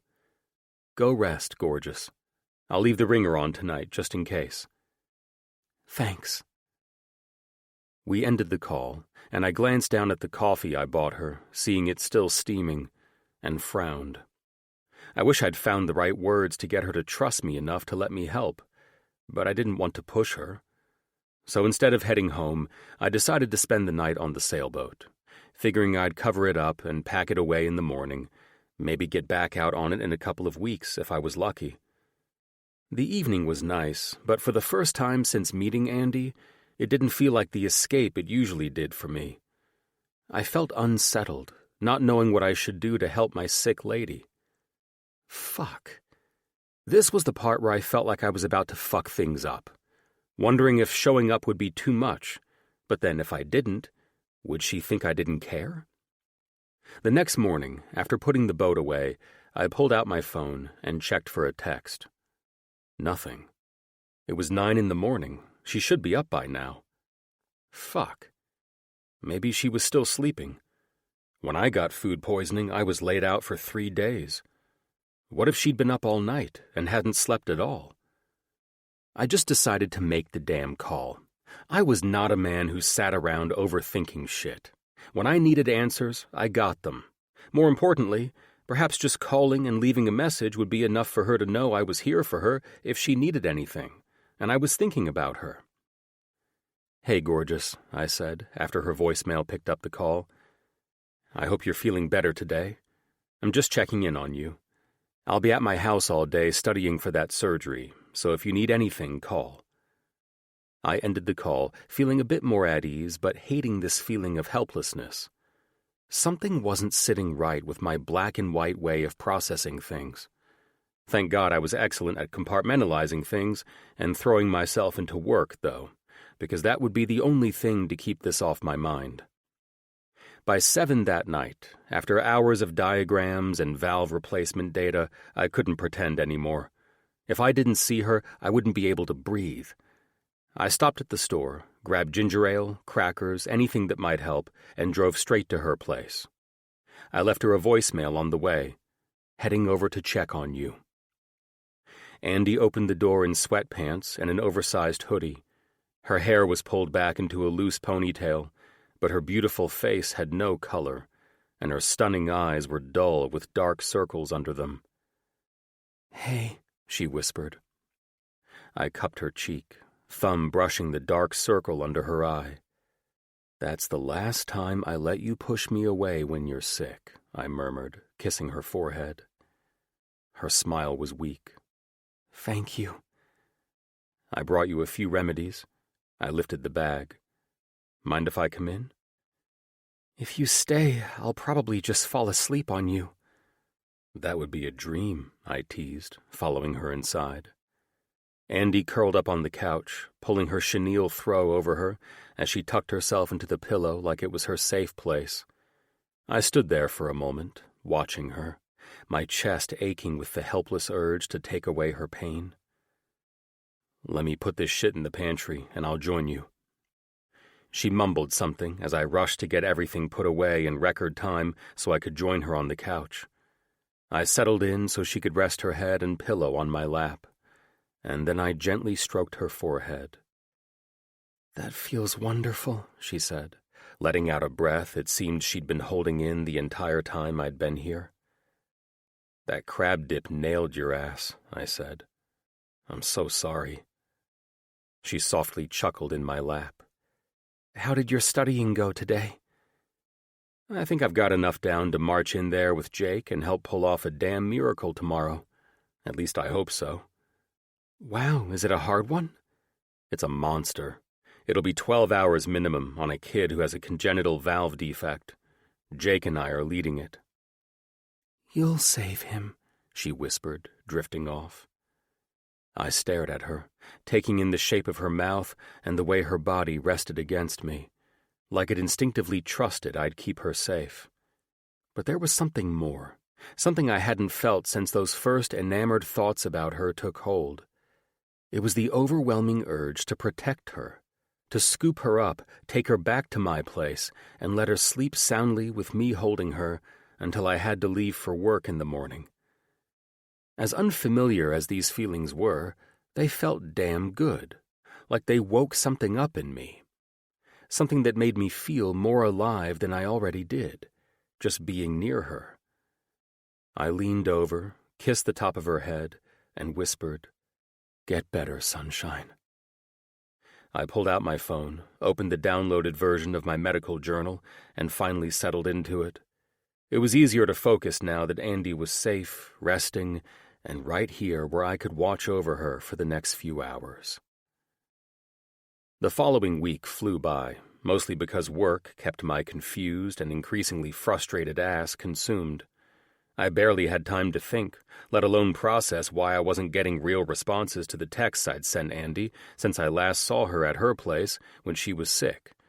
The few replies I did get throughout the week were vague and sporadic. The last normal text I received from her came the night after she was sick, when she said she was feeling better. After that, it was like I was talking to an entirely different person. I texted her asking to come over, but she didn't respond to that text until the next day in the afternoon with, "Sorry, I had to go get Brandon. Text you tomorrow." Tomorrow came and went, and so did the next. Between being slammed at work and Andy suddenly acting distant as fuck, I needed answers. Today was my only day off before back-to-back surgeries tomorrow, and I couldn't keep sitting in the dark like some lovesick idiot. She hadn't even returned my call last night. Just a simple, "Hey, you want to do something after work?" Nothing heavy, nothing that should have been hard to answer, and still, silence.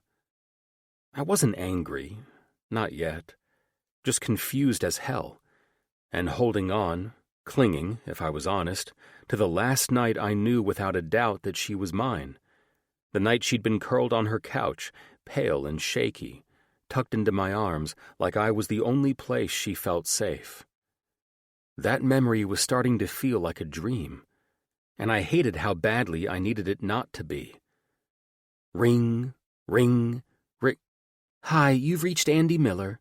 Please leave a message or send a text, and I'll get back to you as soon as possible." Straight to voicemail. Shocking, I thought, hating every minute of this unexpected estrangement. "Hey, Andy," I said, leaving her a message. "Listen, I don't know what's going on, but I feel like you're avoiding me. If you're not okay, please tell me. If you need some space, say the word, and I'll give it to you, but I can't continue to make assumptions about what's happening on your end or where that leaves us."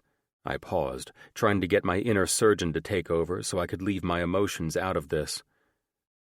"Please call me back." A minute later, my text alert dinged. "Andy, can I come over after work? Jace." I would like that. I stared at the screen, everything in me tensing with more confusion than ever. What the fuck happened to create any of this shit? 20 minutes later, Andy was at my private gate, and I was walking out to greet her at her car. She stepped out, looking exhausted and worn down, but not sick like the last time I saw her. She stood beside the car, staring at the house and the view around us in silence, like this would be the last time she'd ever be here. "You look much better. I'm glad you're feeling well. I've been worried about you," I said honestly. She stepped toward me, but stopped just out of my reach. I ached to pull her into my arms, bury my face in her perfect neck, and breathe in that mango shampoo she always used. How was it possible to miss someone who's standing right in front of you? "I love that you came over the other night to take care of me without me asking," she started, sounding like she didn't want this rehearsed statement to be interrupted or she'd crack. "And I love how amazing you've been to me and Brandon every time you're with us." She smiled, but her eyes filled with tears, and I watched every flicker of pain move across her face as she spoke to me like I was a stranger. "I do need to tell you something," she said, closing her eyes and exhaling before pulling it together. "This isn't easy, and I'm trying my hardest to get this out, so you understand that none of this is about you. It's all me." I remained silent, staring at her red-rimmed eyes. I just needed her to be direct as fuck with the blow she was about to deliver to me. "You're everything a woman could want in a man, everything I want in a man. But right now, I'm not okay." Her voice cracked, then steadied with a breath. "I haven't been okay in a long time." I sucked in a breath, waiting, bracing, every nerve on edge. "I'm not in a place where I can give you what you deserve," she said finally. Her voice wavered, but the words cut sharp. "Not fully, anyway. Even though I thought I was. Maybe things moved too fast between us, And I don't even know why. Why, a little over a month into this, we're... She trailed off. My frown deepened. It's all just moving too fast for me, she whispered, eyes flicking away like she couldn't bear to hold mine. I love how you make everything feel like life could be beautiful again, but I'm not ready for that. Not right now. I thought I could keep up, but I can't. I have serious baggage I need to sort out, things I need to work through, and if I stay, you'll just end up in the crossfire. I'll ruin everything before it has a chance to become what it should be. Why don't you let me be the judge of whether you can hurt me? I asked. My voice came out rough, unsteady. I didn't plan to say it. It just ripped out of me, raw and honest. Her chin trembled as she shook her head. I have to do this, she said firmly, forcing the words out like armor. There aren't any other options. I stood there, silent, trying to make sense of the wreckage she'd just dropped at my feet. Finally, all I could manage was, So, is this goodbye? Her lips parted, trembling, and then she nodded. A single tear slid down her cheek before she swiped it away like she could erase the damage. It's not because of you. You've been everything. More than I imagined. You've been the same to me, I said, and it was the truest thing I'd ever spoken. My chest felt numb, hollowed out, like the words were carved from bone. I have to go, she whispered, her voice breaking even as she forced herself to hold it together. Andy. I stepped toward her, desperate to say something, anything that might keep her from walking out of my life. But she shook her head quickly, cutting me off before I could get another word out. Please, don't. If you say anything, I won't be able to leave. Just let me go. Her eyes shimmered with tears as she turned, her body trembling like the weight of every step was crushing her.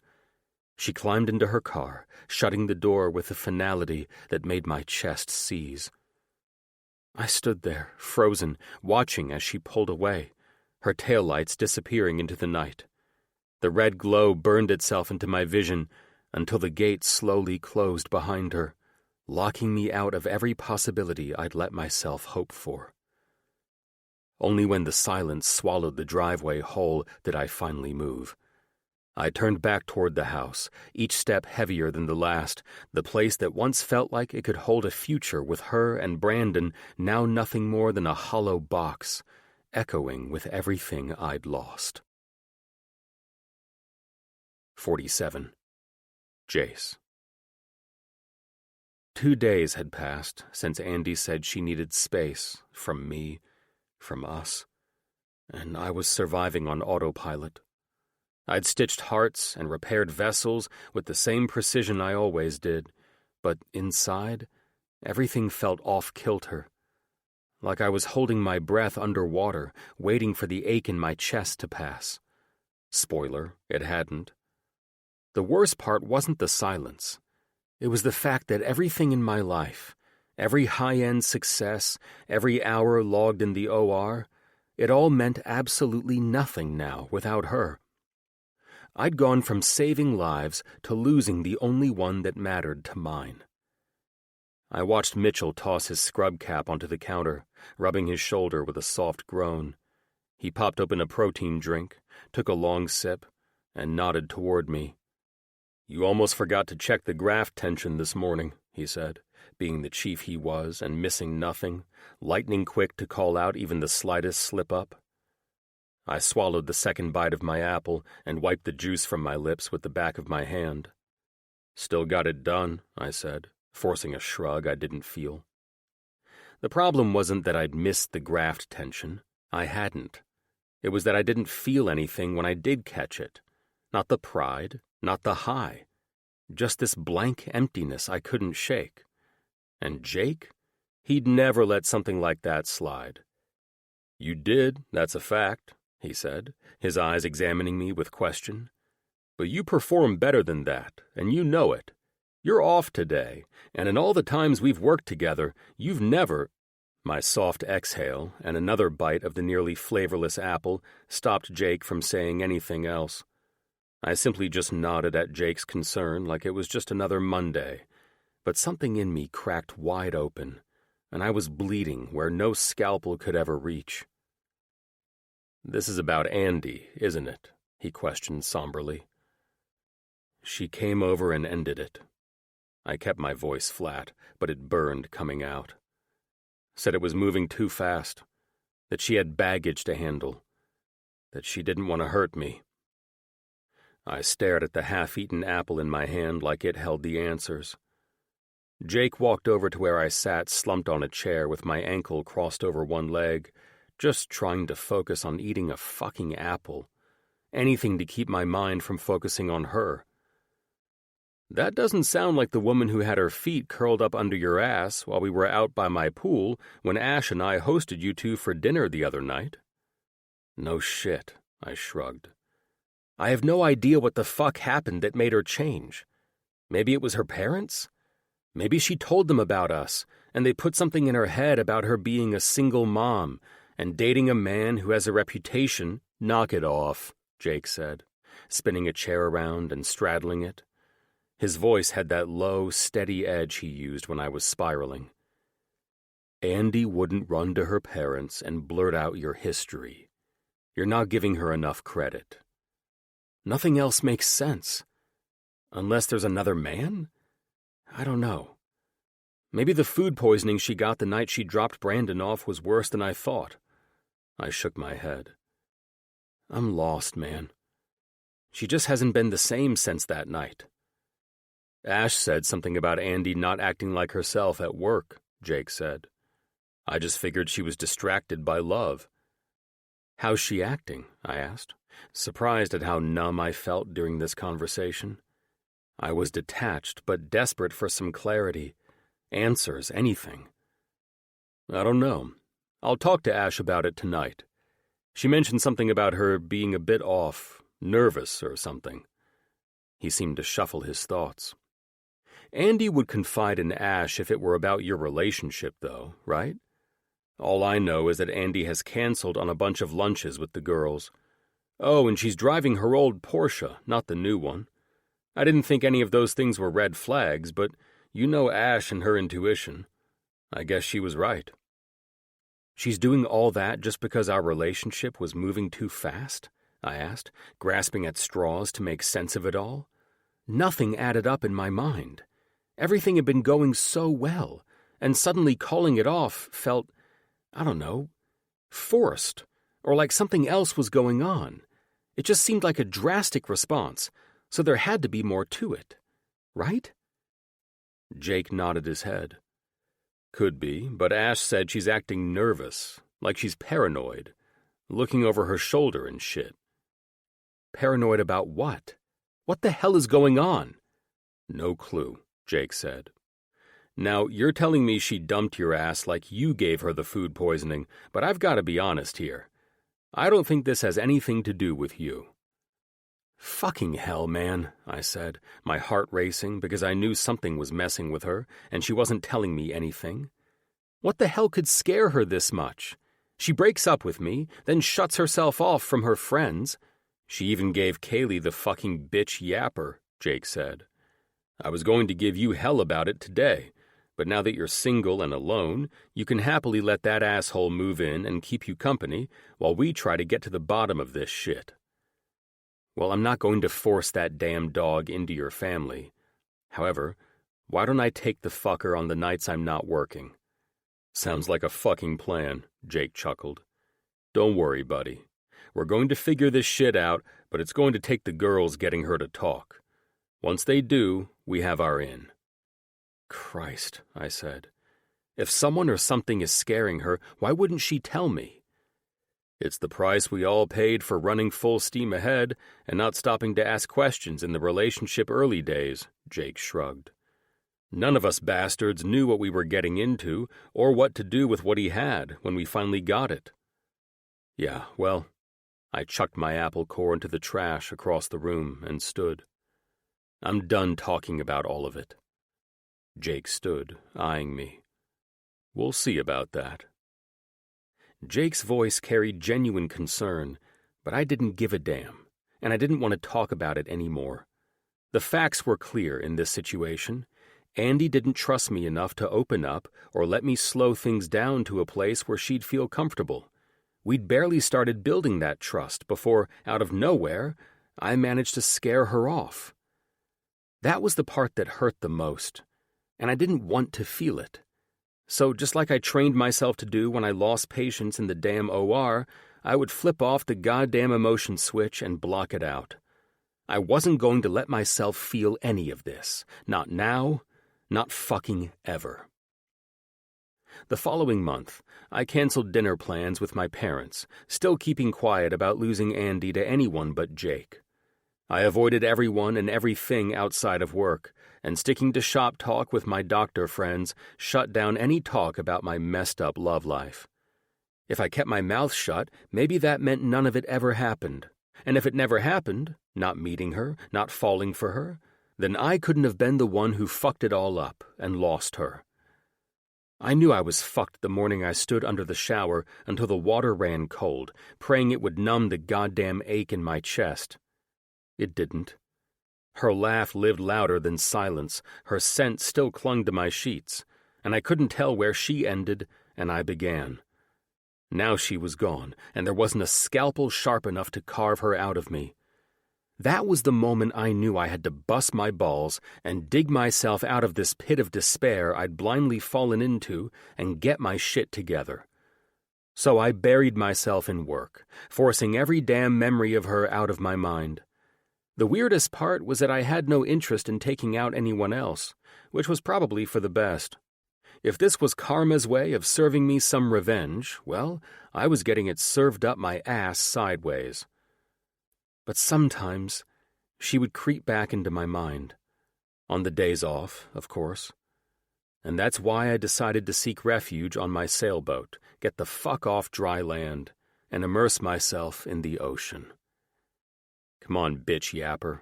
I smirked at the little guy who was acting like he owned the entire marina as he trotted on his leash at my side. I can probably start calling you Duke again, since apparently I'm not into dating anymore, I said, picking him up and stepping onto the one lady who wouldn't leave my ass. It's fucking strange, I said to Duke, because honestly, this was my life now outside of work. The heart, physically, I know how it works inside and out. Medical science has given us the tools to fix almost everyone I've opened up on the table. Duke yawned, unimpressed with my monologue as I continued to coil the ropes. But all that science, all the skill and study, doesn't mean shit when it comes to what that damn organ tries to tell my brain. I laughed to myself and slid Duke into the custom life jacket I had made for him, not long after Kaylee cheerfully handed him over, saying, "I promise he'll make you happy." Such a sweet kid. Even though I told Kaylee I'd just take Duke on my off days and some nights, I made it clear he was still hers, but we'd share custody. That was mostly because, I felt like a piece of shit about the dog. I got the little guy for the girl who dumped me, but from what Ash told me, Andy had completely shut down, closed off from everyone and everything. Said she didn't want to hurt the dog by not being around enough to take care of him. Fucking weird as hell, the way she suddenly flipped toward me, toward Ash, and toward just about everything. One day we're good, the next she's checked out.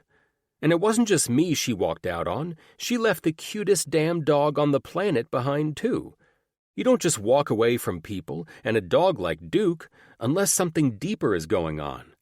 But shit, if she wasn't even talking to her best friend about it, why would she ever open up to me?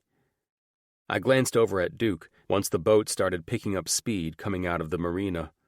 The damn dog sucked as part of a family unit, but he was man's best friend while sailing on a boat.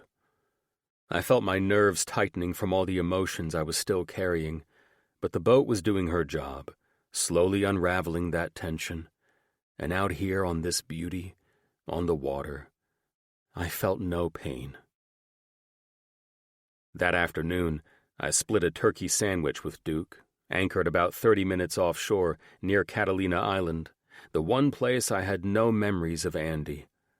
Out here, I could escape her. I picked a secluded spot to anchor, away from other boats and people, because the last thing I needed was this damn dog losing his mind barking at every little thing. I tossed a chip over to my pal, watching him with amusement as he sniffed it. "It's horrible for us, but who gives a fuck," I said, crunching into a plain potato chip and savoring everything about the unhealthy snack. If it weren't for a sailboat moving in our direction like they knew me, I would have wondered why the dog started barking like a motherfucker. "Duke, shut the fuck up," I said, trying to see who was sailing directly towards me. The closer the boat came, the more insane Duke got. "I can't deal with your ass right now," I muttered, scooping Duke up and setting him on his bed below deck. When I came back up, I blinked in disbelief. The approaching boat was Jake's, and riding shotgun was his clown in crime, Colin. Jake swung his sailboat in like he was pulling into a frat party, not 30 minutes off Catalina.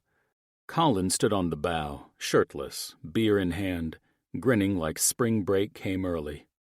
"Ahoy, bitch!" Jake saluted me with a smug smile. I squinted. "What the hell? You trade in the yacht for this midlife crisis?" "Permission to come aboard, Captain Pathetic," Colin bellowed, already wobbling like he was auditioning for community theater. Before I could say no, he leapt across with the grace of a drunk gymnast. Jake followed, tossing me a line. "You two are like herpes," I snapped, catching it. "Unwanted, impossible to get rid of, and always showing up at the worst time." "Aw, see? He missed us." Colin clapped me on the back. "That's basically a hug in Jace speak." Jake gripped my shoulder like he was either about to give me bad news or drag me to Vegas. "We come bearing gifts." He ducked below deck, then reappeared with Duke tucked under his arm like a football and 2 beers in the other hand. "Poor dog locked up while Daddy cries into his IPA?" Jake tisked, handing me one. "You're gonna need this, maybe both." Suspicion prickled. For what? Colin raised his bottle in a toast. "For Operation Fix Your Pathetic Love Life." I snorted. Christ. Jake cracked his beer. "It's about your girl, and the mess she didn't tell you about." My pulse spiked. "What, she wants me back? Sent you 2 clowns as messengers?" "Not exactly," Jake said, calm in a way that set me on edge. "If this was a reunion call, we'd have brought champagne," Colin added, pointing his bottle at me. "And maybe a defibrillator for your dumb ass." The bottom dropped out of my gut. Jake leaned on the rail. "Ash came home yesterday, said Andy finally cracked. Everything she's been carrying spilled out." Colin nodded. "So you can let go of that whole 'it's all my fault' routine. It wasn't you." "Well," Jake tilted his head, "in a way it was." "Yeah, technically," Colin agreed. "Your Playboy past? Coming back to bite you." Jake's tone cut sharper. "It's not just that. There's a bastard threatening to blow up your career with those old scandals." My chest seized. Who the hell is threatening her and me with my past? Colin leaned back against the rail. "Who else? Her jealous little bitch of an ex. The same one you bought her car from." You've got to be fucking kidding me. The anger that surged through me nearly leveled me. Threatening her. Threatening Brandon. Using my past as ammo? The rage coiled so tight in my chest, I swore my ribs would snap. "Don't worry," Jake said quickly. "Jim and I are already talking to the board. From what we've seen, this isn't enough to touch your license." The worst I did was sleep with a patient's 25-year-old daughter. Her family was practically planning the wedding, I shot back. Colin barked a laugh. "Damn, you really did get around." I ignored him. "Why the fuck wouldn't she tell me?" Jake's face hardened. "Because he threatened to drag her through a brutal custody battle if she didn't cut you off. She stayed away to protect you. And her son." Colin lifted his beer in a mock toast. "Now here's the kicker," The bastard's already digging his own grave. He got drunk and asked Hawk what it was like to screw his ex-whore of a girlfriend. "Oh, shit," I said, almost smiling. "Titus doesn't let that kind of trash slide." Jake smirked. "From what Jim heard, Titus stayed quiet, which means he's already got PIs on the guy." "Once Hawk's people find even a scrap of dirt," Colin added, "he'll be annihilated.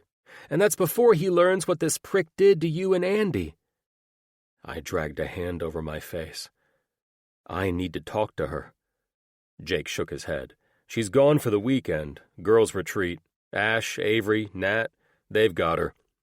"Meanwhile," Colin said, "we'll do what we do best. Drink, eat, and map out exactly how to bury the son of a bitch."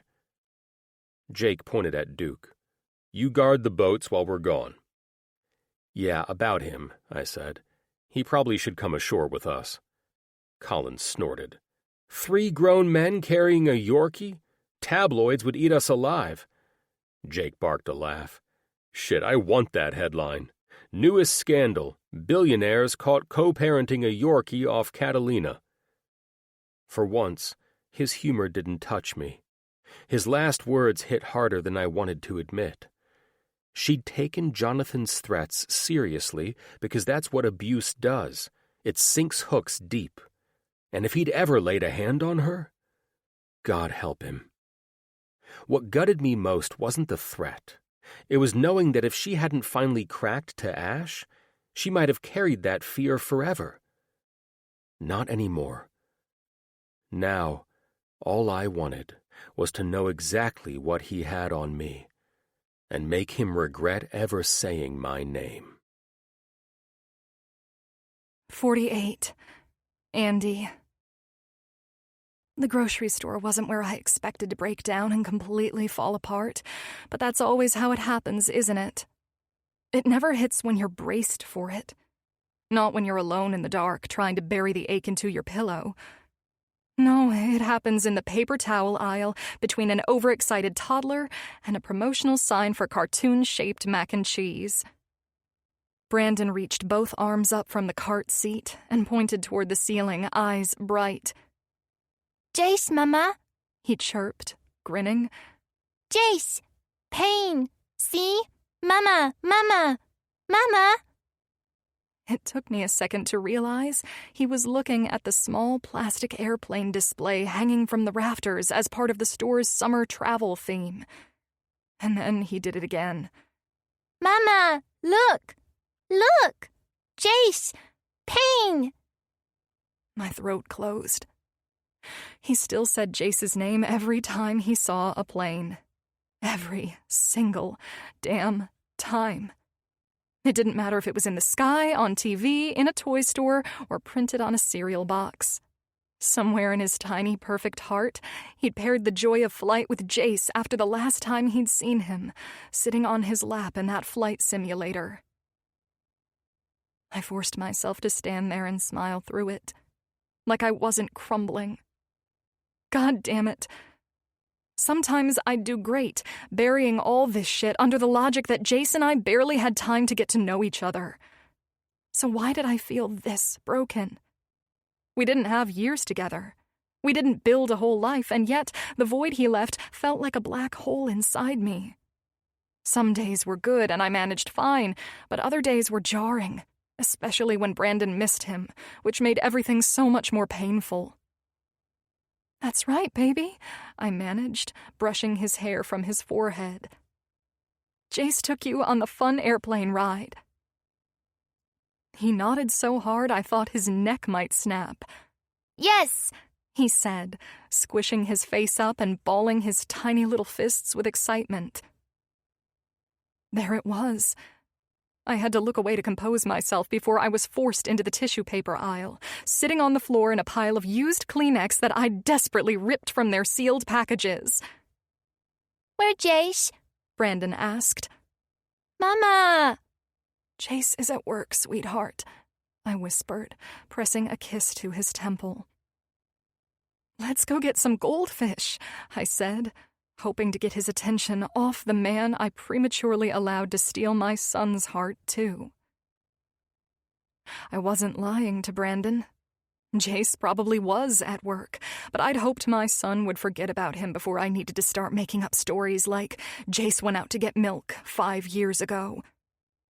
The hardest part was that I was the reason Jace was gone, not Jace. Not fate, not distance. It was all me and the threats my son's father handed down. That was shit I never wanted to have to tell my son. The only thing good about this was that Brandon would be too young to remember Jace in the future, even though I'm sure my heart would still be holding on to what could have been. Knowing I'd torn out my own heart to protect Jace's reputation, to keep the press and board and vultures from feeding on his past, I chose to end things. Now all I had were lonely nights, echoes of his laughter, and a son who still believed Jace would walk through the door again and point out planes in the sky. Son of a bitch, this hurt like hell. I swallowed the sob clawing at my throat, reached for a roll of paper towels, and walked toward the snack aisle to get Brandon his goldfish. I would just have to push this all down again and press the fuck on. There was nothing else to do about it. After breaking down in the grocery store the other day, it didn't surprise me that I cracked again 2 days later. And this time I shattered wide open. I finally let Ash in and told her about that bastard and the threats he made. I mentioned how he said he'd come for my son, drag me through a brutal custody battle, and destroy Jace's reputation as a renowned expert surgeon at St. John's. And of course there was my life, my name and reputation on the line too, being threatened with public humiliation for dating 2 billionaire playboys at once, like I was some groupie party girl. I was in utter shock that the man was willing to go to all the trouble, and for what? To keep me from being happy in the life he chose to sprint away from? I hadn't realized what an evil, wicked man he was until that night. He'd shown me a side of himself I didn't want to believe existed. But deep down, I probably always knew he was capable of it. He scared the hell out of me that night, and I completely shut down. I went numb. My mind took over, forcing me to look past what my heart wanted. That's why I robotically started pulling away from Jace and from all my friends, not knowing who Jonathan might come after next. As unhinged as he was that night, I honestly had no idea what he was capable of, and the fear of what might happen if I said anything to anyone kept me silent. Like the victim I now realized I was, I followed his demands, terrified someone else might get hurt.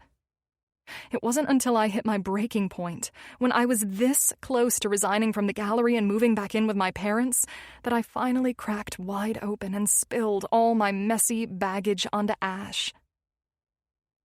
Ash was, as always, wonderful. She didn't ask questions and didn't pass judgment. She just understood.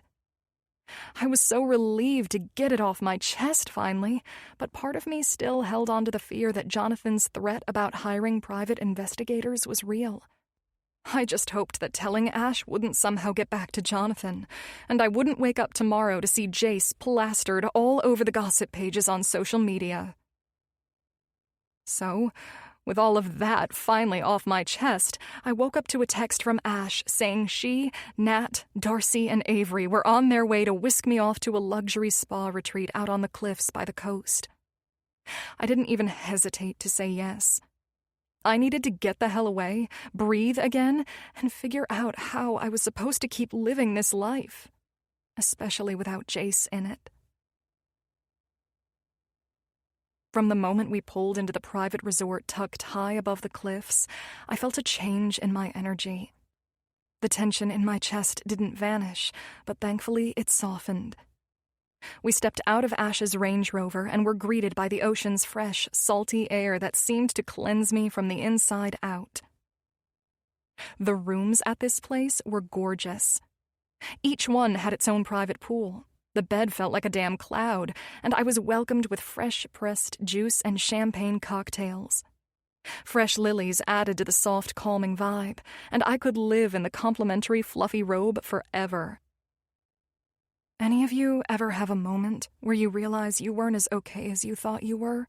I asked, my voice quiet, as the wind blew around the chiffon that hung outside of the cabana where we sat after having facials. Why else did we bring you here? Ash laughed.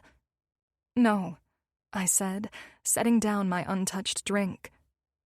I looked past the girls and out to the ocean, the sickening feeling of what I did to Jace still haunting me. We're here because I lied to Jace. I was never honest with him about any of this. I just thought I was being a good person by protecting him. Nat slowly lowered her sunglasses. Oh, honey, you're going to have to dig deeper than that. What exactly do you think you're protecting him from that he can't handle himself? She gave me a knowing smile.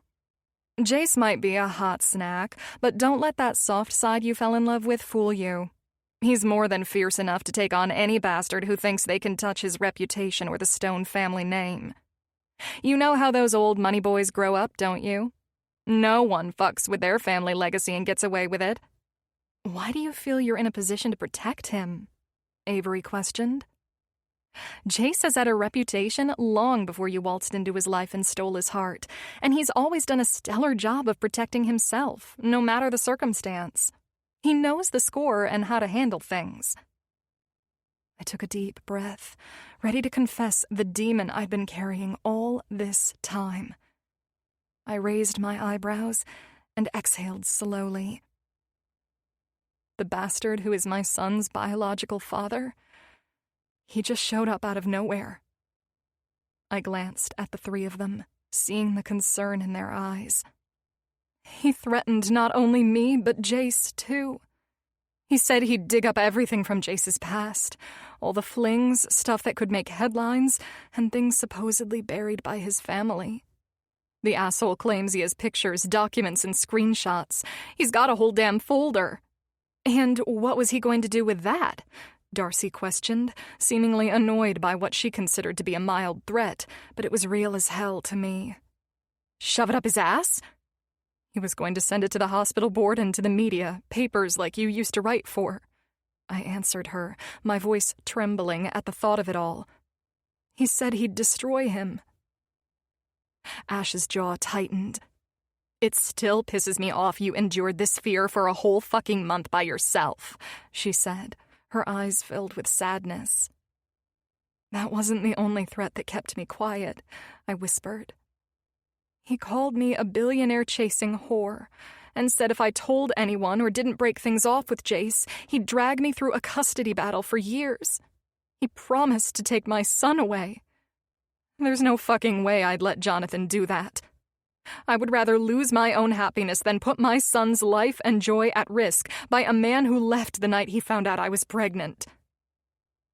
Avery sat up straighter. Her eyes narrowed, fury crackling beneath her calm. That's not a threat. That's fucking psychological warfare. What a motherfucking dickhead. There aren't words for a monster like that. Oh, sure there are, honey, Nat said, keeping her usual cool but her eyes fiery.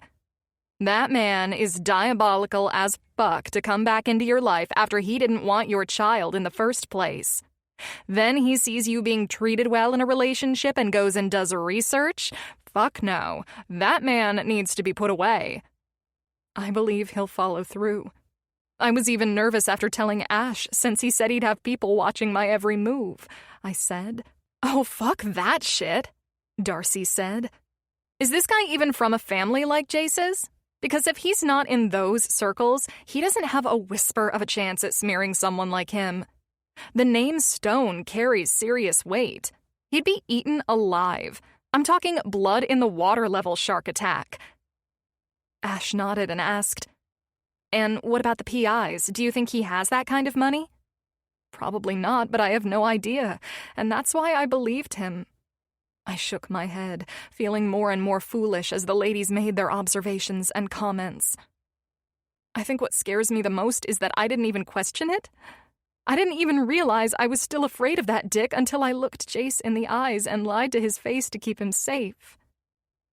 Nat slammed her drink down like it personally offended her. Well, I wish you had said something. That bastard would have been pissing his pants in his used car dealership after I was done with his cowardly ass. For the first time in a month, I smiled in humor. He works at a Porsche dealership. Nat arched an eyebrow. Honey, he could be out there selling rocket ships to NASA and I'd still mop the floor with him, she said with a wink. But listen to me when I say this. The next time someone threatens you, you don't carry that hell alone. That's why you've got us. Every single one of us has wrangled an alpha male and brought him to his damn knees. You did it with Jace, too. You don't give yourself enough credit. And with those credentials, your little snitch of an ex wouldn't stand a chance. He'd be checking himself into a psych ward by the time we were done with him. Yeah, babe, you should have said something earlier so we could have been there for you, Avery said. I was embarrassed, I admitted, shame leaking out with the truth. I didn't realize how much control he still had over me. I still flinched when I heard his voice, and I just let it all dismantle me. Avery reached over and took my hand in hers. Her voice was soft, but the fire in her eyes never wavered. That fear you felt, and the way you instantly believed his threats, that's trauma, sweetheart. And it's real as hell. I know because I've lived it. I run a women's center because of what I went through, a place where we share our stories and help each other heal. You're not a coward for hiding from everyone or for being scared of that asshole. The women at my center aren't broken. They're just finally unpacking the damage caused by some man whose mommy or daddy screwed him up so badly that he ended up destroying the woman who only wanted to love him. But now, those women don't live in fear anymore, pretending it was love. They're taking back their power, and so will you. My throat tightened. I should sit in on one of your sessions. Ash talks about them all the time. I just never believed I had that sort of life. No one does. Avery grinned. But yes, I would love to have you in there, so you can see that you're not alone and you're not to blame for any of this. You haven't done anything wrong. Do you understand that? I feel like I should have been stronger, I said honestly. You don't think it shows strength to break up with a man you were falling in love with to save his reputation and protect your son? Darcy questioned. I didn't see it that way, I said. I just felt like a chicken shit. Most people would take that fight head on, like Nat said. That's not strength, honey, Nat chuckled. That's just wild determination to do all but castrate a motherfucker for threatening a woman. That's just Nat, Ash laughed. You are a brave woman, and I will gladly sit with you in these meetings when we get off work on Tuesdays. I should probably go as well, Nat said, smirking. Perhaps I might learn something about my internal burning desire for violence. She laughed with the rest of us. In all seriousness, Ash leaned in, that same quiet steadiness in her voice. You've carried so much alone, even before this asshole came back and tried to destroy your life. It's okay to let other people carry some of it too, especially your friends and the ones who love you. So... Darcy dragged the word out slowly and dramatically, like she was gearing up to drop something big.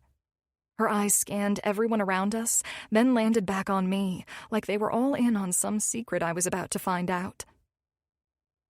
I couldn't help but smile, wondering if maybe they knew something about Jace.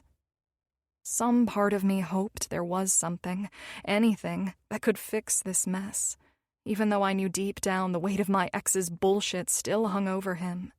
I guess my heart was holding out for something my mind already knew wasn't possible. So, I mirrored her response with a laugh, feeling much lighter after speaking with these wonderful women. You have the next 2 weeks off, Ash said with her usual cheerfulness. So you need to talk to your mom and dad about babysitting Brandon for that amount of time. If they can't do it, my dad and Carmen have already agreed to, since they adore that boy. For what? Why? My hopes were starting to lift, hoping by some miracle that maybe everything was fixed. Well, Darcy said cutely, I'm sure you're aware that mine and Seb's wedding is in 2 weeks. Not only are you invited to it, but Seb, being the adorable man he is these days, has his yacht crew scheduled to host a bachelorette party for me on it. She smiled at me. I want you to come join us if you're up to getting the hell out of this bullshit for a couple of weeks. I placed a hand over my heart at the generous offer, something I honestly didn't expect from someone I wasn't even that close to. I don't know how to thank you for such kindness, but... And there it was again. The guilt. Leaving my son. Acting like I didn't have an ex-psycho hellbent on ruining the man I loved while smearing me for dating Jason Titus. It all crashed in at once, and suddenly I felt like that shitty, unreliable mom again. I just don't think it's a good idea for me to be gone that long, especially with all the crap he's already piled on my plate. Ash cocked her head, eyes narrowing like she'd been waiting for me to say that. Do you think we're bad moms because we leave our kids sometimes? The words punched straight through my chest. What? No, of course not. My throat went tight. I'd never think that about you. You're amazing mothers. I blew out a shaky breath. I feel guilty. Like if I step away for even a second, I'm failing him. Ash softened, but her voice was firm. Then stop treating yourself differently than you'd treat us. That guilt you're drowning in, that's not your voice. It's his. Jonathan planted it there. He wanted you to believe you're failing because that's the easiest way to control you. You're a fabulous mother, she added, leaning forward. I see it in every sacrifice you make for your son. Don't let him steal that from you. You're allowed to live a little, Avery said gently. Then her lips quirked, and she looked at Darcy. Even if it means going to a lavish bachelorette party on a super yacht before attending a wedding in Croatia. You're one hell of a spoiled little bitch, you know that? Darcy rolled her eyes. Tell me about it, she said, then smiled at me. And let me tell you that this man, Mr. Sebastian Astor V, was more than I wanted or needed when I met him. We had a hell of a journey to figure out that we couldn't live without each other, and an even longer journey to finally set a fucking wedding date. She reached for my hand. What made the journey so long and tiresome, and almost the reason none of this was going to happen in 2 weeks, was that we both did exactly what you're doing now. Beating yourselves up every time something good comes your way, feeling like you're wrong for embracing it. I laughed dryly. Exactly that, she said. Both of us nearly ruined what was destined for us because we chose to believe we didn't deserve happiness. And knowing how close I came to missing out on the best thing in my life tears me up. We wasted valuable time being stubborn and stuck in our ways. You're doing the same thing, Ash said, while the girls nodded and stared at me with sympathy. You're telling yourself you don't deserve to live a happy life, whether it's playing with a beach ball on the shore or going to a bachelorette party on a $600 million yacht. It's not about how lavish it is or what it costs. You're holding yourself back because deep down, you don't believe you deserve it. I know, it's just... Allow me to add something here, Nat said. That piece of shit reinforced all those negative thoughts with the garbage he spewed in his ridiculous threats. So now those shitty, untrue beliefs coming from an insecure man-child are riding shotgun in your mind. I guess, I answered. I know they are. I can see the guilt all over your goddess of a face, Nat said. So here's how I want you to accept this invitation, which your boss, she nodded at Ash, then back at me, is shutting down her gallery to attend. You don't need an excuse or rationalization. You deserve this, and anyone who dares to judge you is just jealous they can't go. She leaned in slightly. We only get so much time on this damn planet, my darling. So why the hell would you throw away something amazing just because you're scared that living your life and being happy somehow makes you a bad person? I exhaled and pinched the bridge of my nose. I know where you're coming from. I really do understand. Good, Nat said. Guilt is for suckers and Catholic grandmothers. If you can't believe that you deserve the best this life has to offer, Darcy said, you lose everything great that is placed in front of you, so don't waste it. I exhaled and nodded. 2 weeks in Croatia? I forced myself to get out of this pitiful mentality. I'd been drowning in the shallow end of the victim pool for so long that I was seriously starting to annoy myself. So it was time I put both feet on the ground and stand up. The men are joining us after we have a week to ourselves on the yacht, Darcy said. And trust me, I know this is over the top, but what the hell? The man that fate chose for me happens to have more money than an oil sheik and relishes this over-the-top extravagance. So, she took a sip of champagne, offered a cute shrug, and smiled. I plan to enjoy the hell out of it, and not care what anyone has to say about me or my guy. I shook my head and smiled at the girls. I'm so grateful to have friends like you. You'd better believe it, too, Nat said. Now, you're joining us on the Astor's private jet tomorrow night. Mark my words, honey. You're going to be just fine. 49. Jace. Since the day I met Colin and Jake on my boat, I'd been working angles. Jim at the hospital board to shut down any dirt, Titus for leverage on Jonathan. He was foolish enough to insult Hawk and stupid enough to threaten Andy. Now it was just a waiting game until the call came. So when Seb hit me up leaving work, I didn't hesitate to join the guys at his place. After cracking open a much-needed beer on Seb and Darcy's newly remodeled patio, I leaned back and smirked at him. 2 more weeks and your little lover will be living here. Endless nights of passion in this charming beach house you two managed to snag. Seb chuckled, giddy as hell to finally be staring down his wedding day. This wedding's going to be grand scale, you know. Margot Astor wouldn't have it any other way. When do you leave? I asked. Tomorrow. Darcy's already there. I surprised her by having the yacht anchored offshore. He smirked into his bottle. I tipped mine toward him. Bringing in the vanguard for the vows. Nothing like sealing the deal on open seas, my friend, I teased. Well, the wedding will be on land, he said, taking a sip. The yacht is for my lady's bachelorette party for the time leading up to the wedding. He arched a knowing eyebrow at me. I still can't believe you're not coming. My sorry ass isn't flying across the world just to mingle with everyone our families think has to be in attendance for special occasions. You know it's nothing against you and Darcy. I'm really happy for you two. Thanks, man, he said, clinking his bottle against mine. No offense taken, good friend. You and John are one and the same, except he is being forced to attend, whether he likes it or not, he added with a laugh. Then he looked past me. The gang's all here, including baby brother, D-Stone. Looks like we might actually have some good shit to bury this fucker.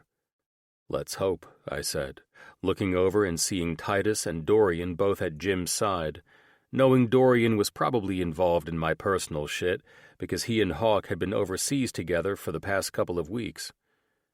I heard a bit about what's going on. How are you doing? Dorian asked me. I'm hanging in there, I said.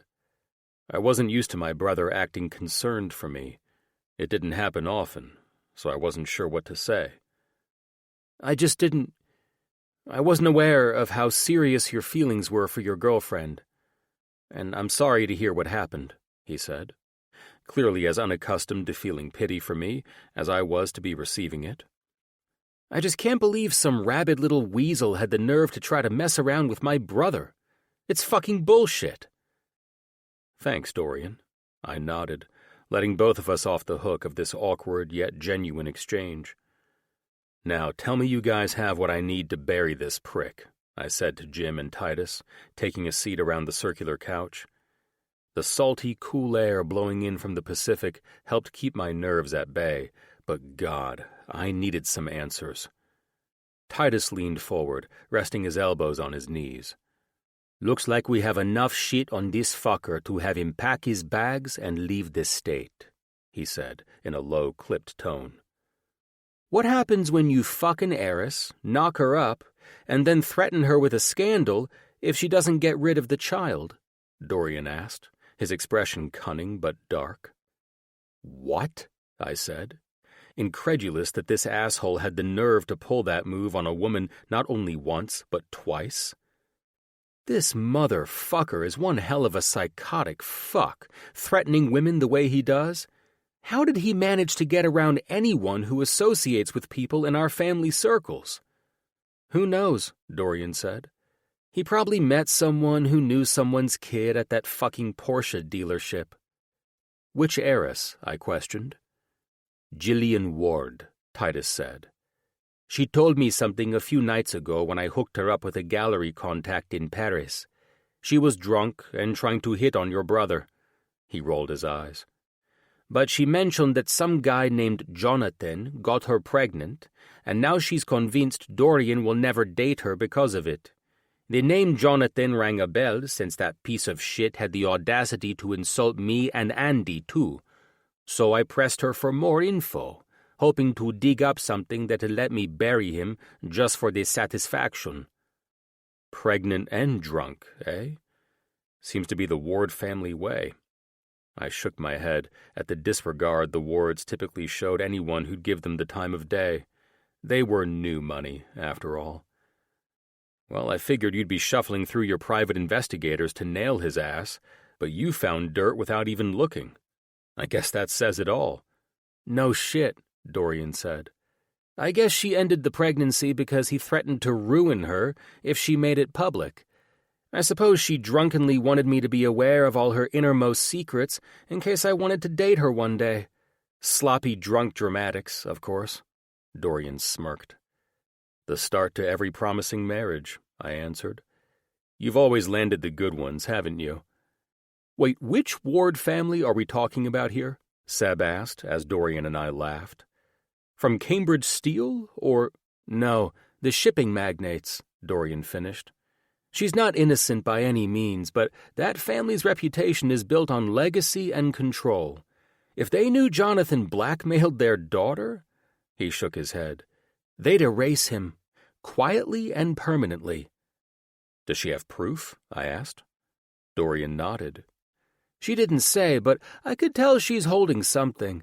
I think she's scared, but if you needed her, I could push. She's obviously interested in a date, so I could make it happen if need be." "It's all the info I need," I answered. "Knowing how these families work, all he needs to know is that it takes one phone call from me, and then he'll know what it feels like to be publicly crucified. He won't be able to get a job at Wiener Schnitzel when I'm done with him. That predator fucked around in the wrong circles." I turned to Jim. "And I need to thank you for having your teams dig into whatever dirt that asshole tried to use against me. You helped protect my career and my life from his bullshit." Jim nodded and smirked.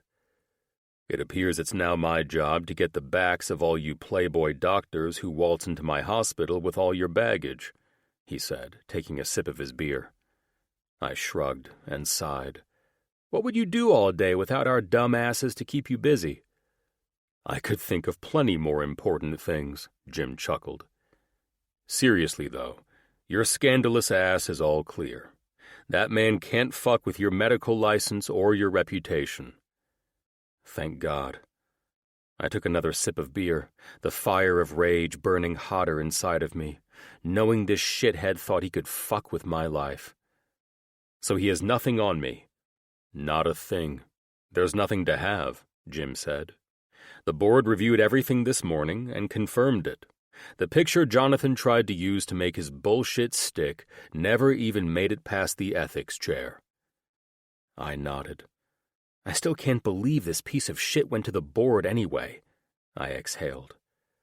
"I guess he thought he'd make a point." They also know about your patient's daughter, but you didn't break any codes, Jace.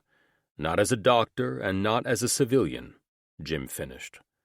It's not a crime to be a player. Titus smirked cunningly. So now that you've gotten immunity from your past and a scandal that could ruin Jonathan, not Jillian, what's your plan to bury this piece of shit? I took a sip of beer, completely relieved that all I had to focus on now was nailing this fucker to the goddamn wall. I'm simply going to return this bastard's favor. 2 days later, I walked into the Porsche dealership with one goal: make Jonathan Gilbert feel the same gut-churning fear he'd forced on Andy. I wasn't alone. Beside me in the waiting area sat my attorney, a man so sharply dressed in a charcoal Tom Ford suit he could have been stepping out of a Wall Street boardroom. He hadn't spoken since we arrived. He didn't need to. Clients like his didn't win in court. They made sure the other side never stepped foot in one. Jonathan emerged from his office 20 minutes later, still grinning from the 6-figure deal he'd just closed. His smirk faltered when he saw me, then flicked to the man at my side.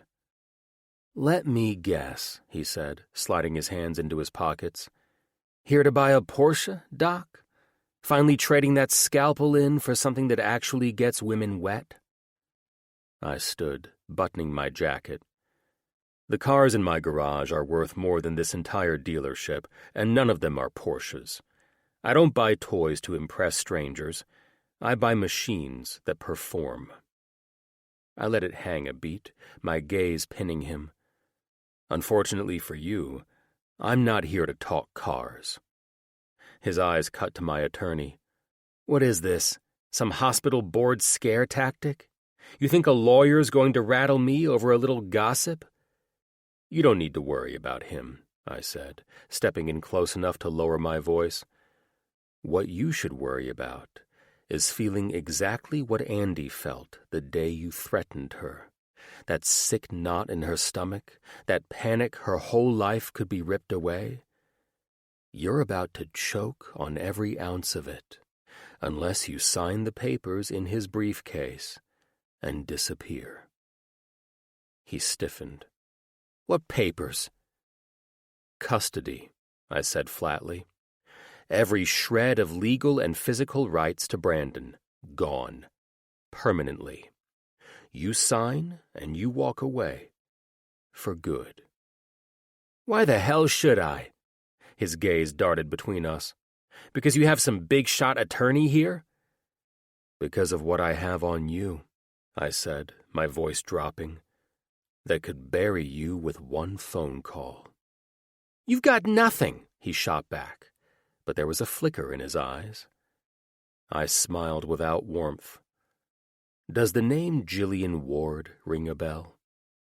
He inhaled sharply. "Perhaps."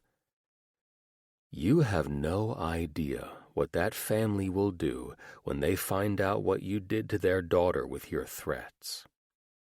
His silence told me I had him. The Wards don't just ruin people. They erase them. His voice cracked. "What can they do to me?" "People like them? They take your job, your name, your home, your future, and you'll thank them for letting you breathe afterward." He swallowed, the first real crack in his boldness. "How would you know anything that happened between me and Jillian?" "I know exactly what you did with Jillian because I live in that world, dumb fuck.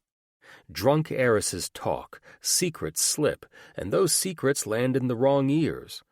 So far, I'm the only one holding that knowledge back from her family. The only thing that keeps it buried is you signing over full custody and leaving the state. Forever." He tried for a smirk, but it didn't stick. "You're bluffing." "You really want to test that?" I let the corner of my mouth lift. "Because I wish you fucking would." My attorney, still silent, opened his briefcase and slid the paperwork across the counter. A Mont Blanc pen appeared in front of Jonathan like the barrel of a gun. "This is bullshit," he muttered. "This," I said, nodding to the pages, "is mercy. Sign them, and you leave with what's left of your life. Refuse?" I let the pause stretch until he shifted. "And I'll have eyes on you until you're erased from this world." His hand trembled as he signed, page after page. When he was done, I folded the papers neatly and slid them into my attorney's case. Jonathan Gilbert's glare followed me, but I saw it, the flicker of unease behind his bravado. He'd signed, but he knew exactly what I'd just done, and what I could still do. I paused in the doorway, looking back just long enough to lock eyes with him. "You like threatening people, Gilbert? Here's mine. If you so much as breathe in Andy's direction again, I'll make sure the only thing you own is regret." The sun hit my face as I stepped outside, the weight of the signed custody papers heavy and satisfying in my hand. Andy had no idea what was coming, but soon she'd have the one thing no one could ever take from her again. I'd never been the guy who flaunted my family's name, status, or the fortune that came with it. I'd built my life on my own terms, far from their shadow. But taking down Jonathan Gilbert, that was different. This wasn't business, this was personal.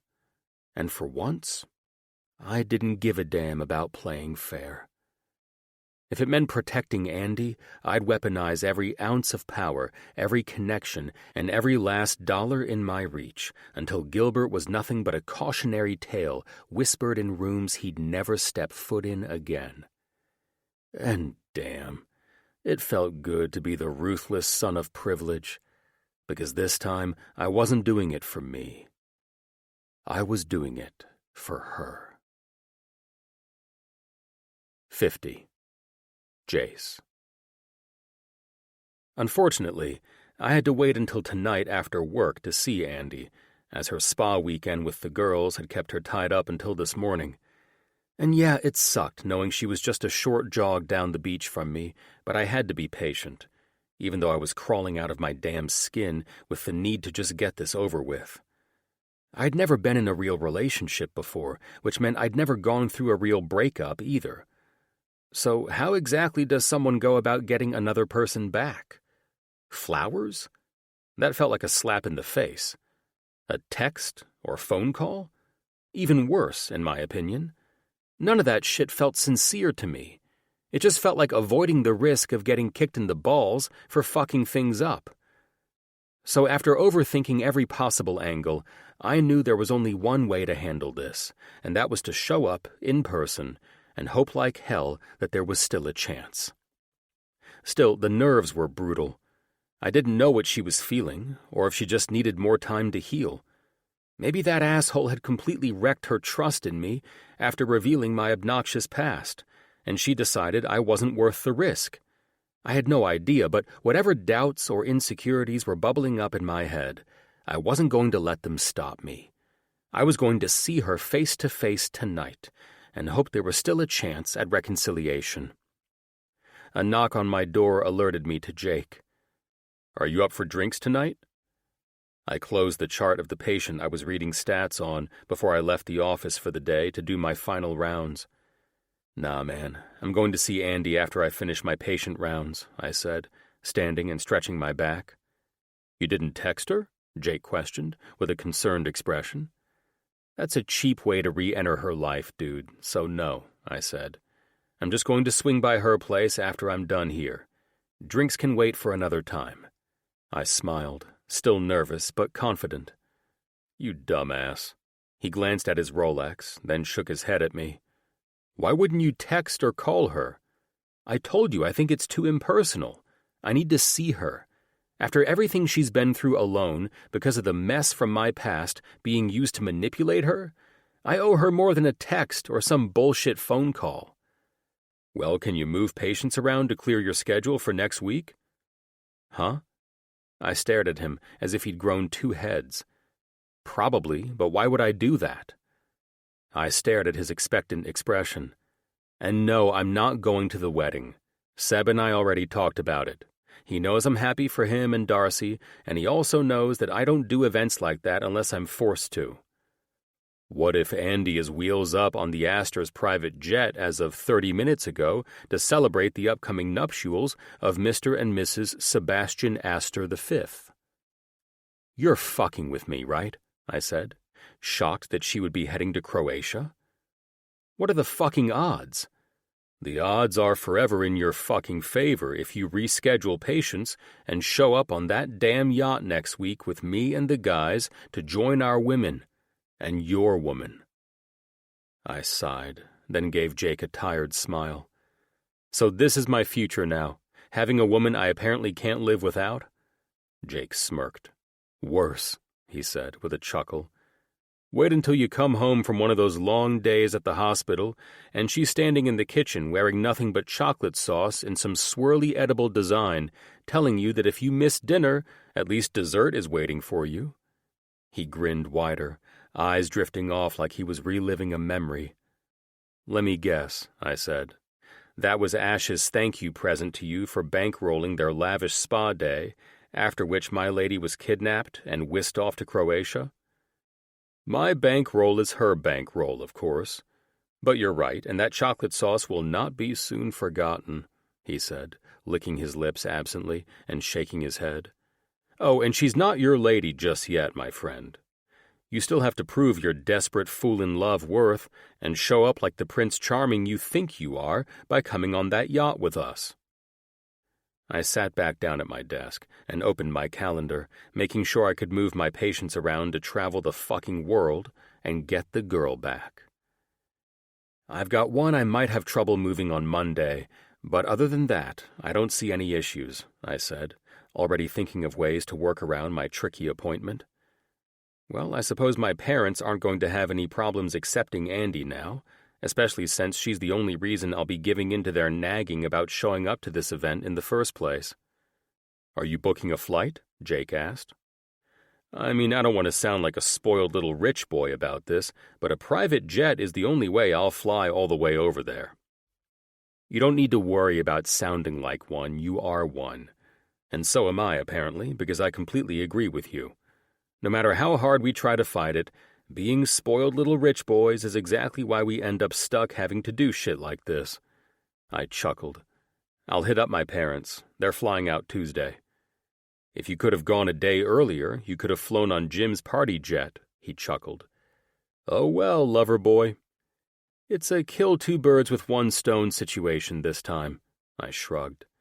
I'll get my parents to understand how serious I am about this woman, and that I'm not going to allow any family drama at all.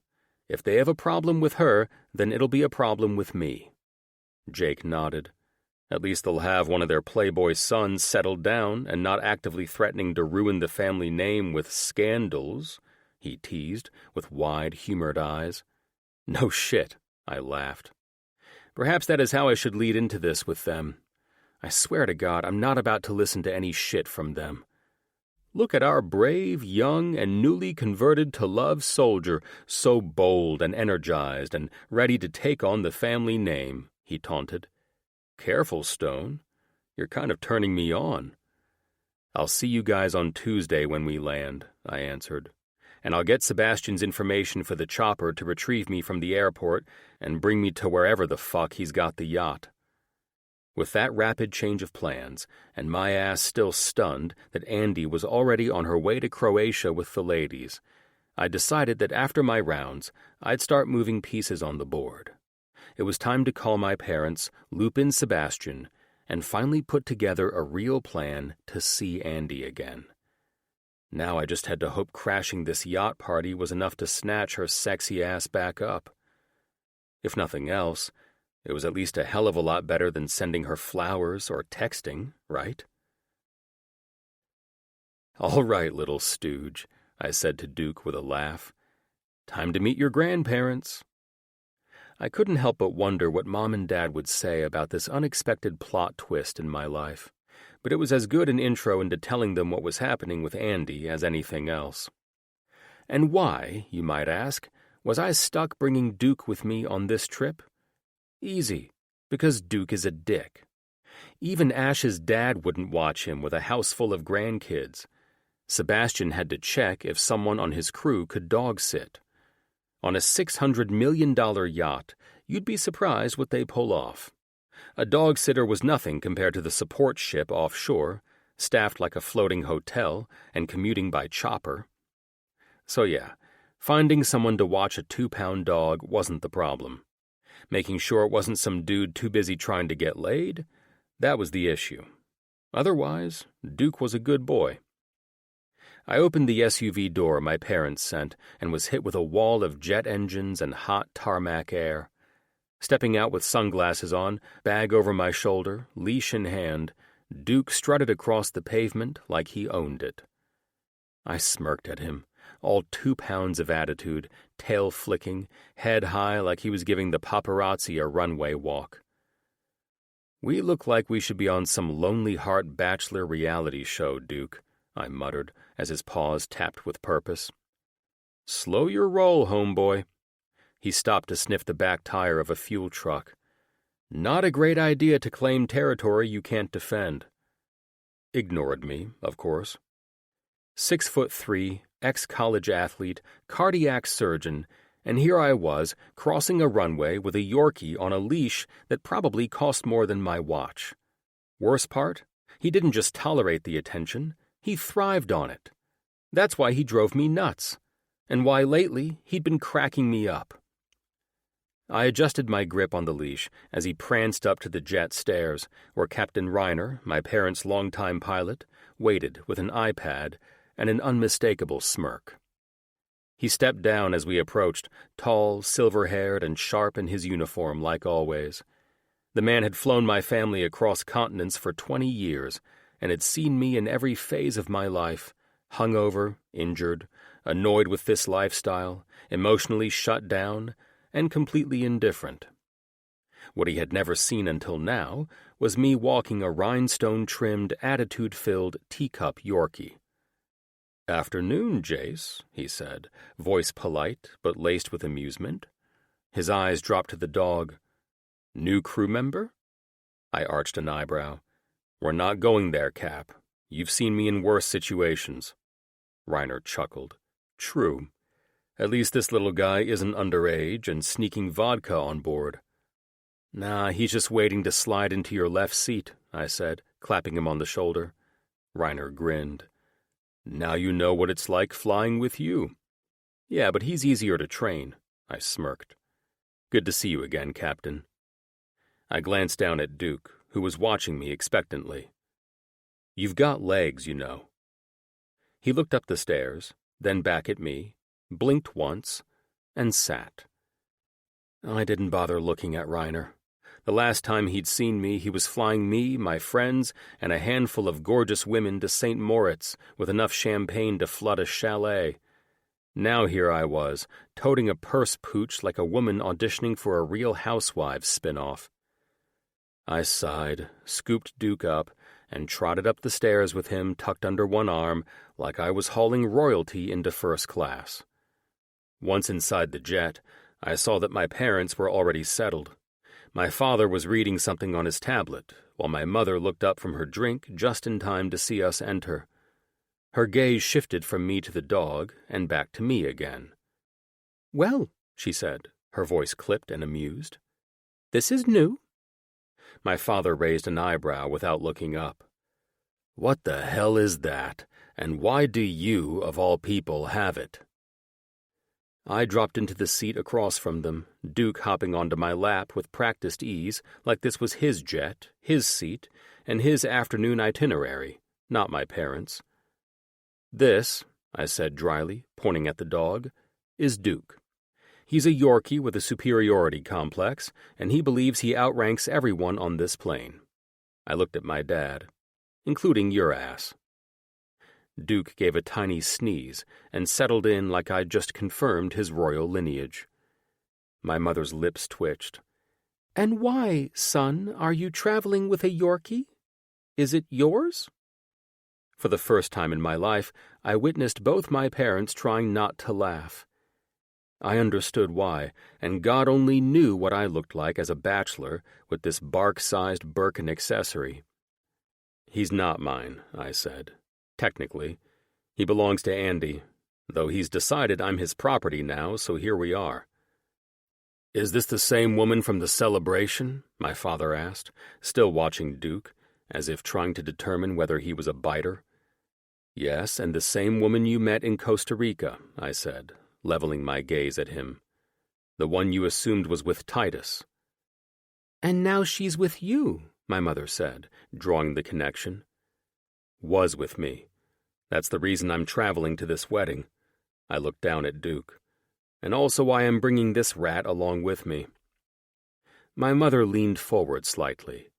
"She ended things with you?" I gave a short laugh at the insinuation that I was some treasure because of my station in life. The truth was that if I hadn't become a changed man, Andy should have run away from me long ago like she was on fire. Yeah, she did. Silence settled between us, like cabin pressure shifting, while Duke added to the drama by sighing theatrically. "Interesting," my father said, seemingly bored with the relationship talk.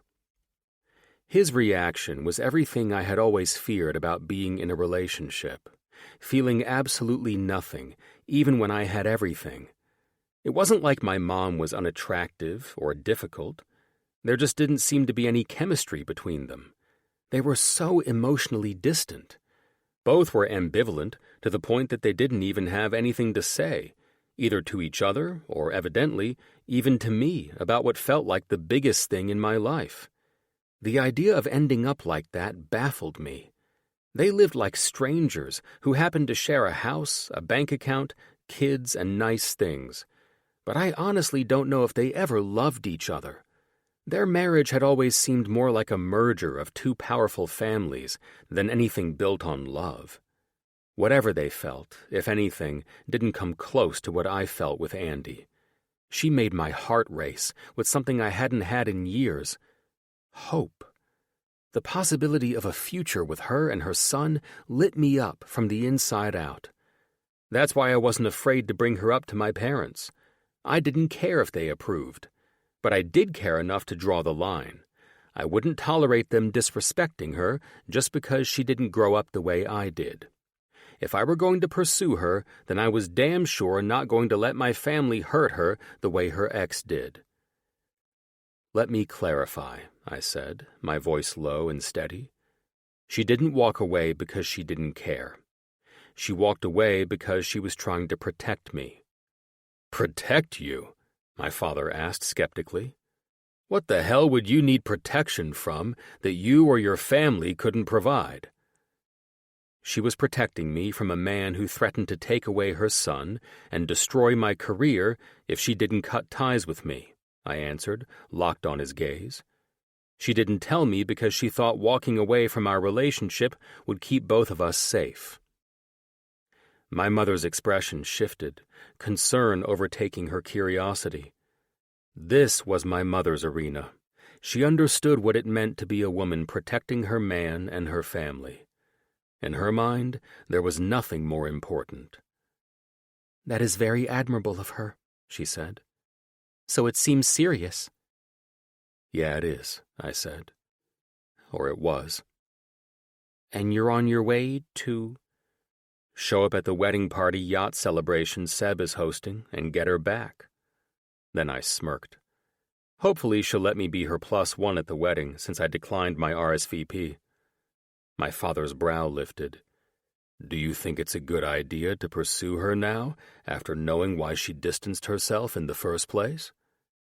"No," I said. "I think it's a necessary one." They were silent for a moment. Duke shifted in my lap, one paw stretching dramatically across my leg as if claiming territory, while I absently scratched the top of his head, patiently waiting for my parents to process this. "She means more to me than any deal, any hospital board, any clean-cut reputation people expect me to uphold," I said. "She's not just some girl. Every day I spend with her, and especially now that I'm with her, I realize more and more that she's the one for me. She walked away thinking she was protecting me, and now I'm flying across the world to show her she doesn't have to. My mother tilted her head. And what about her son? His name is Brandon, and he's a year old. I nodded. And in the short time I've spent with him, we really bonded. It already feels like he's mine. Well, I'd love to challenge your motivations here, but you never did listen to me when I told you what to do, my father said, letting out a low breath as he looked out the window. I will admit, however, that it seems evident you've changed. Then he glanced back at me, shifting his gaze to Duke and back again. Bringing a dog like this on board the jet after telling us you are flying to Croatia to attend the kind of event you despise, all just to chase a girl. He shook his head in disbelief and exhaled, as if he knew it wasn't worth the fight. She must be something special, if she's gotten through to you. Trust me, I know. And don't ask me to explain it because it would make less sense if I did. I know one thing to be true, my mother gave a coy smile, and that is that you wouldn't have done this a year ago. You're damn right about that. I wouldn't have even let a woman close enough to do this a year ago. She nodded, eyes softening. Then let's hope we see you at the wedding as her +1, and not ours. My mother offered a smile that I know I'd never seen her wear before.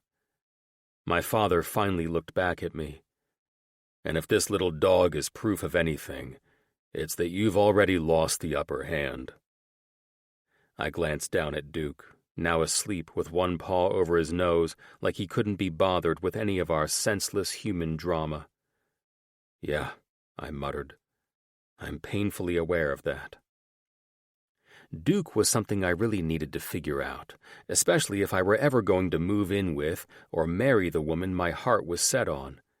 What the hell was I going to do to help this little turkey find his place once I got the lady back? He was the best pal a dumped fucker like me could ask for, but when a woman showed up, his whole personality flipped. Those were problems for another day. At this point, I needed to focus on ensuring that those problems would even exist in the future. Now that I was certain my parents wouldn't be an issue, my next hurdle was figuring out exactly what I'd say or do when I saw Andy again. 51. Andy. Nothing could have prepared me for Croatia, not even the stunning photos I'd obsessively zoomed in on after Ash sent me the link to where we'd be staying. During the flight, I even watched drone videos of the Dalmatian coast on YouTube, but none of that came close to the reality. The water here was the clearest, most dazzling blue I'd ever seen. No picture or video could have captured the magic of this place. Nothing like being here in person. But instead of feeling giddy like I should have, I felt hollow. I was surrounded by billion-dollar views, the kind of lavish escape most people only saw in magazines. And yet all I could think about was how I'd ruined the one thing that ever felt real. No ocean could drown that. From the moment we stepped off the Astor's private jet into the private airport, I was struck silent. The Astor's helicopter was sleek and silent as it carried us over terracotta rooftops, olive groves, and cliffs that dropped into diamond blue coves. Then the yacht appeared, and holy shit, these people knew exactly how to take advantage of their fortunes. Sebastian's, and soon-to-be Darcy's, $600 million worth of floating architecture, the Vanguard, was stretched across the water like it had been summoned by a goddamn Bond villain with impeccable taste. And we'd spent the past week enjoying the hell out of it.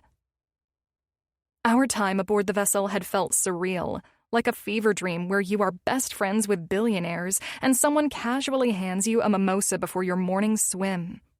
It was something you woke up from, questioning if it was real, only to be smacked back into reality where the real people lived. We ladies had spent the past week lounging on sun decks, paddleboarding into quiet coves, soaking in various open-air spas on different decks, and laughing our asses off over stupid shit while enjoying charming dinners beneath fairy lights and the Croatian stars.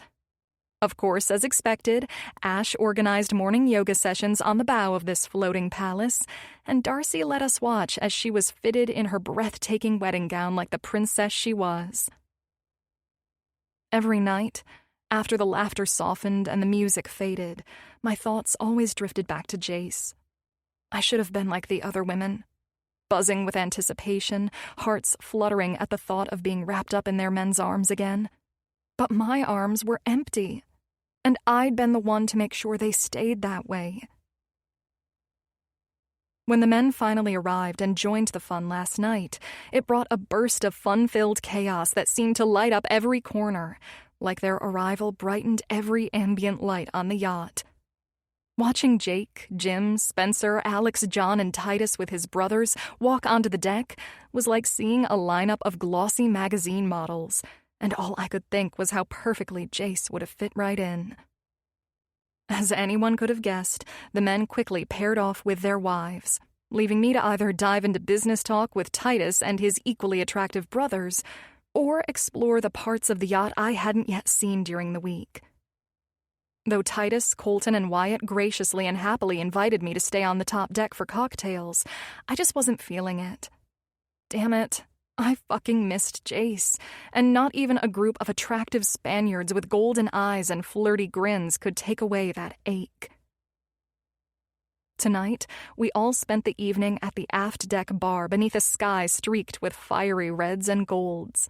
The air was euphoric, filled with laughter and the clinking of glasses, the kind of warm, effortless energy that only comes from friends who genuinely love each other. And, of course, have the freedom and luxury to live well. As everyone started to settle into chill mode, I wandered over to the rail. Ash nestled against Jake's side, her cheeks glowing with their usual radiance after a touch of champagne. Sebastian had Darcy wrapped in his arms, whispering something that made her laugh and swat his chest. Natalia was telling a story about Spencer nearly throwing them both off their jet ski while Colton and Wyatt argued over which onboard toy was faster. Then there was Titus. I liked this fun, lively, almost boyish version of him better than the stiff, royal man I'd been on a few dates with. Even amid all the beauty and laughter, my mind couldn't shake the fact that Jace wasn't here with everyone. With me. I understood he probably had to work, but still. While I stood off on my own, trying not to stare at the sea like some lovesick idiot, Brienne approached. "Andy?" Bree said, leaning over with a grin that made both of her cute dimples pop.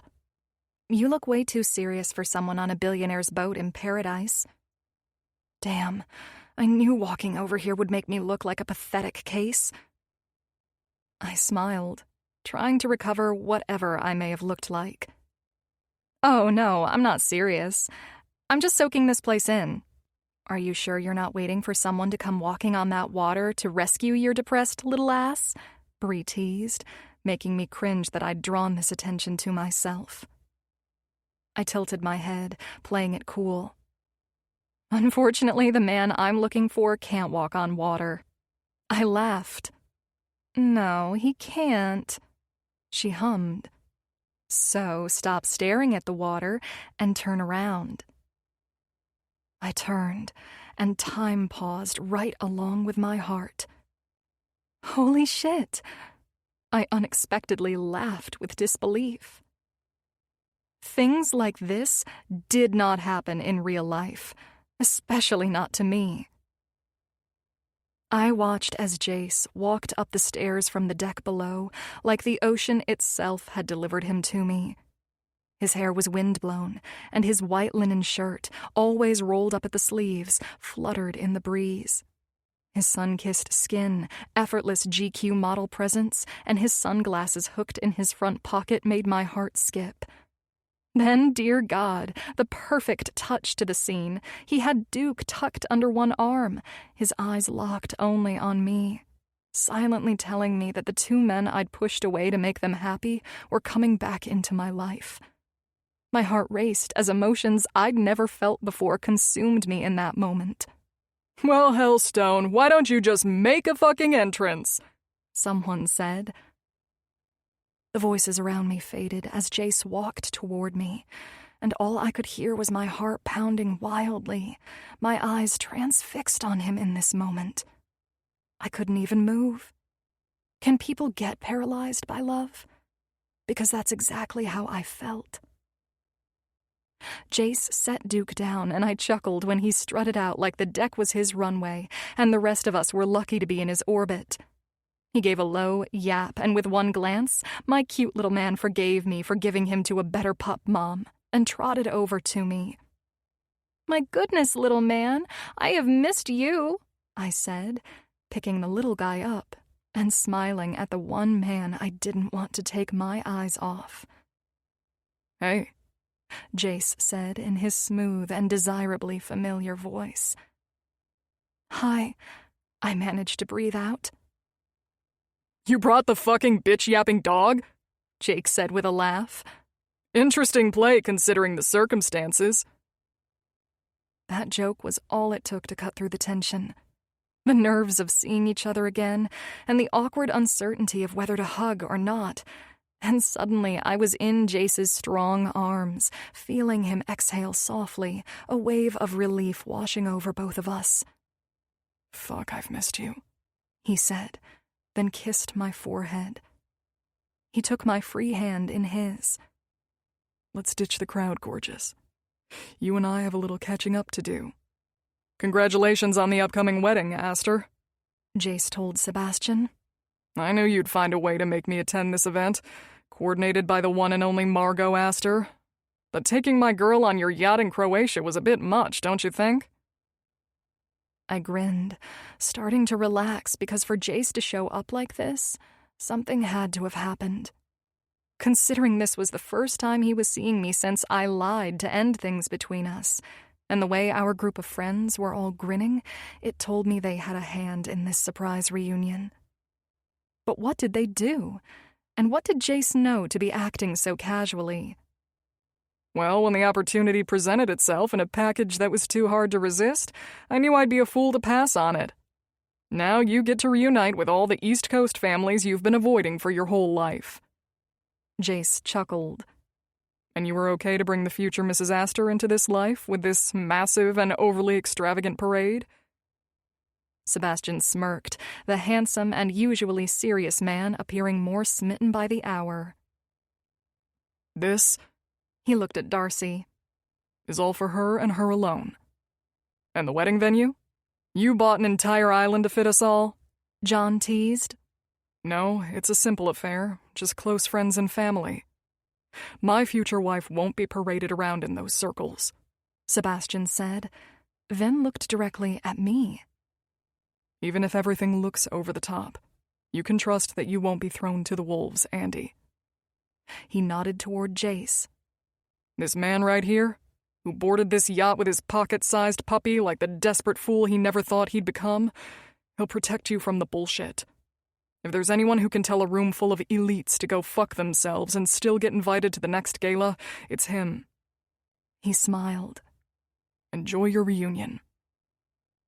We turned and walked through the glass doors that whispered open, bringing us to the other side of the yacht, where the ambiance was the same, except that no one was over here but a bartender and a waitress who greeted us as we walked out. "Hold up," Ash said, just before we walked toward the bar area. "Give me the dog, or you two aren't going to get anywhere without him terrorizing Jace." She plucked the dog out of my hands and said, "Have fun." "Thanks, Ash," Jace said. "Sebastian will call the person staff to watch him until we're ready for him. Let Jake know he's not stuck with him this time." "Don't worry about us. Go and catch up." Jace led me over to the bar lounge seating and smirked. "Well, here we are again. You, me, and a fucking billionaire super yacht. Except this time, we're starting off the right way." He looked over at the bartender. "She'll have a Cosmo. Was that the drink?" He glanced at me with a smile. It was, I said, my heart racing as he ordered what I was drinking the night we met. So, what are we doing differently this time? I asked. Sharing my room with Duke? Absolutely not. He took a sip as soon as his drink was set on a napkin in front of him. Then he looked at the man. We'll be fine with this for now. I'll notify the staff if we need anything else. Looks like you know how it goes on these yachts. I laughed as the bartender nodded and excused himself. I grew up on these things. My brother sold him this one. He smiled as he shifted and looked at me earnestly. Jace, I said, I need to apologize. No. He cut me off. I know everything that happened. The only thing I don't know at the moment is if you'll still have me in your life or not. Of course I'll have you. My chest ached, swelling with relief and love. Don't ever apologize to me, gorgeous, he said, his voice steady. It's my job to protect you, not the other way around. I know why you did it. I know everything, actually. And I'm not just here tonight with Duke to get my girl back. His eyes held mine, unwavering. I'm here with the signed custody papers. Jonathan gave up every right to your son. I sucked in a breath, my head spinning. What? Tears blurred my vision, relief crashing so hard it knocked the breath out of me. How? Don't attorneys and courts? He grinned, sharp and dangerous. Let's just say being Everett Stone's son comes with perks. With my family's name and attorneys, things can move a hell of a lot faster than you'd believe. A sharp exhale burst from me, half sob, half laugh. How did you get Jonathan to sign everything over? Jace leaned back, sipping his drink, his eyes darkening. By beating him at his own childish game. The difference is, he plays, I don't. My threats were grounded in facts. His were built on lies. His jaw flexed, his voice dropping low. He understood when I told him to leave the state. And if I ever hear his name tied to yours again... His gaze locked on mine, fierce enough to steal my breath. Let's just say he won't get that luxury twice. I don't even know what to say. How to thank you. No need. And as for gratitude, you taking me back, giving me another chance, that's more than I could ever ask for. No, but... Andy? He cut me off gently, a smirk tugging at his mouth, humor sliding back into his expression. You hurt yourself, me, even the fucking dog. All because you didn't know me well enough to realize I'd protect you from anything that tried to touch you. And if I'd known just how selfless you were, I never would have let you walk away so easily. He lifted his glass, tapping it lightly against mine. So right now, we start over.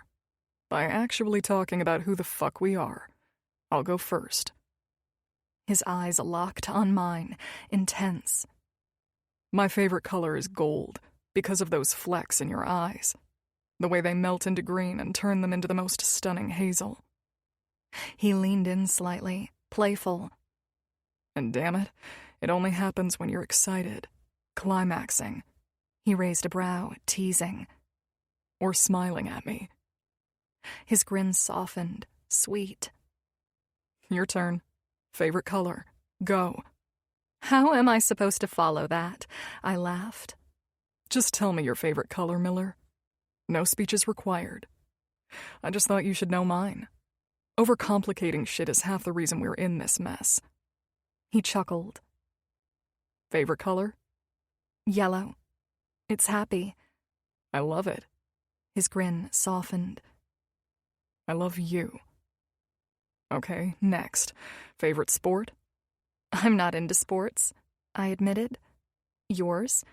Football. Which, apparently, I'll be watching alone once you and I start living our happily ever after. His gaze deepened, pulling me in. Your eyes do something to me, you know? The first time I saw you come, watching your face, those eyes, fuck. I've never wanted anything so bad in my life. And now I get the chance to make you mine for real. So much for cute first date questions. His mouth was on mine before I could breathe, his arms locking me in as he steered me toward the elevators like a man on a mission. The kiss was possessive, all-consuming, and I was seconds from unraveling. If he didn't have me against a wall and inside me the second those doors closed, I was going to come undone right here in the damn elevator. 52. Andy. Breathlessly, between long, possessive kisses, I managed to tell Jace where my room was. Yet somehow we still ended up in a much grander suite. And all I could do was pray this wasn't Sebastian and Darcy's master suite we'd just impulsively kissed our way into.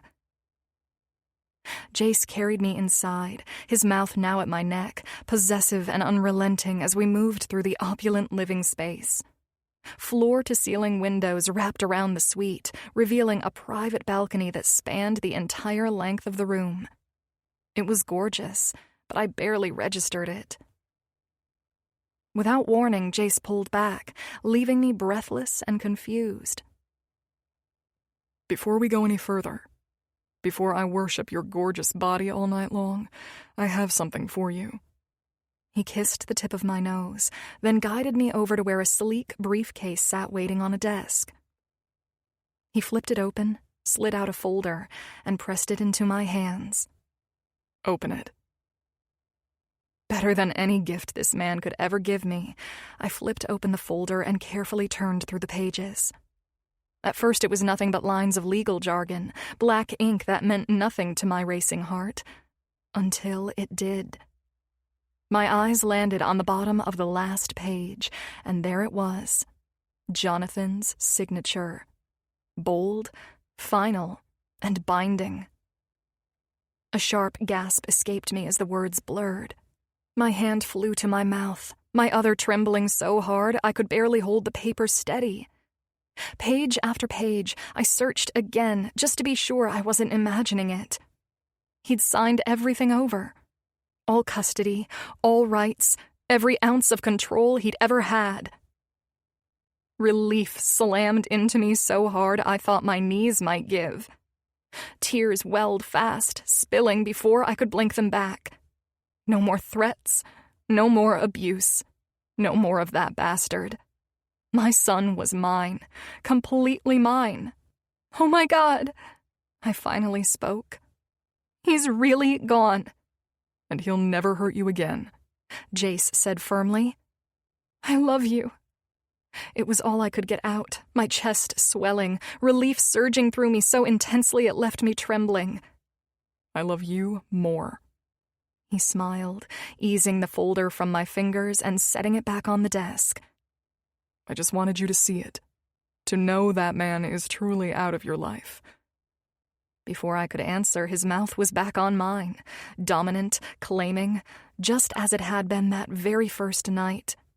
I melted against him, consumed by the fire I'd been starving for. The world narrowed to his lips, his touch, his scent. I didn't even realize how we made it to the bed.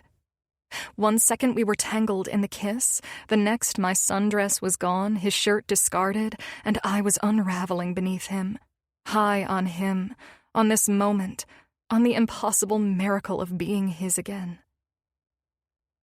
In the middle of knowing exactly where this was headed, because that's how Jace and I had always fucked, he stopped.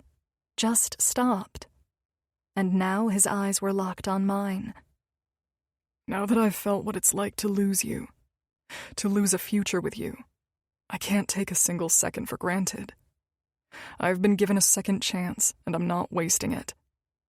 His mouth brushed along my jaw, each kiss making my body burn hotter, ache deeper, until I was trembling with urgency.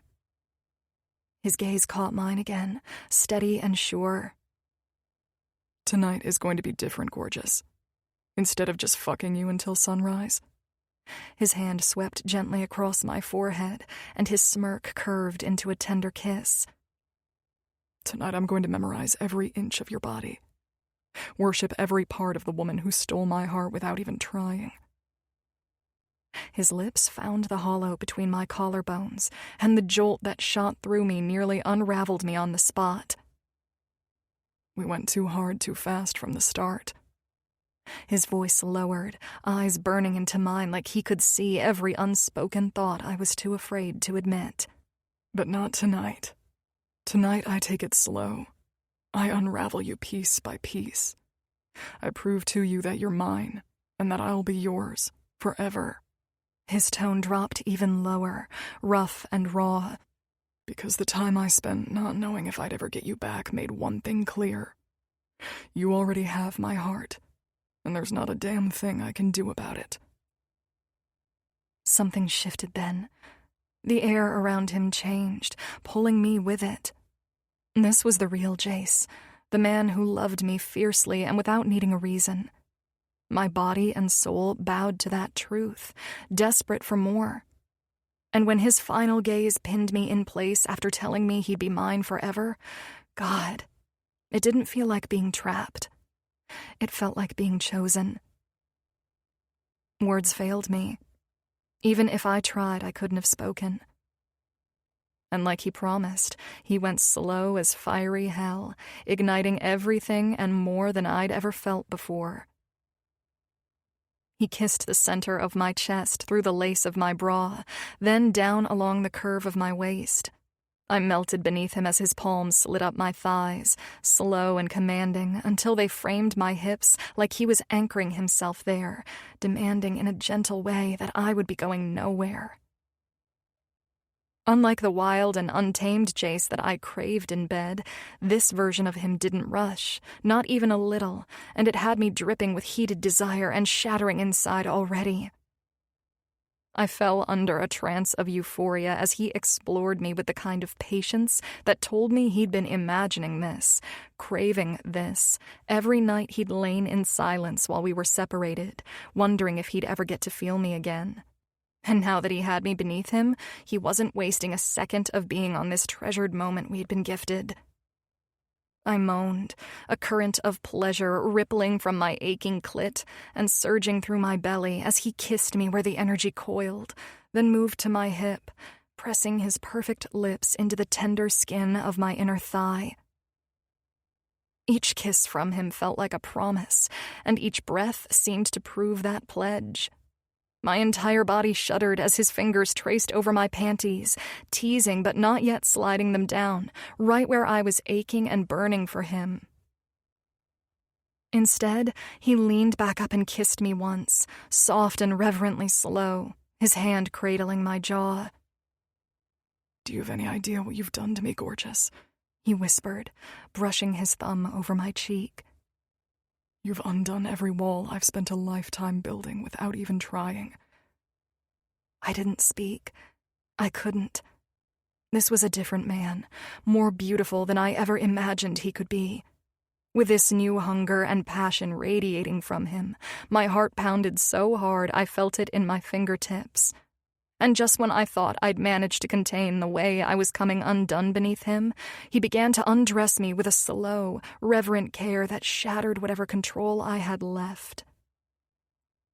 I thought I might explode as he slid my panties down, unhooked my bra, and laid each piece aside.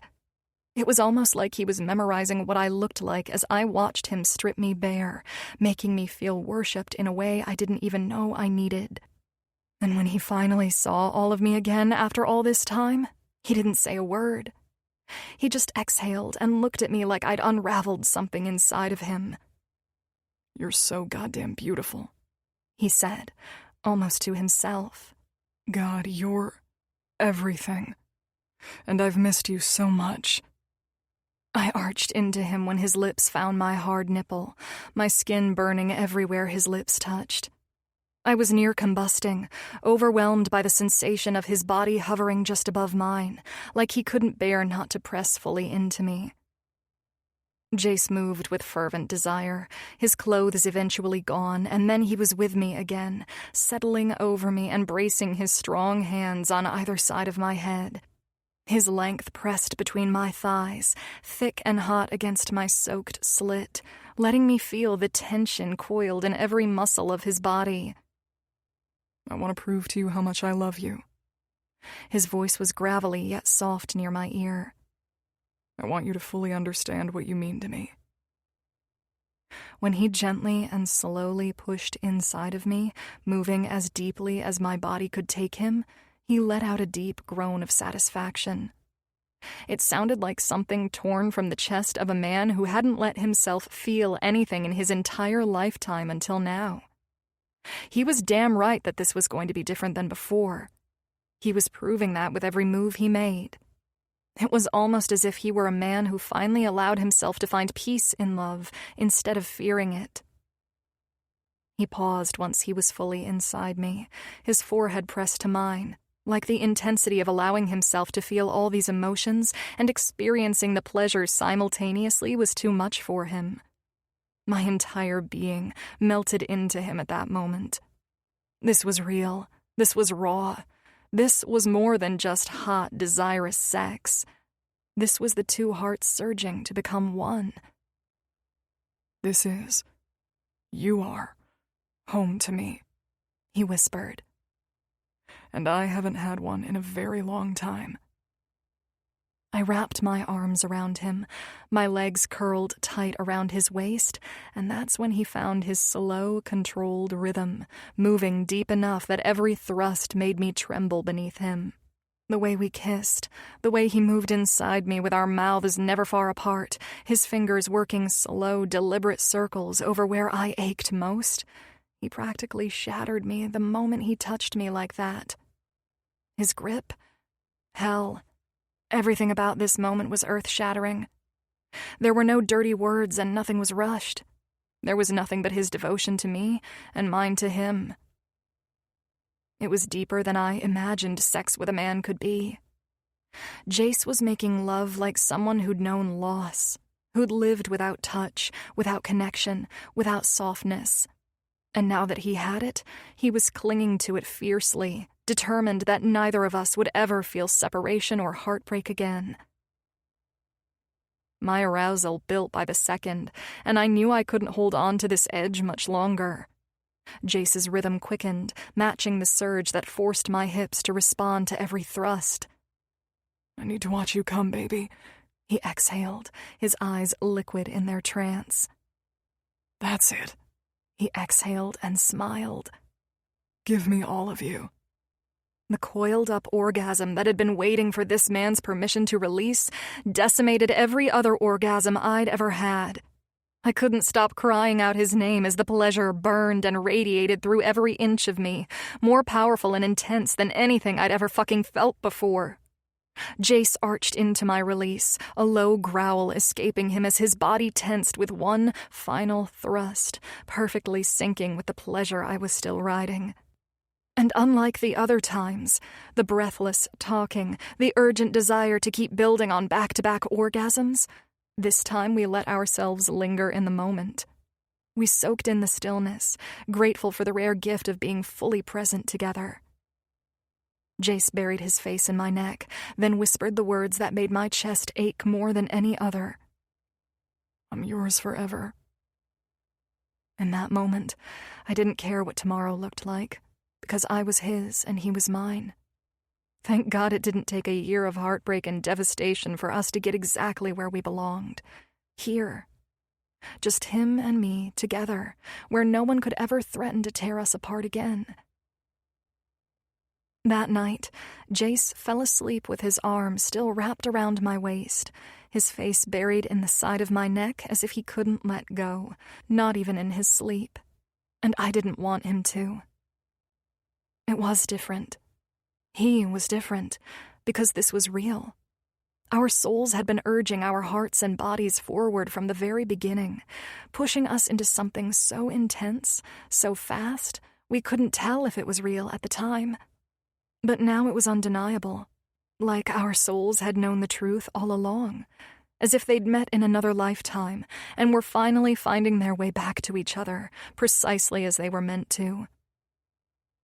I lay there quietly, too happy and fulfilled to sleep, and too intoxicated on this man's sudden devotion to move. The sheets tangled around our legs, my skin still tingling from every place he'd touched. Not just touched, but rediscovered, as if he'd never truly paid attention before. It was like he'd studied me, like he needed to remember how I felt wrapped around him, and the way I sounded when I whispered his name. But now he was still and peaceful. He looked so damn attractive and young like this, like he was softer, but still so deeply him. His jaw, which had been clenched for most of the time since I'd first met him, was finally relaxed. His breathing was slow, steady, and warm against my bare shoulder.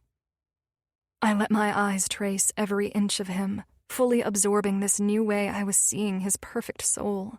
His broad shoulders, the small scar across his chest, and the subtle twitch of his hand, like even in sleep he was ready to protect. He was so damn beautiful, strong, and controlled.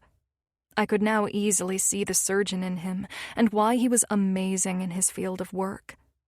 Everything about him screamed power and discipline and intensity, but here with me right now, with nothing between us but breath and skin and trust, he looked like a man who had finally let himself rest. And my heart ached for him, because I didn't know how often he allowed himself to do that, or if he had ever done so until tonight. How often did he get to just be? No surgical scrubs or patients whose lives depended on his skilled mind and steady hands. There was no weight on his shoulders, and no expectations, just him. My fingers drifted over his wrist, lightly tracing the veins beneath his skin. His grip on me tightened instinctively, even in sleep, pulling me closer with a quiet groan as he buried his face a little deeper into my neck. "Still here," I whispered, brushing my lips against his temple. "I'm not going anywhere ever again, baby," I said, curling into him more and kissing his chest.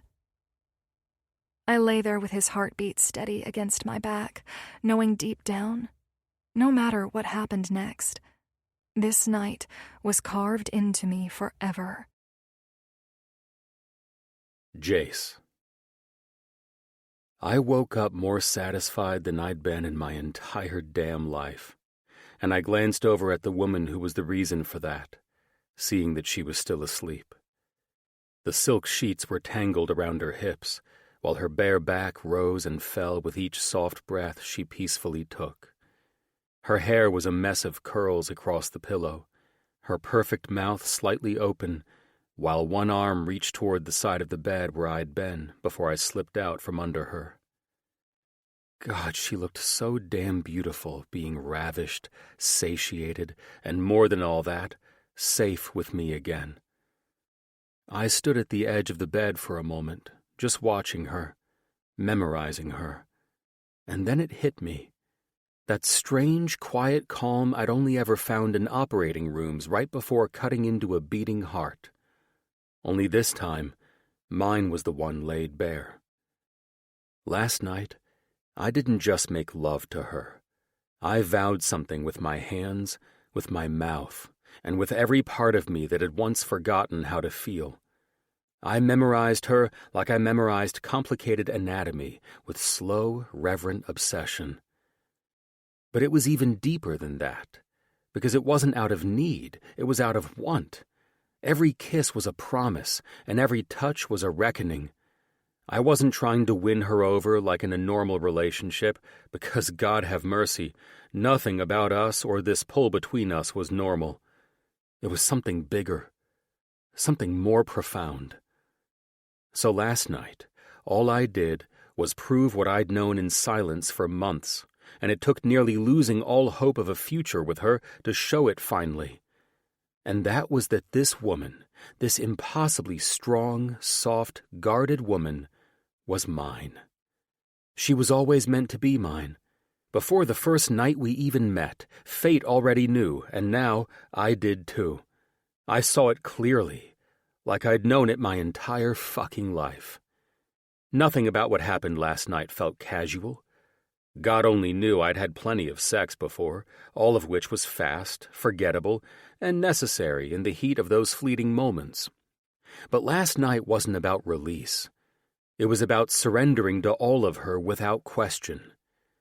The grand suite I'd asked Sebastian to prepare for us opened onto a luxurious, expansive private deck, one of his personal luxuries that most guests never got to see aboard Vanguard. And true to form, my good friend wasted no time in making sure Andy and I could enjoy it exactly as it was meant to be. As much as I wanted to stay here and never leave this moment I was cherishing, I had to check on Duke. Once on deck, I glanced outside, seeing the Adriatic sparkling like molten sapphire, while the sun gently rose over this majestic sea. The yacht's engines were quiet, anchored just off the coast of Havar, while the sunlight spilled across the polished teak deck. I inhaled deeply, letting the warm, salty air fill my lungs as a light breeze greeted me the moment I stepped outside, coffee in hand, already scanning the deck for where the rascal was likely bossing the dog-sitter around. I nodded at the steward as he stepped out of a private passageway onto the deck where I was having a quick cup of coffee, and watched as he went about setting things in place to prepare for Sebastian and Darcy's guests.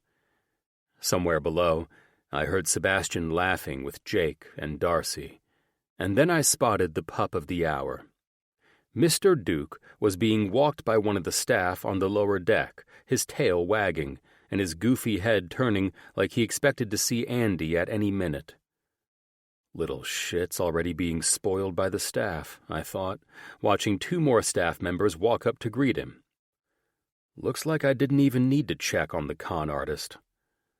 I looked up and spotted the Hawk brothers on the deck where the helipad was. I decided to give Andy a few more minutes of sound sleep and joined the men, since it had been a minute since I'd seen Titus's younger brothers, Colton and Wyatt. When I stepped out onto the helipad deck, I smirked as I saw Titus leaning against the rail in a gray linen button-down, holding court with his usual cool dominance. His next youngest brother, Colton, had a leather-bound portfolio open on a teak table, while Wyatt, the youngest of the three Spanish Casanovas, was sipping his espresso and wearing aviators as if he were ready for a Black Ops mission. Catching a bit of the conversation as I approached, and hearing the word Amalfi, I knew what it was about. The three brothers, who worked more than they slept and loved their women whenever they could spare the time, were discussing the launch of their new resort on the famous Italian coast.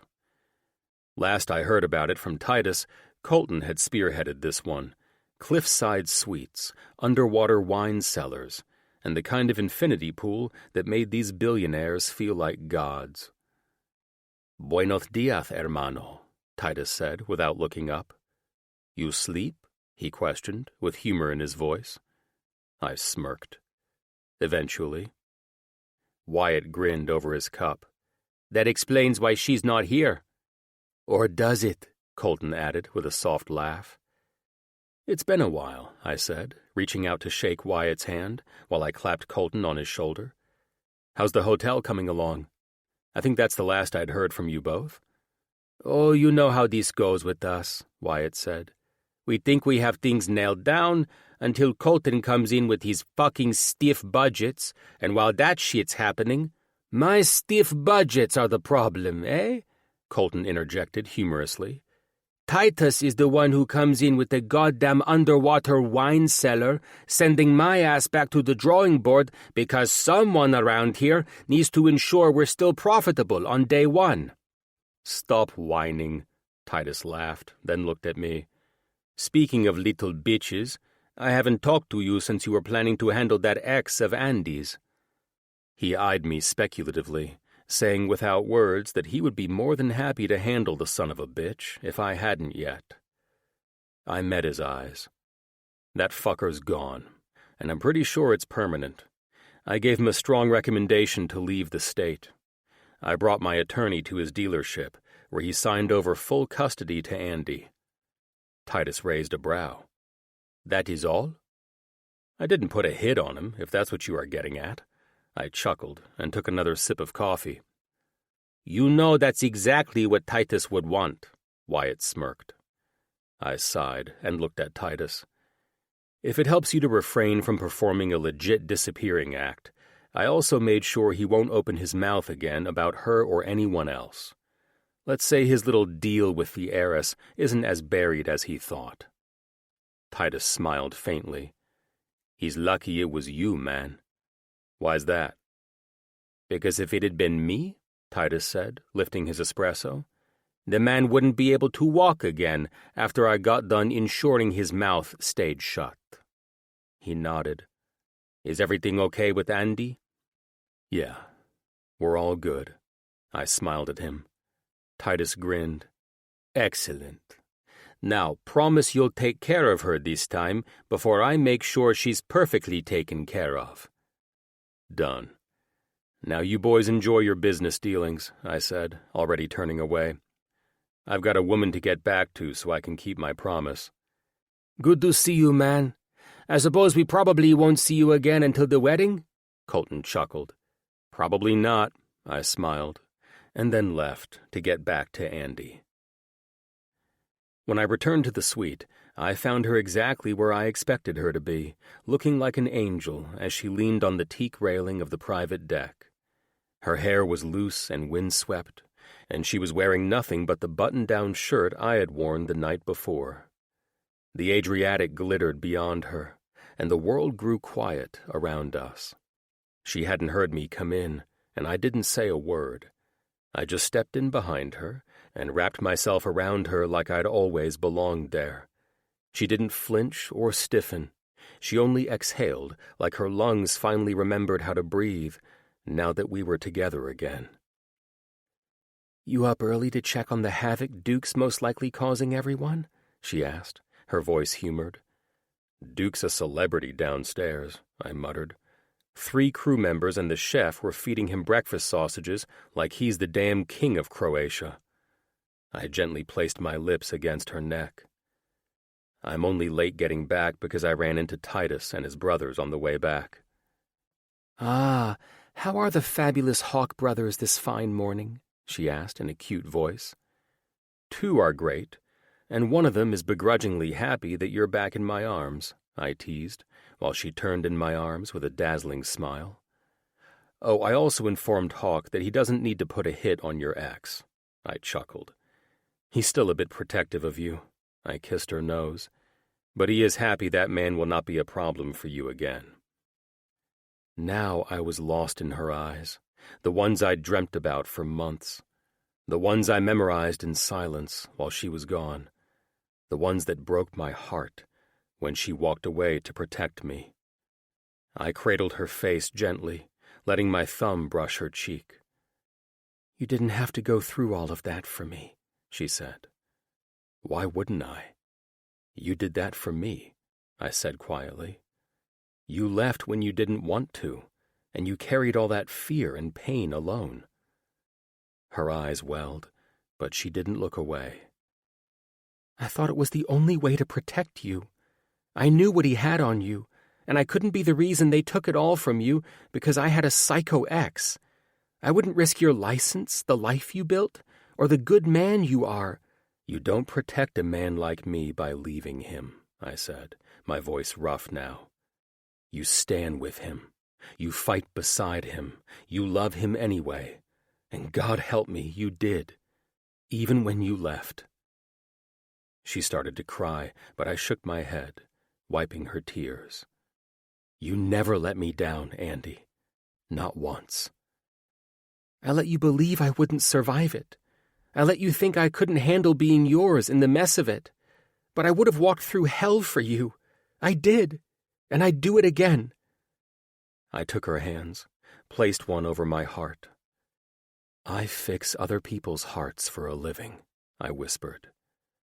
But you're the only one who's ever managed to fix mine. She laughed through a sob, and I kissed her, slow and deep, like I had all the time in the world, because I did. Because from now on, we did.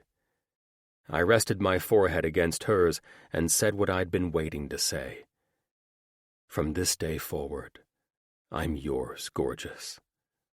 My thumb brushed her cheek. I'll protect your heart like I protect lives in my hands. I kissed her, slow, certain. I'll love Brandon like he's mine, and I'll never walk away. Never let you do it again either. Chase, she whispered, trembling. You're the love of my life, Andy Miller, and I will spend the rest of mine proving that every single day. I kissed her forehead. Everything changes now, just like I told you last night when I brought your cute ass into this room and proved it to you.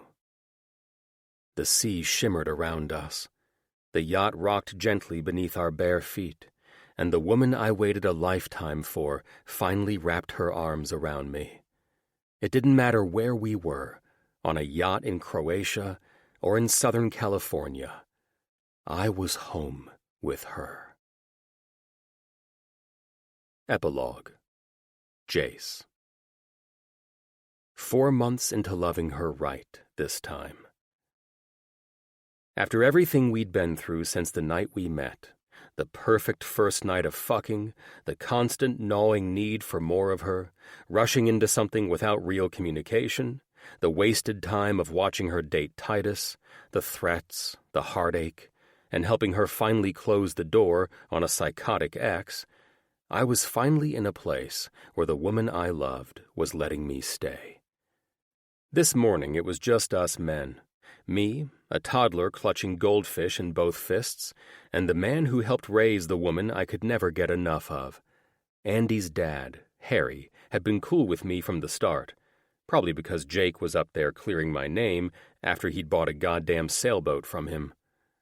Even though we hit it off the first time Andy introduced me to her dad, and I'd seen him and his wife, Marcia, a few times during drop-offs and pickups with Brandon, we'd never really had the chance to get to know each other well. But today I planned to change all that. Today was going to be the first time he and I would spend quality time together, just the two of us. Well, 3 of us, actually, out on my sailboat, gliding across the Pacific like it was made for this exact moment. I had Brandon tucked into the seat beside me, and I smiled down at him, holding onto the wheel like it might fly him to the damn moon. He still wasn't talking in complete sentences yet, just a mix of clear words and a whole symphony of baby babble. But this always happy boy didn't need words to show me how excited he was. My cute little buddy wrapped one chubby hand around my thumb the second Andy passed him off, and hadn't let go since. Harry leaned back in the passenger seat with a half smile, watching me juggle a toddler, the tiller, and a bottle of juice like it was any other day, sailing up Southern California's coastline. "You're sweating," he said, grinning behind aviators. "That little man got you working." "Feels a little like I'm being hazed," I muttered, catching the bottle mid-spill. "Welcome to the club, kid," he said with a soft laugh. "He reminds me a lot of Andy." He gave Brandon a playful smile. "She was the same way with me. Wild, stubborn, full of questions, and 10 steps ahead of the world by the time she was 5. Most of all, she was always happy and in love with the life God blessed her with." I grinned. "Did she get that from you?" "Hell no. That's all her mother. The no bullshit and sarcasm is what she gets from me," he exhaled. "It's good to see all of that coming back in her after all this time. That asshole hurt her in so many ways, even long before the stunt he pulled when you came around." I felt the fire of rage burn in me again, and was fucking grateful that bastard was out of her life. "Last I heard from my friend Titus, that prick was living in Vegas, dealing cards in a rundown casino off the Strip," I said, trying to refrain from sounding pissed off at the thought of the fucker. "He won't ever be a problem for her or this boy again." "You're a good man for watching out for her like that," he said, his expression solemn, and I could see the pain the dick caused even her own parents with his treatment of their daughter. "Marcia and I are indebted to you for what you did." "No need to be indebted, sir," I said with a smile. "It was the least I could do after the idiot threatened her because I started dating her." Well, her mother and I both have noticed that she's been lighter lately, ever since you. I smiled in response, relief washing over me, knowing that this man's opinion of me honestly could make or break me at the moment. I'd held hearts in my hands on operating tables, but nothing made me sweat like hoping I'd pass this test with the people Andy loved the most. Brandon cut the tension that was building when he squealed and pointed out to a seagull, letting out a string of excited sounds. I smiled and gave his tiny belly a quick tickle. "He's good with you," Harry said after a pause. "That doesn't happen often." "He's a good kid," I said quietly. "I'm very fortunate that he's taken to me so easily." I grinned. "I guess I'm lucky that you and Marcia seem to feel the same with me as well." He chuckled. "You earned that shit, kid. After what you did to help our baby, the fact that you were there for her when you didn't have to be, there's something to be said about a man who helps save a woman, even when she's hurting him." "It means a lot that you feel that way, and I'm grateful to you for saying that," I said with sincerity. We sailed for nearly another hour, talking about work and boats and life, watching the sun rise higher over the waves that stretched smooth and steady. By the time we returned to the marina, Brandon was napping against my chest, like he and I had been sailing together since the day he was born. I loved everything about the path I'd chosen in life, and I would fight with everything I had to keep it. I would have loved to stay out on the boat longer, but tonight was the dinner Andy and I had planned, our chance to host both of our parents, let them meet, and give them a small taste of the life we were so excited to share. Andy, Brandon, and her parents arrived early, while my parents showed up late, but thank God they were all smiles. I stood at my outdoor kitchen, grilling steaks and split lobster with a beer in hand, feeling like a goddamn chief family man and watching everyone with quiet amusement. Andy's mom and mine were seated just inside, chatting while Brandon played at their feet with his toys, entertaining them through the open doors that overlooked the patio. Out here with the men, Dad and Harry had found some common ground talking about selling yachts, laughing over their cognacs. It was everything I'd hoped for in this family gathering, and something I knew damn well my parents weren't exactly used to. As lovely as it was, there was nothing that could match how perfect and beautiful Andy looked as she stood at the kitchen island, cutting up vegetables with an angelic smile, barefoot and glowing. Damn, she was the best thing I could have ever asked to come into my life, and if my heart swelled with any more love and gratitude for the woman, it felt like it would burst.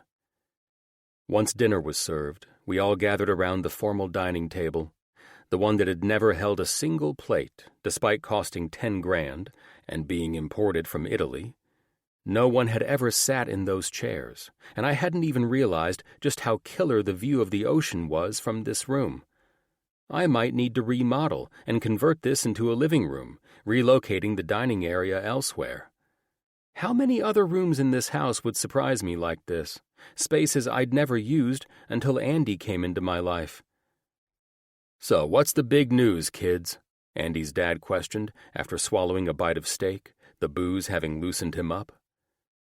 "I think everyone here by now knows that Andy and I aren't just casually dating anymore," I said, eyeing everyone's smiles. "And so, I was grateful when she took me up on my impassioned plea for her and Brandon to move in with me." "This is definitely news," my mother said first. "And what are you going to do with your place?" Andy's dad answered, being the typical concerned dad. "I'm probably just going to rent it out and let the renters pay it off for me," Andy answered with a smile. "And are we looking at wedding bells in the future?" Andy's mom asked, addressing her daughter with a warm smile. "We're not that far down the road," Andy chuckled, her bashful eyes glancing to my adoring ones, then back to her mom. "One step at a time." "Although marriage would be the optimum choice," I interjected. "Andy and I learned some lessons the hard way by rushing into things. We don't want to make that mistake again." "Well, if it means anything," my dad said, in a tone I didn't recognize, "I'm proud of you, son." And your mother and I look forward to enjoying more dinner dates with you all." My dad's words meant more to me than I could ever verbalize. It wasn't just the surprising part that he said it at all, but how he said it. The old man never seemed entirely genuine when he told me he was proud of me, not even during medical school or with my career as a doctor. But this felt real. And the fact that he was proud of me for something as simple yet monumental as the woman I chose to build a life with, and the decision we'd made just a week ago to start that life by moving in together, that shit was gold to me.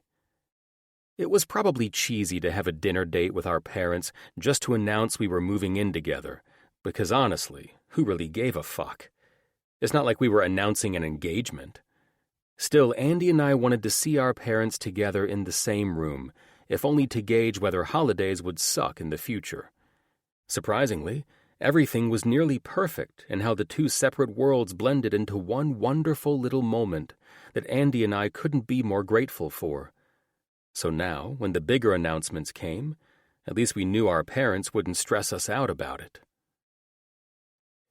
We spent the rest of the night chatting, our parents getting to know each other better, and everyone enjoying each other's company, but I was secretly relieved when everyone went home and the house was finally quiet. Brandon was asleep upstairs in the crib I'd had set up for him after Andy and I got back from Sebastian and Darcy's wedding. The dishes were done, and the lights were low. Everything was perfect, and my happiness was utterly indescribable. Once the house was locked up for the night, I jogged up the stairs to our room, eager to take my woman in my arms and show her how much I'd missed her today.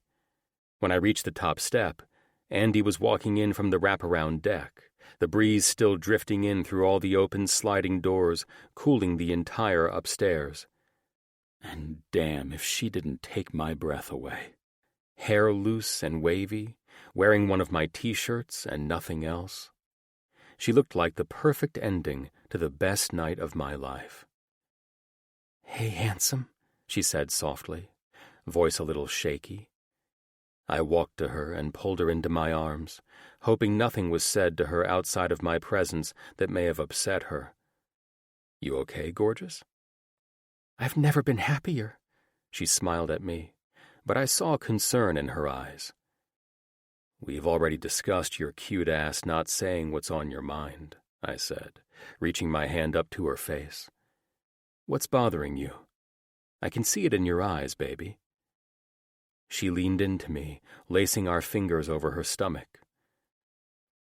"Well, I'm pregnant," she said, in a tone that was equal parts excited and worried. "Holy shit," I answered in complete shock. "Pregnant? As in 4 months pregnant," she said, smiling, but she still had that damned worried look on her face. "4 months?" I repeated, grinning. "Are you telling me Sebastian and Darcy's wedding is the reason for this?" I laughed, feeling more happiness in that moment than I ever had before. She laughed, and tears filled her eyes as she nodded. "Yes, it had to be during that time." "When did you find out?" I asked, doing the math in my head. "I mean, how are you 4 months along and just now telling me?" "I just found out too," she said, before continuing as if she was explaining herself.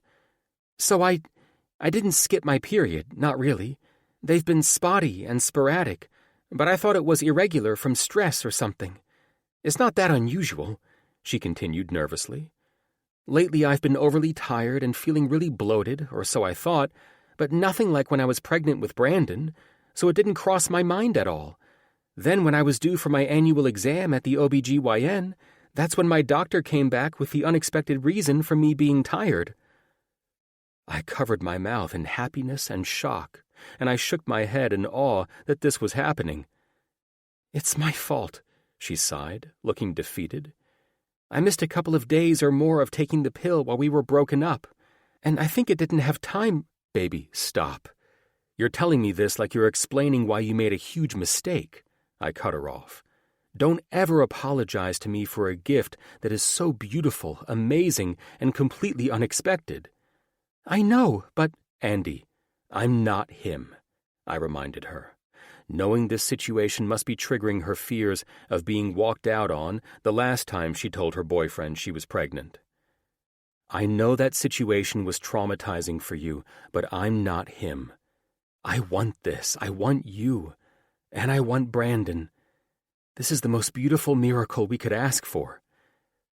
I pulled her tightly into my arms when she buried her tears into her hands, and I just kissed the top of her head and held her. After a few moments, I turned her gently in my arms. This is our life now. I swear to God, since you and Brandon have been in my life, I've never felt more complete. I never asked for any of this because I never knew I needed it. I smiled into her glassy eyes. Yet here I am, the happiest motherfucker on the planet, and I just leveled up with this amazing news. You're a gift to me. And now, I placed my hand over her stomach. You're giving me another gift. I exhaled. You know, I wanted to do this differently, but the plan I had, no matter how beautifully romantic I'd planned, wouldn't compare to how you and I seemed to just work so effortlessly and perfectly. Jace, you don't have to. I want to. More than anything in this world, gorgeous, I said, taking her left hand and kissing her ring finger. Marry me, Andy. That is all that's left to complete this whirlwind of a perfect romance and life. She shook her head, crying and smiling. No, I said with a laugh. Yes, she answered through tears. Yes, you make me so happy, baby. I swear if someone had told me before I met you that this would be my life now, I would have never believed them. Those days are over now, beautiful, I said. You're mine now. I smiled and ran my hand over her stomach again. This beautiful baby growing inside of you is mine, and that handsome baby boy was born so he could be mine too. I reached for her face, kissed her perfect lips, and smiled.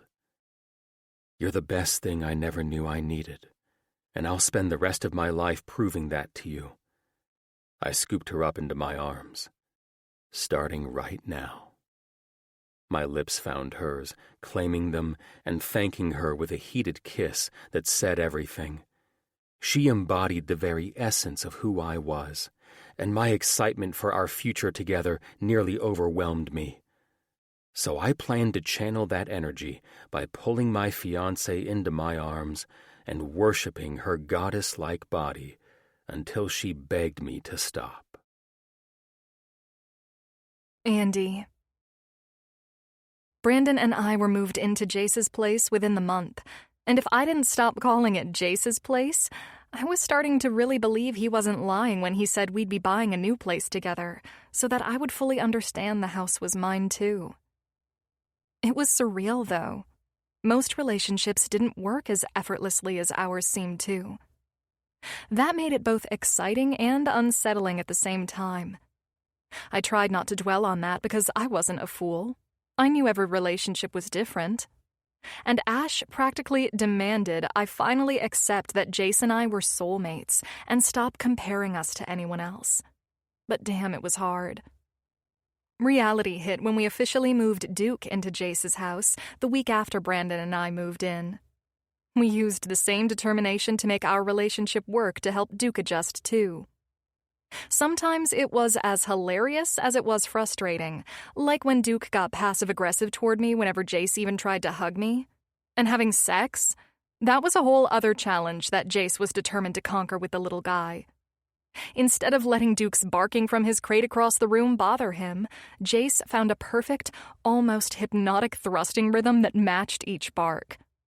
However, it was all becoming too obnoxious, so I wasn't surprised when Jace told me he'd found a guy like Caesar Milan to help all of us get to the bottom of Duke's issues, and maybe the problems between us that were fueling Duke's possessiveness over women and their men. About an hour after Brandon fell asleep, Jace joined me on the lounge chairs to watch the last of the sunset. This is the guy. I took his phone and studied the website he'd been looking at for the past hour when I thought he'd been reading a medical article. Okay, I said, as I stared at the website on his phone. It seems this guy might have the extra magic we need, he said with humor. The background was a looping video of waves crashing against a lavender coastline, except the water ran in slow motion and reversed every few seconds, as if time itself obeyed this man. My eyes scanned the website, reading about the man that Jace had discovered might help with Duke's dominance issues. Canine Behavioral Harmonizer. Because your dog isn't disobedient, he's misunderstood.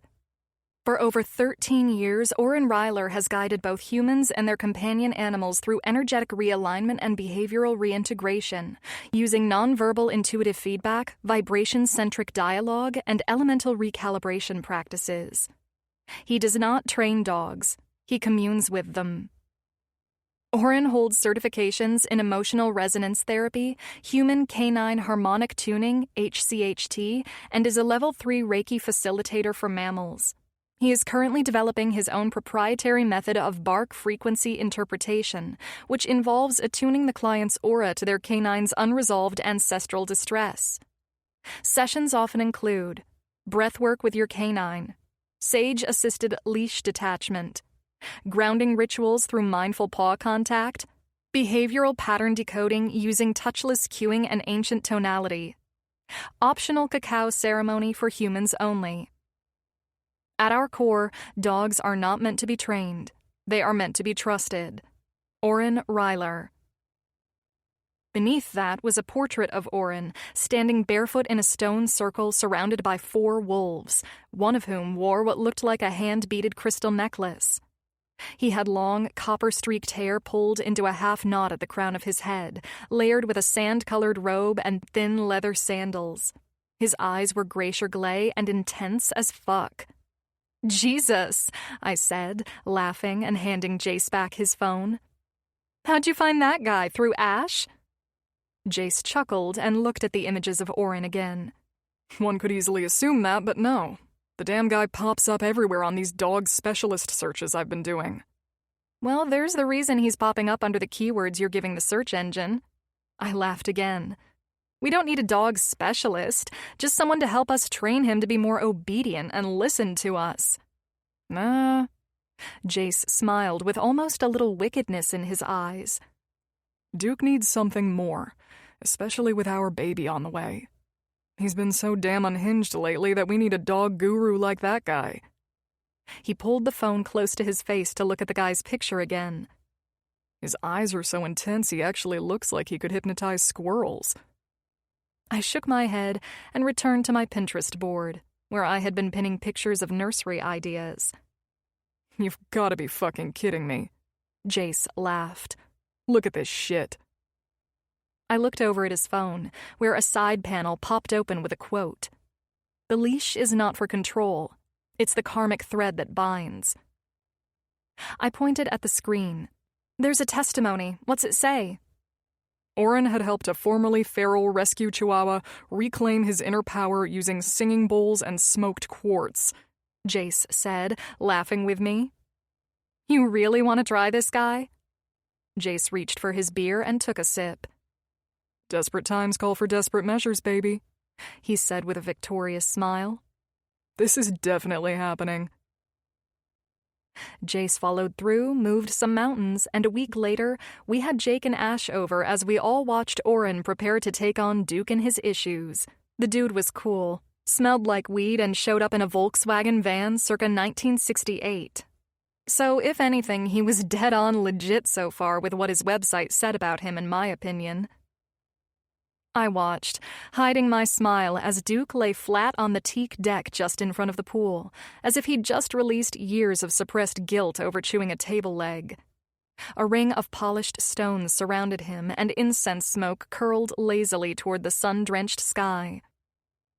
Ash and Jake had just arrived, and after a few exchanged amused glances, we turned our attention back to Oren kneeling before my dog, like Duke was the Dalai Lama in disguise. "Is it just me?" Jake said slowly. "Or does it smell like patchouli and sandalwood and possibly a cult?" "Shh," Ash said, the only one who seemed to be intrigued, which, of course, almost made me lose it. Oren Reiler lifted his head from his silent communion and whispered to Duke, You no longer need to carry the tension of your humans. Your bark is no longer your burden. Duke sneezed, and Jace and Jake both snorted at the same time. I had no idea at this point who was going to lose their shit first. That sneeze was a release, Oren murmured. Old karma. Maybe a past life. Shit, Jace whispered to Jake. Could you imagine the fucking past life of a dog? No? Jake tried to hold a serious expression. I can't even imagine anyone speaking like this to a dog, much less bringing up their past lives. Jace chuckled and leaned in toward Jake. He saged Duke's bed and asked the ocean for permission to enter his canine energy field. That was the kelp moon blessing, Ash corrected. It's on his website. Baby, it concerns me sometimes that you know this shit, Jake said, sipping his coffee and intently focused on Oren and Duke. I closed my eyes, forcing myself not to explode into laughter at this situation. Oh, I read more on the website earlier, Jace muttered. He doesn't train dogs, he aligns them with cosmic vibration. So do we Venmo him or sacrifice a goat? Jake asked, crossing his arms while studying the psychedelic scene before us. I crouched down slowly, watching Duke, who was now flat on his back, paws splayed out like he'd just received Reiki from one of the gods. Is he okay? I questioned Oren. Better than okay, Oren said without turning. He's rebalancing, processing. This is a full-body energetic surrender. It's beautiful. Ash whispered, He's giving the dog a chakra detox. Oh, God, Jake said. And Duke's loving it, apparently, I added with a laugh. He hasn't relaxed like this in months. Nor have I, Jace added. Which is why we're doing this. Oren finally rose from his kneeling position, the long folds of his robe floating around him like he was weightless. He faced us all, palms up in greeting. The trauma is leaving him, Oren said softly. He no longer feels your fear with him. Jace's mouth opened. My what? Huh? Your fear. It bleeds into your scent, Oren said gently. You carry it behind your sternum.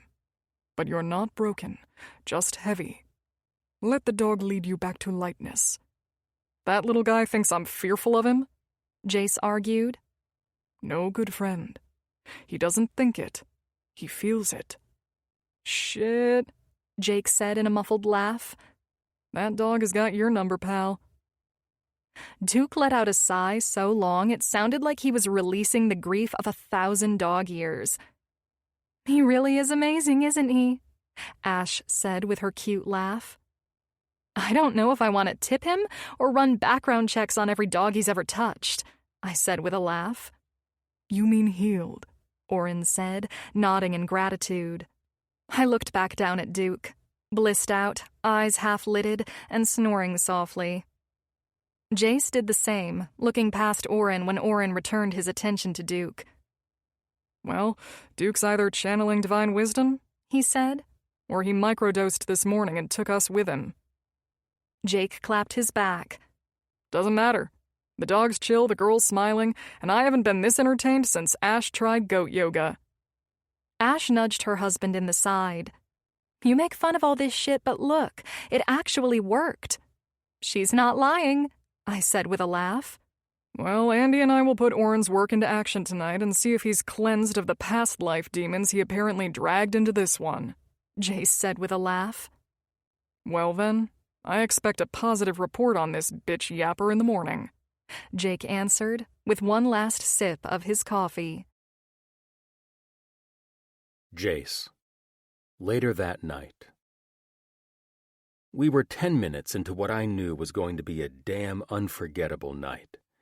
Andy was beneath me, hair fanned across the pillow, with her breath catching in these soft, addictive little whimpers.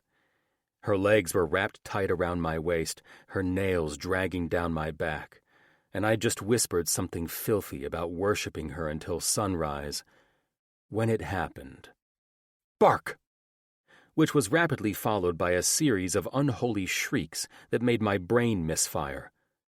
"What the—" I stilled. "Is that Duke?"